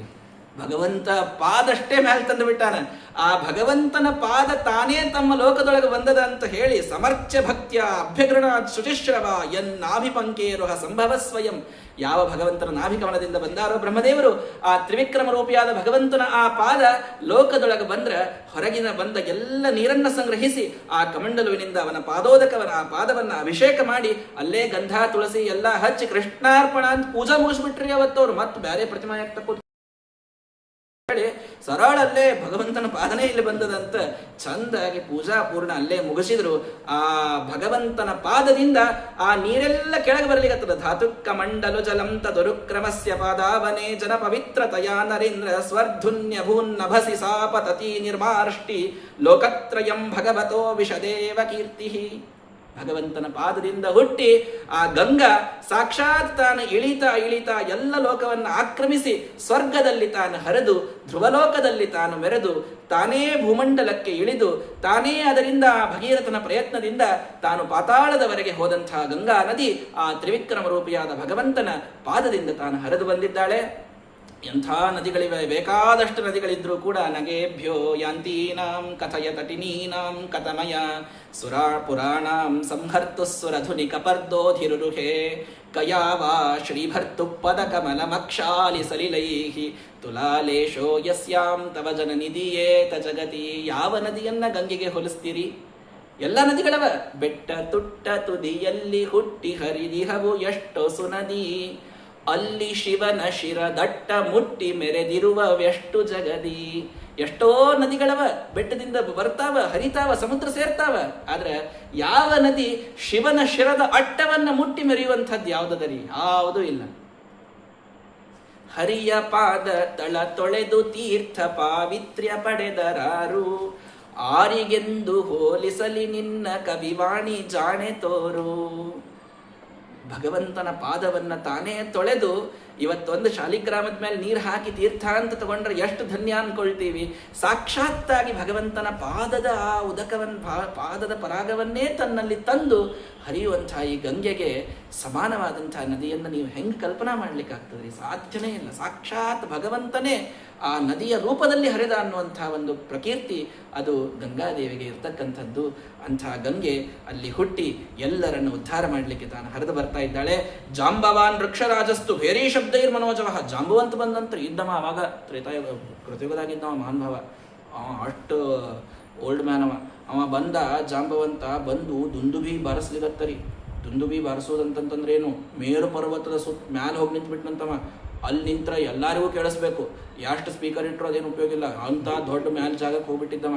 ಹಂಗೆ ಹೋಗಿ ಬಾರಿಸ್ಕೋತ ನಮ್ಮ ತ್ರಿವಿಕ್ರಮ ರೂಪಿ ಭಗವಂತ ಬಂದಾನ್ ನೋಡ್ರಿ ಅಂತ ಬಾರಿಸ್ಬೇಕಾದಾಗ ಮೇರು ಪರ್ವತದ ಶಿಖರ ಪಾಪ ಮೊಣಕಾಲಿ ಬಡಿತಂತ್ರಿ ಅವನಿಗೆ. ಅವಾಗಿಂದ ಒಂದು ಸ್ವಲ್ಪ ಮೊಣಕಾಲು ನೋವು ಚಾಲು ಆಯ್ತು ಅಂತ ಹೇಳ್ತಾನೆ ನಮ್ಮ ಮುಂದೆ ರಾಮಾಯಣದಾಗ. ಅಪ್ಪ ಗಿರಿ ಹಾರು, ಸಮುದ್ರ ಹಾರು ಅಂತಂದಾಗ ನಾ ಎಲ್ಲ ಹಾರ್ತಿದ್ದೆ, ಖರೆ ತ್ರಿವಿಕ್ರಮ ರೂಪಿ ಭಗವಂತ ಬಂದಾಗ ನನ್ನ ಮೊಣಕಾಲಿಗೆ ಒಂದು ಸ್ವಲ್ಪ ಪೆಟ್ಟಾಗಿ ಸಂಧಿವಾತ ಚಾಲು ಆಗ್ಯದ, ಅರ್ಥ್ರೈಟಿಸ್ ಆಗ್ಯದ ನನಗೆ, ಅದಕ್ಕೆ ಬಿಟ್ಟಿನ ನಾನು ಅಂತ ಫಸ್ಟ್ ಅರ್ಥ್ರೈಟಿಸ್ ದೇವತಾ ಅವನೇ ಜಾಂಬವಂತ.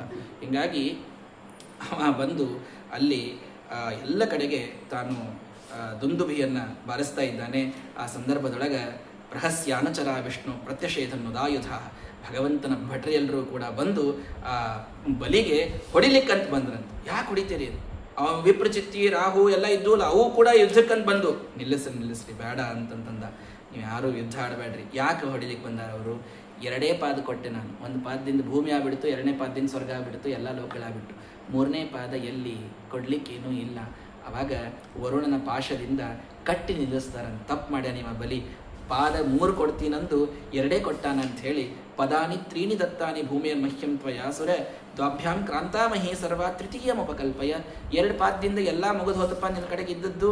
ಹೀಗಾಗಿ 3ನೇದ್ದೆಲ್ಲದ ನನಗ ತರ್ತೀಯಸ್ಯ ಕುತೋಗತಿ ಏನದ ಹೇಳ ನನಗ ಅಂತ ಭಗವಂತ ಬಂದು ನಿಂತ್ರ ಯದ್ಯುತ್ತಮ ಶ್ಲೋಕ ಭವಾನ್ಮ ಮೇರಿತಂ ವಚೋ ವ್ಯಲೀಕಂ ಸುರವರ್ಯ ಮನ್ಯಸೆ. ಏನು ಮಾತು ಹೇಳಬೇಕ್ರಿ ಬಲಿ?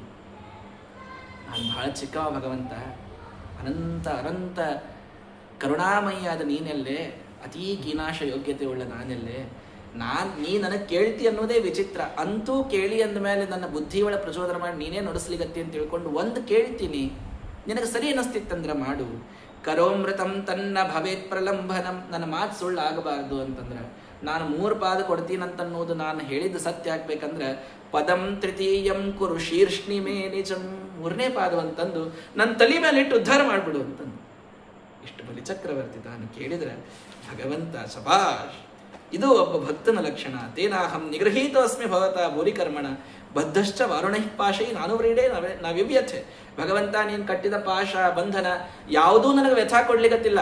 3ನೇದ್ದು ನನಗೆ ಕೊಡ್ಲಿಕ್ಕೆ ಆಗುವಲ್ತಲ್ಲ ಅನ್ನೋದಷ್ಟೇ ನನಗೆ ತ್ರಾಸ ಆಗ್ಲಿಕ್ಕತ್ತೆ. ಬಲಿಚಕ್ರವರ್ತಿ ಹೇಳ್ತಾನೆ, ನನ್ನ ಮಾತಿನಿಂದ ನನಗೆ ಪೂರ್ಣ ನನಗೆ ಆ ಮಾತು ಉಳಿಸ್ಕೊಳ್ಲಿಕ್ಕೆ ಆಗುವಲ್ತಲ್ಲ ಅಂತ ಅನ್ನೋದು ನನಗೆ ಬಹಳ ಕಷ್ಟ ಆಗೈತೆ ಸ್ವಾಮಿ. ನನ್ನ ತಲೆ ಮೇಲಿಟ್ಟು ನನಗೆ ಉದ್ಧಾರ ಮಾಡು. ಪಿತಾಮಹೋ ಮೇ ಭವದೀಯ ಸಮ್ಮತ ಪ್ರಹ್ಲಾದ ಆವಿಷ್ಕೃತ ಸಾಧುವಾದ ಭವದ್ವಿಪಕ್ಷೇಣ ವಿಚಿತ್ರ ವೈಶಸಂ ಸಂಪ್ರಾಪಿತ ಸ್ತತ್ಪರಮಸ್ವಪಿತ್ರ. ನಮ್ಮ ಅಜ್ಜ ಪ್ರಹ್ಲಾದ ರಾಜರ ಸಲುವಾಗಾದರೂ ನನ್ನ ಉದ್ಧಾರ ಮಾಡು. ನೋಡ್ರಿ, ಬಲಿಚಕ್ರವರ್ತಿ ಕೇಳಿದ್ದು ಅದ್ಭುತ. ನನ್ನ ಸಲುವಾಗಿ ನಾನು ಉದ್ಧಾರ ಮಾಡ್ಬೇಕಂತಿಲ್ಲ. ಮದಾರ್ಯಾಹ ಆಬಾಲ್ಯಂ ತವ ಭಜನ ಸಂಸಕ್ತರದೆ, ನನ್ನ ಗುರುಗಳು ಬಾರಿ ಇದ್ದಾರೆ ಅನ್ನೋದಕ್ಕೆ ನಾನು ಉದ್ಧಾರ ಮಾಡು ಅಂತ ಕೇಳಿದಂಗೆ ನಮ್ಮ ಅಜ್ಜ ಪ್ರಹ್ಲಾದರಾಜರು ಆವಿಷ್ಕೃತ ಸಾಧುವಾದ, ದೈತ್ಯರೊಳಗ ಸಾಧುಗಳ ವಾದ ಬಂದದ್ದೇ ಅವರಿಂದ. ಅಂತ ಮಹಾನುಭಾವರು ಅವರಿಂದ ನಾನು ಬಂದಿ ಅನ್ನೋದಕ್ಕಾದ್ರೂ ನನ್ನ ಉದ್ಧಾರ ಮಾಡು ಸ್ವಾಮಿ ಅಂತ ತಾನು ನಿಂತ್ರ ಪ್ರಹ್ಲಾದರಾಜರು ಬಂದೇ ಬಿಟ್ರಂತ್ರಿ. ಅಲ್ಲಿ ಒಂದು ತ್ವಯೈವ ದತ್ತಂ ಪದ ಮೈಂದ್ರ ಮೂರ್ಜಿತಂ ಹೃತಂ ತದೇವಾದ್ಯ ತಥೈವ ಶೋಭನಂ ಮನ್ಯೇ ಮಹಾನಸ್ಯ ಕೃತೋಪ್ಯನುಗ್ರಹೋ ವಿಭ್ರಂಶಿತೋ ಯಚ್ಛಯ ಆತ್ಮಮೋಹನ. ಪ್ರಹ್ಲಾದರಾಜರ ಮಾತು ವಿಚಿತ್ರ. ಪ್ರಹ್ಲಾದರಾಜರಂದ್ರು, ಭಗವಂತ ದೊಡ್ಡ ಅನುಗ್ರಹ ಮಾಡಿದೆಪ್ಪ. ಯಾಕ ಕಟ್ಟಿ ಹಾಕಿ ನಿನ್ನ ಮೊಮ್ಮಗನ್ ಅನ್ನೋದು ಅನುಗ್ರಹನೋ ಹೆಂಗ ಅಲ್ಲ. ಯಾವ ಇಂದ್ರ ಪದವಿಯನ್ನ ನೀನೇ ಅವನಿಗೆ ಕೊಟ್ಟಿದ್ದಿ, ಅದನ್ನ ನೀನೇ ಇವತ್ತು ಅವನಿಂದ ತಗೊಳ್ಲಿಕ್ಕೆ ಬಂದ ಅವನಿಗೆ ಎಷ್ಟು ಕೀರ್ತಿಯನ್ನು ಕೊಡ್ಲಿಗತ್ತಿ ಅಂತಂದ್ರ, ಮೊನ್ನೆ ಮಹಾನಸ್ಯ, ನಿನ್ನ ಅನುಗ್ರಹ ಬಹಳ ದೊಡ್ಡದು ಅನ್ಕೋತೀನಿ ನಾನು. ಯಾಕ, ಯಾವ ಸಂಪತ್ತಿನ ಮದದಿಂದ ಬಲಿ ನಿನ್ನನ್ನ ನೆನಪು ಹಾರಬಹುದಾಗಿತ್ತೋ ಆ ಸಂಪತ್ತನ್ನೇ ತೆಗೆದುಬಿಟ್ಟಿ ನೀನು. ಇನ್ನವ ನಿನ್ನನ್ನು ಎಂದೂ ನೆನಪು ಹಾರುವುದಿಲ್ಲ. ನಿನ್ನಲ್ಲಿ ಸಂಪೂರ್ಣವಾಗಿ ಭಕ್ತನಾಗಿ 24/7 ಭಕ್ತಿರ್ಬೇಕಂತಂದ್ರ ಸಂಪತ್ತಿರಬಾರದು. ಹಿಂಗಾಗಿ ನೀನೇ ಅವನಿಗೆ ಅನುಗ್ರಹವನ್ನ ಮಾಡಿ ಸ್ವಾಮಿ, ಹೀಗಾಗಿ ಅವನ ಉದ್ಧಾರ ನೀನು ಮಾಡು ಅಂತ ಪ್ರಾರ್ಥನೆಯನ್ನು ಪ್ರಹ್ಲಾದರಾಜರು ಅಲ್ಲಿ ಬಂದು ಮಾಡ್ತಾರ್ರಿ. ಆವಾಗ ವಿಂಧ್ಯಾವಳಿ ಬರ್ತಾಳೆ. ವಿಂಧ್ಯಾವಳಿ ಯಾರು ಗೊತ್ತೇನು? ಬಲಿರಾಜನ ಹೆಂಡತಿ. ಅವಳು ಬಂದು ತಾನು ಪ್ರಾರ್ಥನಾ ಮಾಡ್ತಾಳೆ, ಸ್ವಾಮಿ ದೊಡ್ಡ ತಪ್ಪಾಗ್ಯದ, ಕ್ಷಮಾ ಮಾಡು. ಏನು ಕ್ಷಮಾ ಮಾಡುದ? ಇಡೀ ಲೋಕೆ ಕೊಟ್ಟಾನ ನಿನ್ನ ಗಂಡ, ಯಾರೂ ಮಾಡ್ಲಾರ್ದು ದಾನ ಮಾಡ್ಯಾನ. ಬಲಿಚಕ್ರವರ್ತಿ ಅಂತ ದಾನ ಯಾರು ಮಾಡ್ಯಾರ? ಎಲ್ಲ ಭೂಮಿ ಸ್ವರ್ಗ ಎಲ್ಲ ದಾನ ಮಾಡಿಬಿಟ್ಟಾನ ಮಹಾನುಭಾವ. ಅದೇ ದಾನ ಮಾಡ್ಯಾರ ಅನ್ನೋದಕ್ಕೆ ಕ್ಷಮಾ ಮಾಡು ಅಂದ್ಲ. ಯಾಕ? ಲೌ ಕ್ರೀಡಾರ್ಥಂ ಆತ್ಮನ ಇದಂ ತ್ರಿಜಗತ್ ಕೃತಂತೆ ಸ್ವಾಮ್ಯಂ ತು ತತ್ರ ಕುಧಿಯೋಪರ ಈಶ ಕುರ್ಯು. ನನ್ನ ಸ್ವರ್ಗವನ್ನ, ನನ್ನ ಭೂಮಿಯನ್ನ, ನನ್ನ ಪಾತಾಳವನ್ನ ನಾನು ಈ ವಾಮನನಿಗೆ, ಕಶ್ಯಪ ಗೋತ್ರದಲ್ಲಿ ಹುಟ್ಟಿದಂತಹ ಈ ಬ್ರಾಹ್ಮಣನಿಗೆ ನಾನು ದಾನ ಮಾಡಿ ಕೊಡ್ತೇನೆ ಅಂತ ಸಂಕಲ್ಪ ಮಾಡಿದ್ನಲ್ಲ ನನ್ನ ಗಂಡ, ಅದೇ ದಡ್ತನ ಮಾಡಿದ ಅಂತಂದ. ಯಾಕ? ಯಾವ ಸ್ವರ್ಗ, ಯಾವ ಭೂಮಿ, ಯಾವ ಪಾತಾಳ, ಯಾವ 14 ಲೋಕಗಳನ್ನು ಆಳುವಂತಹ ದೊರೆ ಜಗನ್ನಾಥ ಯಾವಾಗಲೂ ನೀನೇ. ಅವ್ರದ್ದು ಇರಲಿಲ್ಲ, ಅವ್ರು ಇರ್ಲಾರ್ದನ್ನ ಅವ್ರು ಕೊಟ್ರೆ ಹೆಂಗ? ಅವ್ರು ಕೊಡ್ತೀನಂತ ಸಂಕಲ್ಪ ಮಾಡಿದ್ರಲ್ಲ, ಅದೇ ತಪ್ಪಾಯ್ತು ಸ್ವಾಮಿ, ಕ್ಷಮಾ ಮಾಡು ಅಂತ ವಿಂಧ್ಯಾವಳಿ ಕೇಳಿದ್ಲಂತ.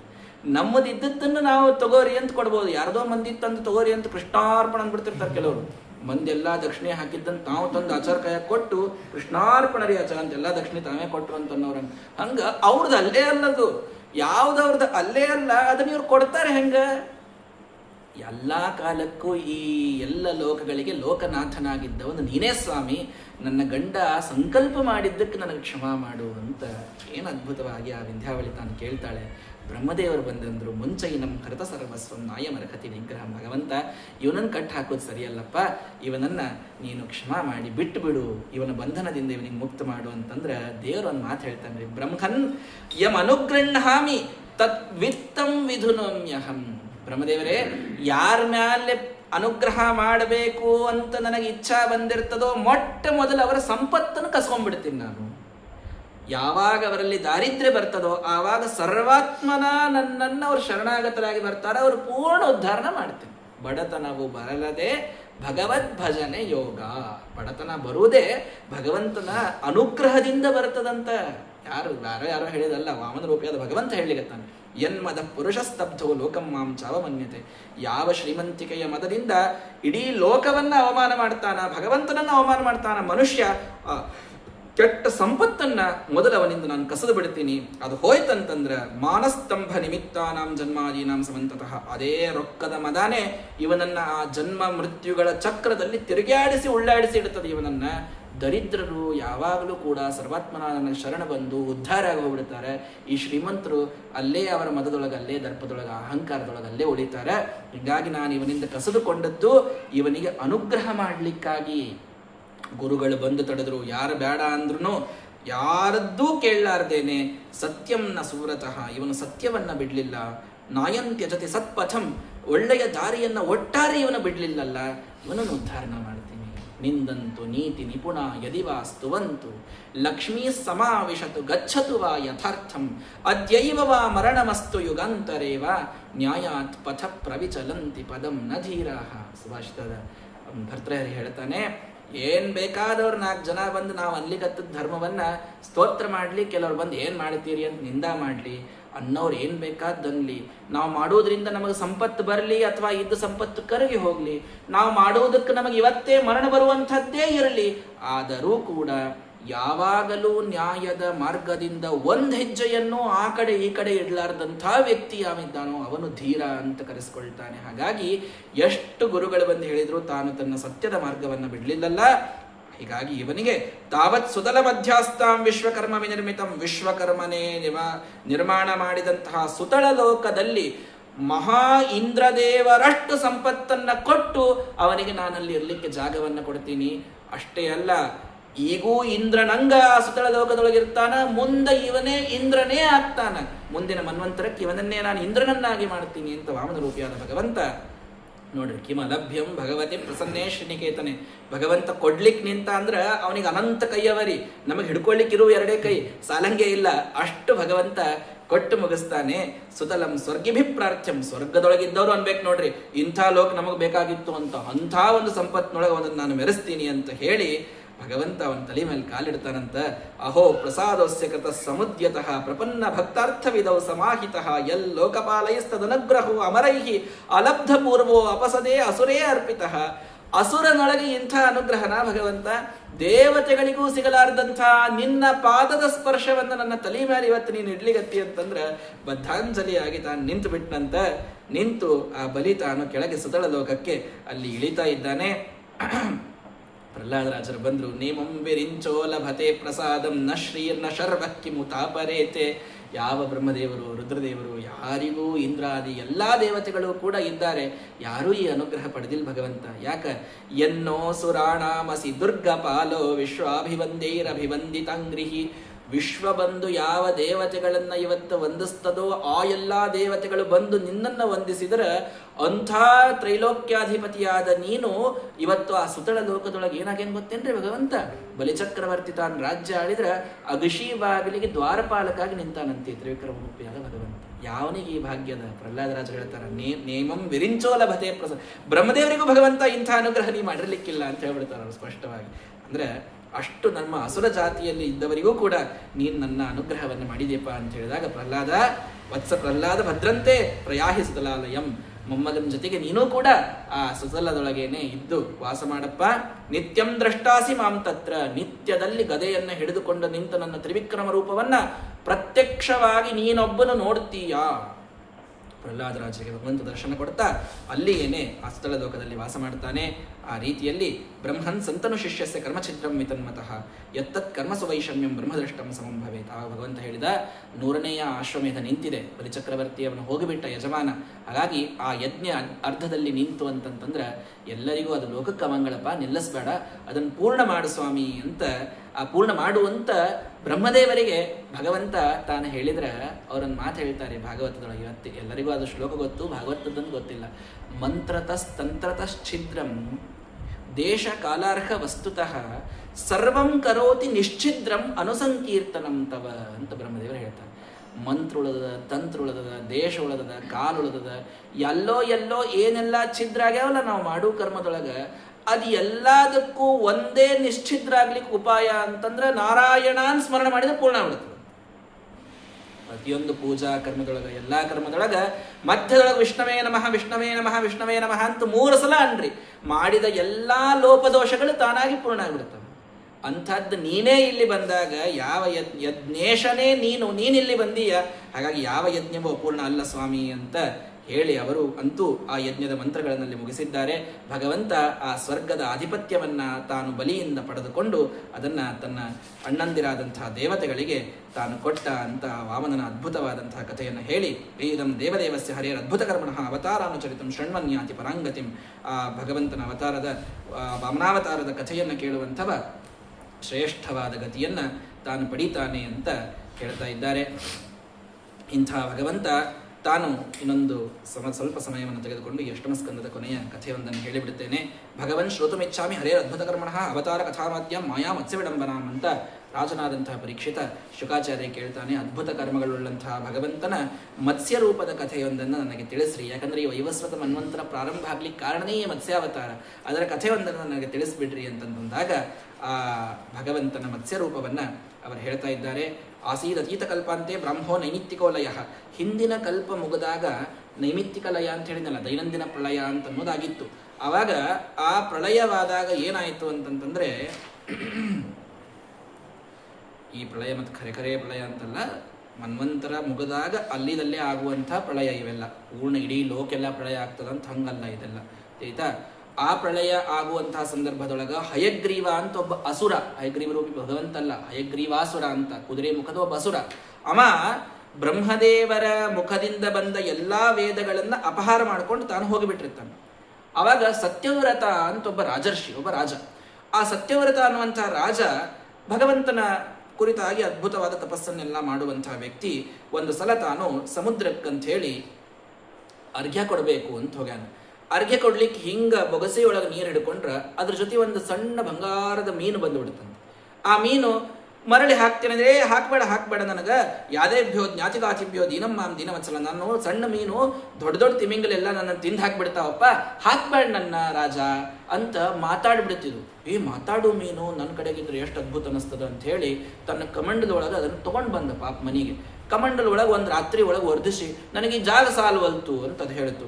ಆಯಿತು, ಕಮಂಡಲ ಬೇಡ ಅಂತ ಹೇಳಿ ಪಾಪ ಅದನ್ನು ತಂದು ಒಂದೇನೋ ದೊಡ್ಡ ಪಾತ್ರೆ ತಂದು ಅದರೊಳಗೆ ಇಟ್ಟ. ಒಂದು ಮುಹೂರ್ತದೊಳಗೆ ಅಲ್ಲೂ ಬೆಳೆದ್ಬಿಡ್ತು. ನಮ ಏತದಲಂ ರಾಜನ್ ಸುಖಂ ವಸ್ತು ಮುದಂಚನಂ, ಏನೇನು ಭಾಂಡಿ ನನಗೆ ಸಾಲ್ವಲ್ತಪ್ಪ, ನನಗೆ ಇನ್ನೊಂಚೂರು ದೊಡ್ಡದು ಬೇಕು ಅಂತಂದ. ರಾಜನ್ ಸರೋವರದೊಳಗೆ ಇದು ಹಾಕ್ರಪ್ಪ ಈ ಮೀನನ್ನ ಅಂತ ಹೋಗಿ ಸರೋವರದೊಳಗೆ ಹಾಕಿದ್ರೆ ಒಂದು ಮುಹೂರ್ತದೊಳಗೆ ಅಲ್ಲೂ ಪೂರ್ಣ ಬೆಳೆದು ನಿಂತು ಬಿಟ್ಟ ಭಗವಂತ. ನದಿ ಒಳಗೆ ಹೋಗಿ ಹಾಕ್ರಿ ಅಂತ ನದಿ ಒಳಗೆ ಹಾಕಿದ್ರು, ಅಲ್ಲೂ ಬೆಳೆದು ನಿಂತ. ಇನ್ನು ಹೋಗಿ ನಿನ್ ಮತ್ತೆ ಸಮುದ್ರಕ್ಕೆ ಹಾಕಬೇಕು ಅಂತಂದಾಗ ನಾ ಹೇಳಿನಲ್ಲ ತಿಮಿಂಗ್ಳು ನಾನು ತಿಂತಾವ, ಅಲ್ಲಿ ಹಾಕ್ಬೇಡ ಅಂತಂತಂದ. ಆವಾಗ ಅಂದ, ತಮಾಹಕೋ ಭವಾನ್ ಅಸ್ಮಾನ್ ಮತ್ಸ್ಯ ರೂಪೇಣ ಮೋಹಯನ್, ಮತ್ಸ್ಯ ರೂಪದಿಂದ ಮೋಹನ ಮಾಡ್ತಾ ಇರುವ ನೀನು ಯಾರು? ನೂನಂ ತ್ವಂ ಭಗವಾನ್ ಸಾಕ್ಷಾತ್ ಹರಿರ್ನಾರಾಯಣೋ ವ್ಯಯ ಅನುಗ್ರಹಾಯ ಭೂತಾನಾಂ ಧತ್ಸೆ ರೂಪಂ ಜಲೋಕಸ. ಸತ್ಯವ್ರತ ರಾಜ ಹೇಳಿದ, ಸಾಕ್ಷಾತ್ ಭಗವಂತ ನಾರಾಯಣ ನನ್ನ ಅನುಗ್ರಹ ಮಾಡಲಿಕ್ಕೆ ನೀನು ಈ ಮೀನಿನ ರೂಪದೊಳಗೆ ಬಂದಿ ಸ್ವಾಮಿ, ನನಗೆ ಮೇಲೆ ನೀನು ಪೂರ್ಣ ಕರುಣೆಯನ್ನು ತೋರಿಸು ಅಂತ ತಾನೇ ಹೇಳಿದಾಗ ಭಗವಂತ ತನ್ನ ನಿಜವಾದ ಅವತಾರವನ್ನು ಶಂಖಚಕ್ರ ಗದಾಧಾರಿಯಾಗಿ ಆ ಮತ್ಸ್ಯಾವತಾರವನ್ನು ಭಗವಂತ ಅಲ್ಲಿ ತೋರಿಸ್ತಾ ಇದ್ದಾನೆ. ಅವನಿಗೆ ಹೇಳ್ತಾನೆ, ಹಯಗ್ರೀವಾಸುರನನ್ನು ಕೊಂದು ಬ್ರಹ್ಮದೇವರಿಗೆ ತಮ್ಮ ವೇದಗಳನ್ನೆಲ್ಲ ಮರಳಿ ಕೊಟ್ಟಂಥದ್ದು. ಮತ್ಸ್ಯಕರೂಪಲಯೋಧ ವಿಹಾರಿನ್ ವೇದ ವಿನೇತ್ರ ಚತುರ್ಮುಖ ವಂದ್ಯ ಅಂತ ಅದಕ್ಕೆ ಭಗವಂತನಿಗೆ ಕರೆಯೋದು. ಹೀಗಾಗಿ ಆ ಭಗವಂತ ಹೇಳ್ತಾನೆ, 7ನೇ ದಿವಸ, ಇವತ್ತಿನಿಂದ 7ನೇ ದಿವಸಕ್ಕೆ ಇಡೀ ಭೂಮಿ ಪ್ರಳಯೋದಕದೊಳಗೆ ಮುಳುಗಿ ಹೋಗುವುದಪ್ಪ. ಅದಕ್ಕೆ ಒಂದು ಕಟ್ಟಿಗೆಯ ಒಂದು ಏನು ಆ ತ್ರಿಲೋಕವನ್ನೇ ಒಂದು ಕಟ್ಟಿಗೆಯ ಒಂದು ನಾವನ್ನು ಮಾಡಿಕೋ, ಹಡಗನ್ನು ಮಾಡಿಕೋ. ಆ ಹಡಗಿನೊಳಗೆ ಮುಂದಿನ ಆ ಮನ್ವಂತರಕ್ಕೆ ಬೇಕಾದಂತಹ ಎಲ್ಲಾ ಬೀಜಗಳನ್ನು ಇಟ್ಕೋ ಅಂತ ಹೇಳ್ತಾನೆ ಭಗವಂತ. ಬೀಜಗಳಿಂದ ಮುಂದೆ ಸೃಷ್ಟಿಯಾಗಬೇಕು, ಗಿಡ ಬೆಳಿಬೇಕು, ಎಲ್ಲಾ ಪ್ರಾಣಿಗಳ ಸೃಷ್ಟಿಯಾಗಬೇಕು. 7 ಋಷಿಗಳನ್ನಿಟ್ಕೋ, ಜ್ಞಾನವನ್ನ ಪಸರಿಸಲಿಕ್ಕೆ ಋಷಿಗಳು ಮುಂದಿನ ಮನ್ವಂತರಕ್ಕೆ ಬೇಕು. ಹೀಗಾಗಿ 7 ಋಷಿಗಳಿಗೇನೂ ಆಗಬಾರ್ದು, ನಿನಗೇನೂ ಆಗಬಾರ್ದು. ಅಂಥ ಬೃಹತ್ತಾದಂಥ ನಾವನ್ನ ನೀನು ಆ ಪ್ರಳಯೋದಕದೊಳಗೆ ನೀನು ತಗೊಂಡ್ಬರ್ತಾ ಇರು. ಅಲ್ಲ ನಾವು ಅದರೊಳಗೆ ಬಿದ್ದು ಮುಳುಗಿ ಹೋಗ್ಬಿಟ್ವಿ ಅಂದ್ರೆ ಹೆಂಗ್ ಮಾಡುದು? ಉಪಸ್ಥಿತಸ್ಯ ಮೇ ಶೃಂಗೇ ನಿಬದ್ನೀಹಿ ಮಹಾಹಿನಾ, ನಾನಲ್ಲಿ ಬರ್ತೀನಿ, ನನ್ನ ಕೋಡಿಗೆ ಆ ನಾವನ್ನ ನೀನು ಕಟ್ಟಿಬಿಡು. ನೀ ಅಂತ ಹೆಂಗ್ ಗೊತ್ತಾಗ್ತಿ ಅಂತಂದ.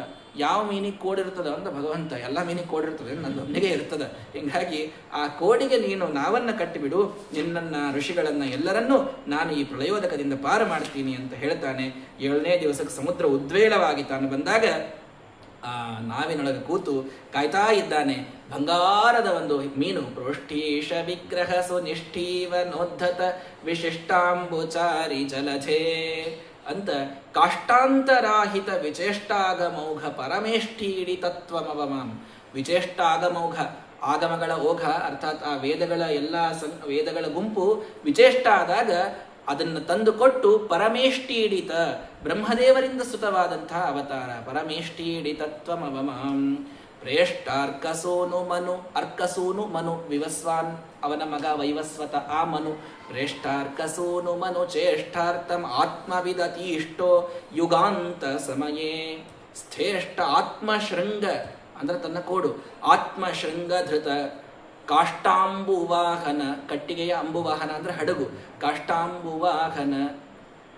ಈ ರೀತಿಯೊಳಗೆ ಅಷ್ಟಾಪದ ಪ್ರಭತನು ಅಂತ ಆ ಭಗವಂತನ ಸ್ತೋತ್ರವನ್ನು ಮಾಡಿದ್ದಾರೆ. ಹಾಗಾಗಿ ಆ ಭಗವಂತನನ್ನ ಮತ್ಸ್ಯ ರೂಪಕ್ಕೆ ತನ್ನ ನಾವನ್ನ ಕಟ್ಟಿ ಆ ವೈವಸ್ವತಮನು ಆ ಸತ್ಯವ್ರತ ಅನ್ನುವಂಥ ರಾಜ ಅಲ್ಲಿಯಿಂದ ತಂದು ತಾನು ಪಾರಾಗಿದ್ದಾನೆ. ಅದೇ ಸತ್ಯವ್ರತನೇ ಮುಂದೆ ವೈವಸ್ವತನಾಗಿ ತಾನು ಹುಟ್ಟಿದ ಸೂರ್ಯನ ಮಗನಾಗಿ ಈ ಮನ್ವಂತರಕ್ಕೆ ಅವನೇ ರಾಜನಾಗಿದ್ದಾನೆ ಅಂತ ಕಥೆಯನ್ನು ನಮಗೆ ಹೇಳ್ತಾ, ಅವತಾರಂ ಹರೇರ್ಯೋ ಯೋ ಅಮುಂ ಕೀರ್ತಯೇದನ್ವಹಂ ನರಃ ಸಂಕಲ್ಪಾಸ್ತಸ್ಯ ಸಿದ್ಧಂತಿ ಪ್ರಯಾತಿ ಪರಮಂ ಗತಿಂ ಅಂತ ಈ ಮತ್ಸ್ಯ ಮತ್ತು ವಾಮನ ರೂಪಿಯಾದ ಭಗವಂತನ ಕಥೆಯನ್ನ ಕೇಳೋದ್ರಿಂದ ಏನಾಗ್ತದೆ? ಸಂಕಲ್ಪಾಸ್ತಸ್ಯ ಸಿದ್ಧಂತಿ, ಮನಸ್ಸಿನೊಳಗೆ ಮಾಡಿದ ಪ್ರತಿಯೊಂದು ಸಂಕಲ್ಪ ಸತ್ಯವಾಗಬೇಕು ಅಂದ್ರೆ ಈ ಮತ್ಸ್ಯ ಮತ್ತು ವಾಮನ ರೂಪಿಯಾದ ಭಗವಂತನ ಕಥೆಗಳನ್ನ ನೀವು ಆಲಿಸಿ ಅಂತ ಶ್ರೇಷ್ಠವಾದ ಗತಿಯನ್ನು ಕೊಡುವಂತಹ ಈ ಒಂದು ವಿಶಿಷ್ಟವಾದ ಕಥೆ ಅಂತ ಹೇಳಿ, ಪ್ರಲಪಯಸಿ ಧಾತು ಸುಪ್ತ ಶಕ್ತೇರ್ ಮುಖ್ಯೇಭ್ಯ ಶ್ರುತಿಗಣಂ ಅಪನೀತಂ ಪ್ರತ್ಯುಪಾದತ್ತ ಹತ್ವ ದಿತಿಜಂ ಅಕಥಯಚ್ಚ ಬ್ರಹ್ಮ ಸತ್ಯವ್ರತಾಯ ತಮಹಂ ಅಖಿಲ ಹೇತುಂ ಜಿಹ್ಮ ಮೀನಂ ನತೋಸ್ಮಿ ಅಂತ ಮತ್ಸ್ಯಾವತಾರದ ಸ್ತೋತ್ರದೊಂದಿಗೆ ಅಷ್ಟಮಸ್ಕಂದವನ್ನ ಅಲ್ಲಿ ಸಮಾಪ್ತಿಗೊಳಿಸ್ತಾ ಇದ್ದಾರೆ. ಇಂತಹ ಶ್ರೇಷ್ಠವಾದ ಅಷ್ಟಮಸ್ಕಂದ ವಾಮನ ಮತ್ತು ಮತ್ಸ್ಯರೂಪಿಯಾದ ಭಗವಂತನ ಕಥೆಯನ್ನು ವಿಶಿಷ್ಟವಾಗಿ ತಿಳಿಸ್ತದೆ. ಇದನ್ನು ಎಷ್ಟು ಕೇಳಿದರೂ ಕಡಿಮೆ, ಎಷ್ಟು ಸಲ ಕೇಳಿದರೂ ಕೂಡ ಆ ವಾಮನೋಪಾಖ್ಯಾನ ಅತ್ಯಂತ ಸುಂದರವಾದಂತು. ಭಗವಂತನ ಪಾದದಿಂದ ಗಂಗೆ ಹರಿದು ಬಂದಂತಹ ಕಥೆ ಕೇಳಿದರೆ ಎಲ್ಲ ಪಾಪಗಳ ನಾಶ. ಶೃಂಗಾರ ಪಾದ ನಖ ತುಂಗಾಗ್ರ ಭಿನ್ನ ಕನಕಾಂಗಾಂಡ ಪಾತಿ ತಟಿನಿ ತುಂಗಾತಿ ಮಂಗಲ ತರಂಗಾಭಿಭೂತ ಭಜಕಾಂಗಾಘ ವಾಮನ ನಮಃ. ಭಜಕರ ಪ್ರತಿಯೊಂದು ಅಂಗದಲ್ಲಿರುವ ಅಘಗಳನ್ನು ಸಂಪೂರ್ಣವಾಗಿ ತನ್ನ ಮಂಗಲ ತರಂಗಗಳಿಂದ ನಾಶ ಮಾಡುವಂಥವಳು ಆ ಗಂಗಾದೇವಿ ವಾಮನ ರೂಪಿಯಾದ ಭಗವಂತನ ಪಾದದಿಂದ. ಅವಳು ಶೃಂಗಾರ ಪಾದ ನಖ, ಆ ಪಾದ ನಖದಿಂದ ಅವಳು ಬಂದದ್ದನ್ನು ನಾವು ಯಾವಾಗಲೂ ಚಿಂತನವನ್ನು ಮಾಡಬೇಕು ಅಂತ ಎಷ್ಟು ನಮಗೆ ಆ ಗಂಗೆಯ ಮಹಾತ್ಮ್ಯವನ್ನು ಆ ಭಾಗವತ, ಪುರಾಣಗಳು, ವೇದಗಳು ಎಲ್ಲ ಮಹಾನುಭಾವರು ಅವಳನ್ನು ತಿಳಿಸಿಕೊಟ್ಟಿದ್ದಾರೆ, ಹಾಡಿ ಹೊಗಳಿದ್ದಾರೆ. ಆ ಗಂಗೆಯ ಬಗ್ಗೆ ಎಷ್ಟು ಹೇಳಿದರೂ ಕಡಿಮೆ. ಮಧ್ಯದೊಳಗೆ ಗಂಗಾಧಾರಿ ಕೆಲವು ಶ್ಲೋಕಗಳನ್ನು ಹೇಳಿ ಇನ್ನೂ ಮುಂದೆ ಹೇಳ್ತೀನಿ. ಅಂತೂ ಆ ಗಂಗೆಯ ಮಹಾತ್ಮ್ಯವನ್ನು ತಿಳಿದು ನಮ್ಮೆಲ್ಲರ ಪಾಪಗಳನ್ನು ಕಳೆದುಕೊಂಡು ಭಗವಂತನನ್ನು ತಿಳಿಯುವ ಪ್ರಯತ್ನವನ್ನು ಎಲ್ಲರೂ ಕೂಡ ಮಾಡೋಣ. ಇದೇ ವೈವಸ್ವತ ಮನ್ವಂತರ.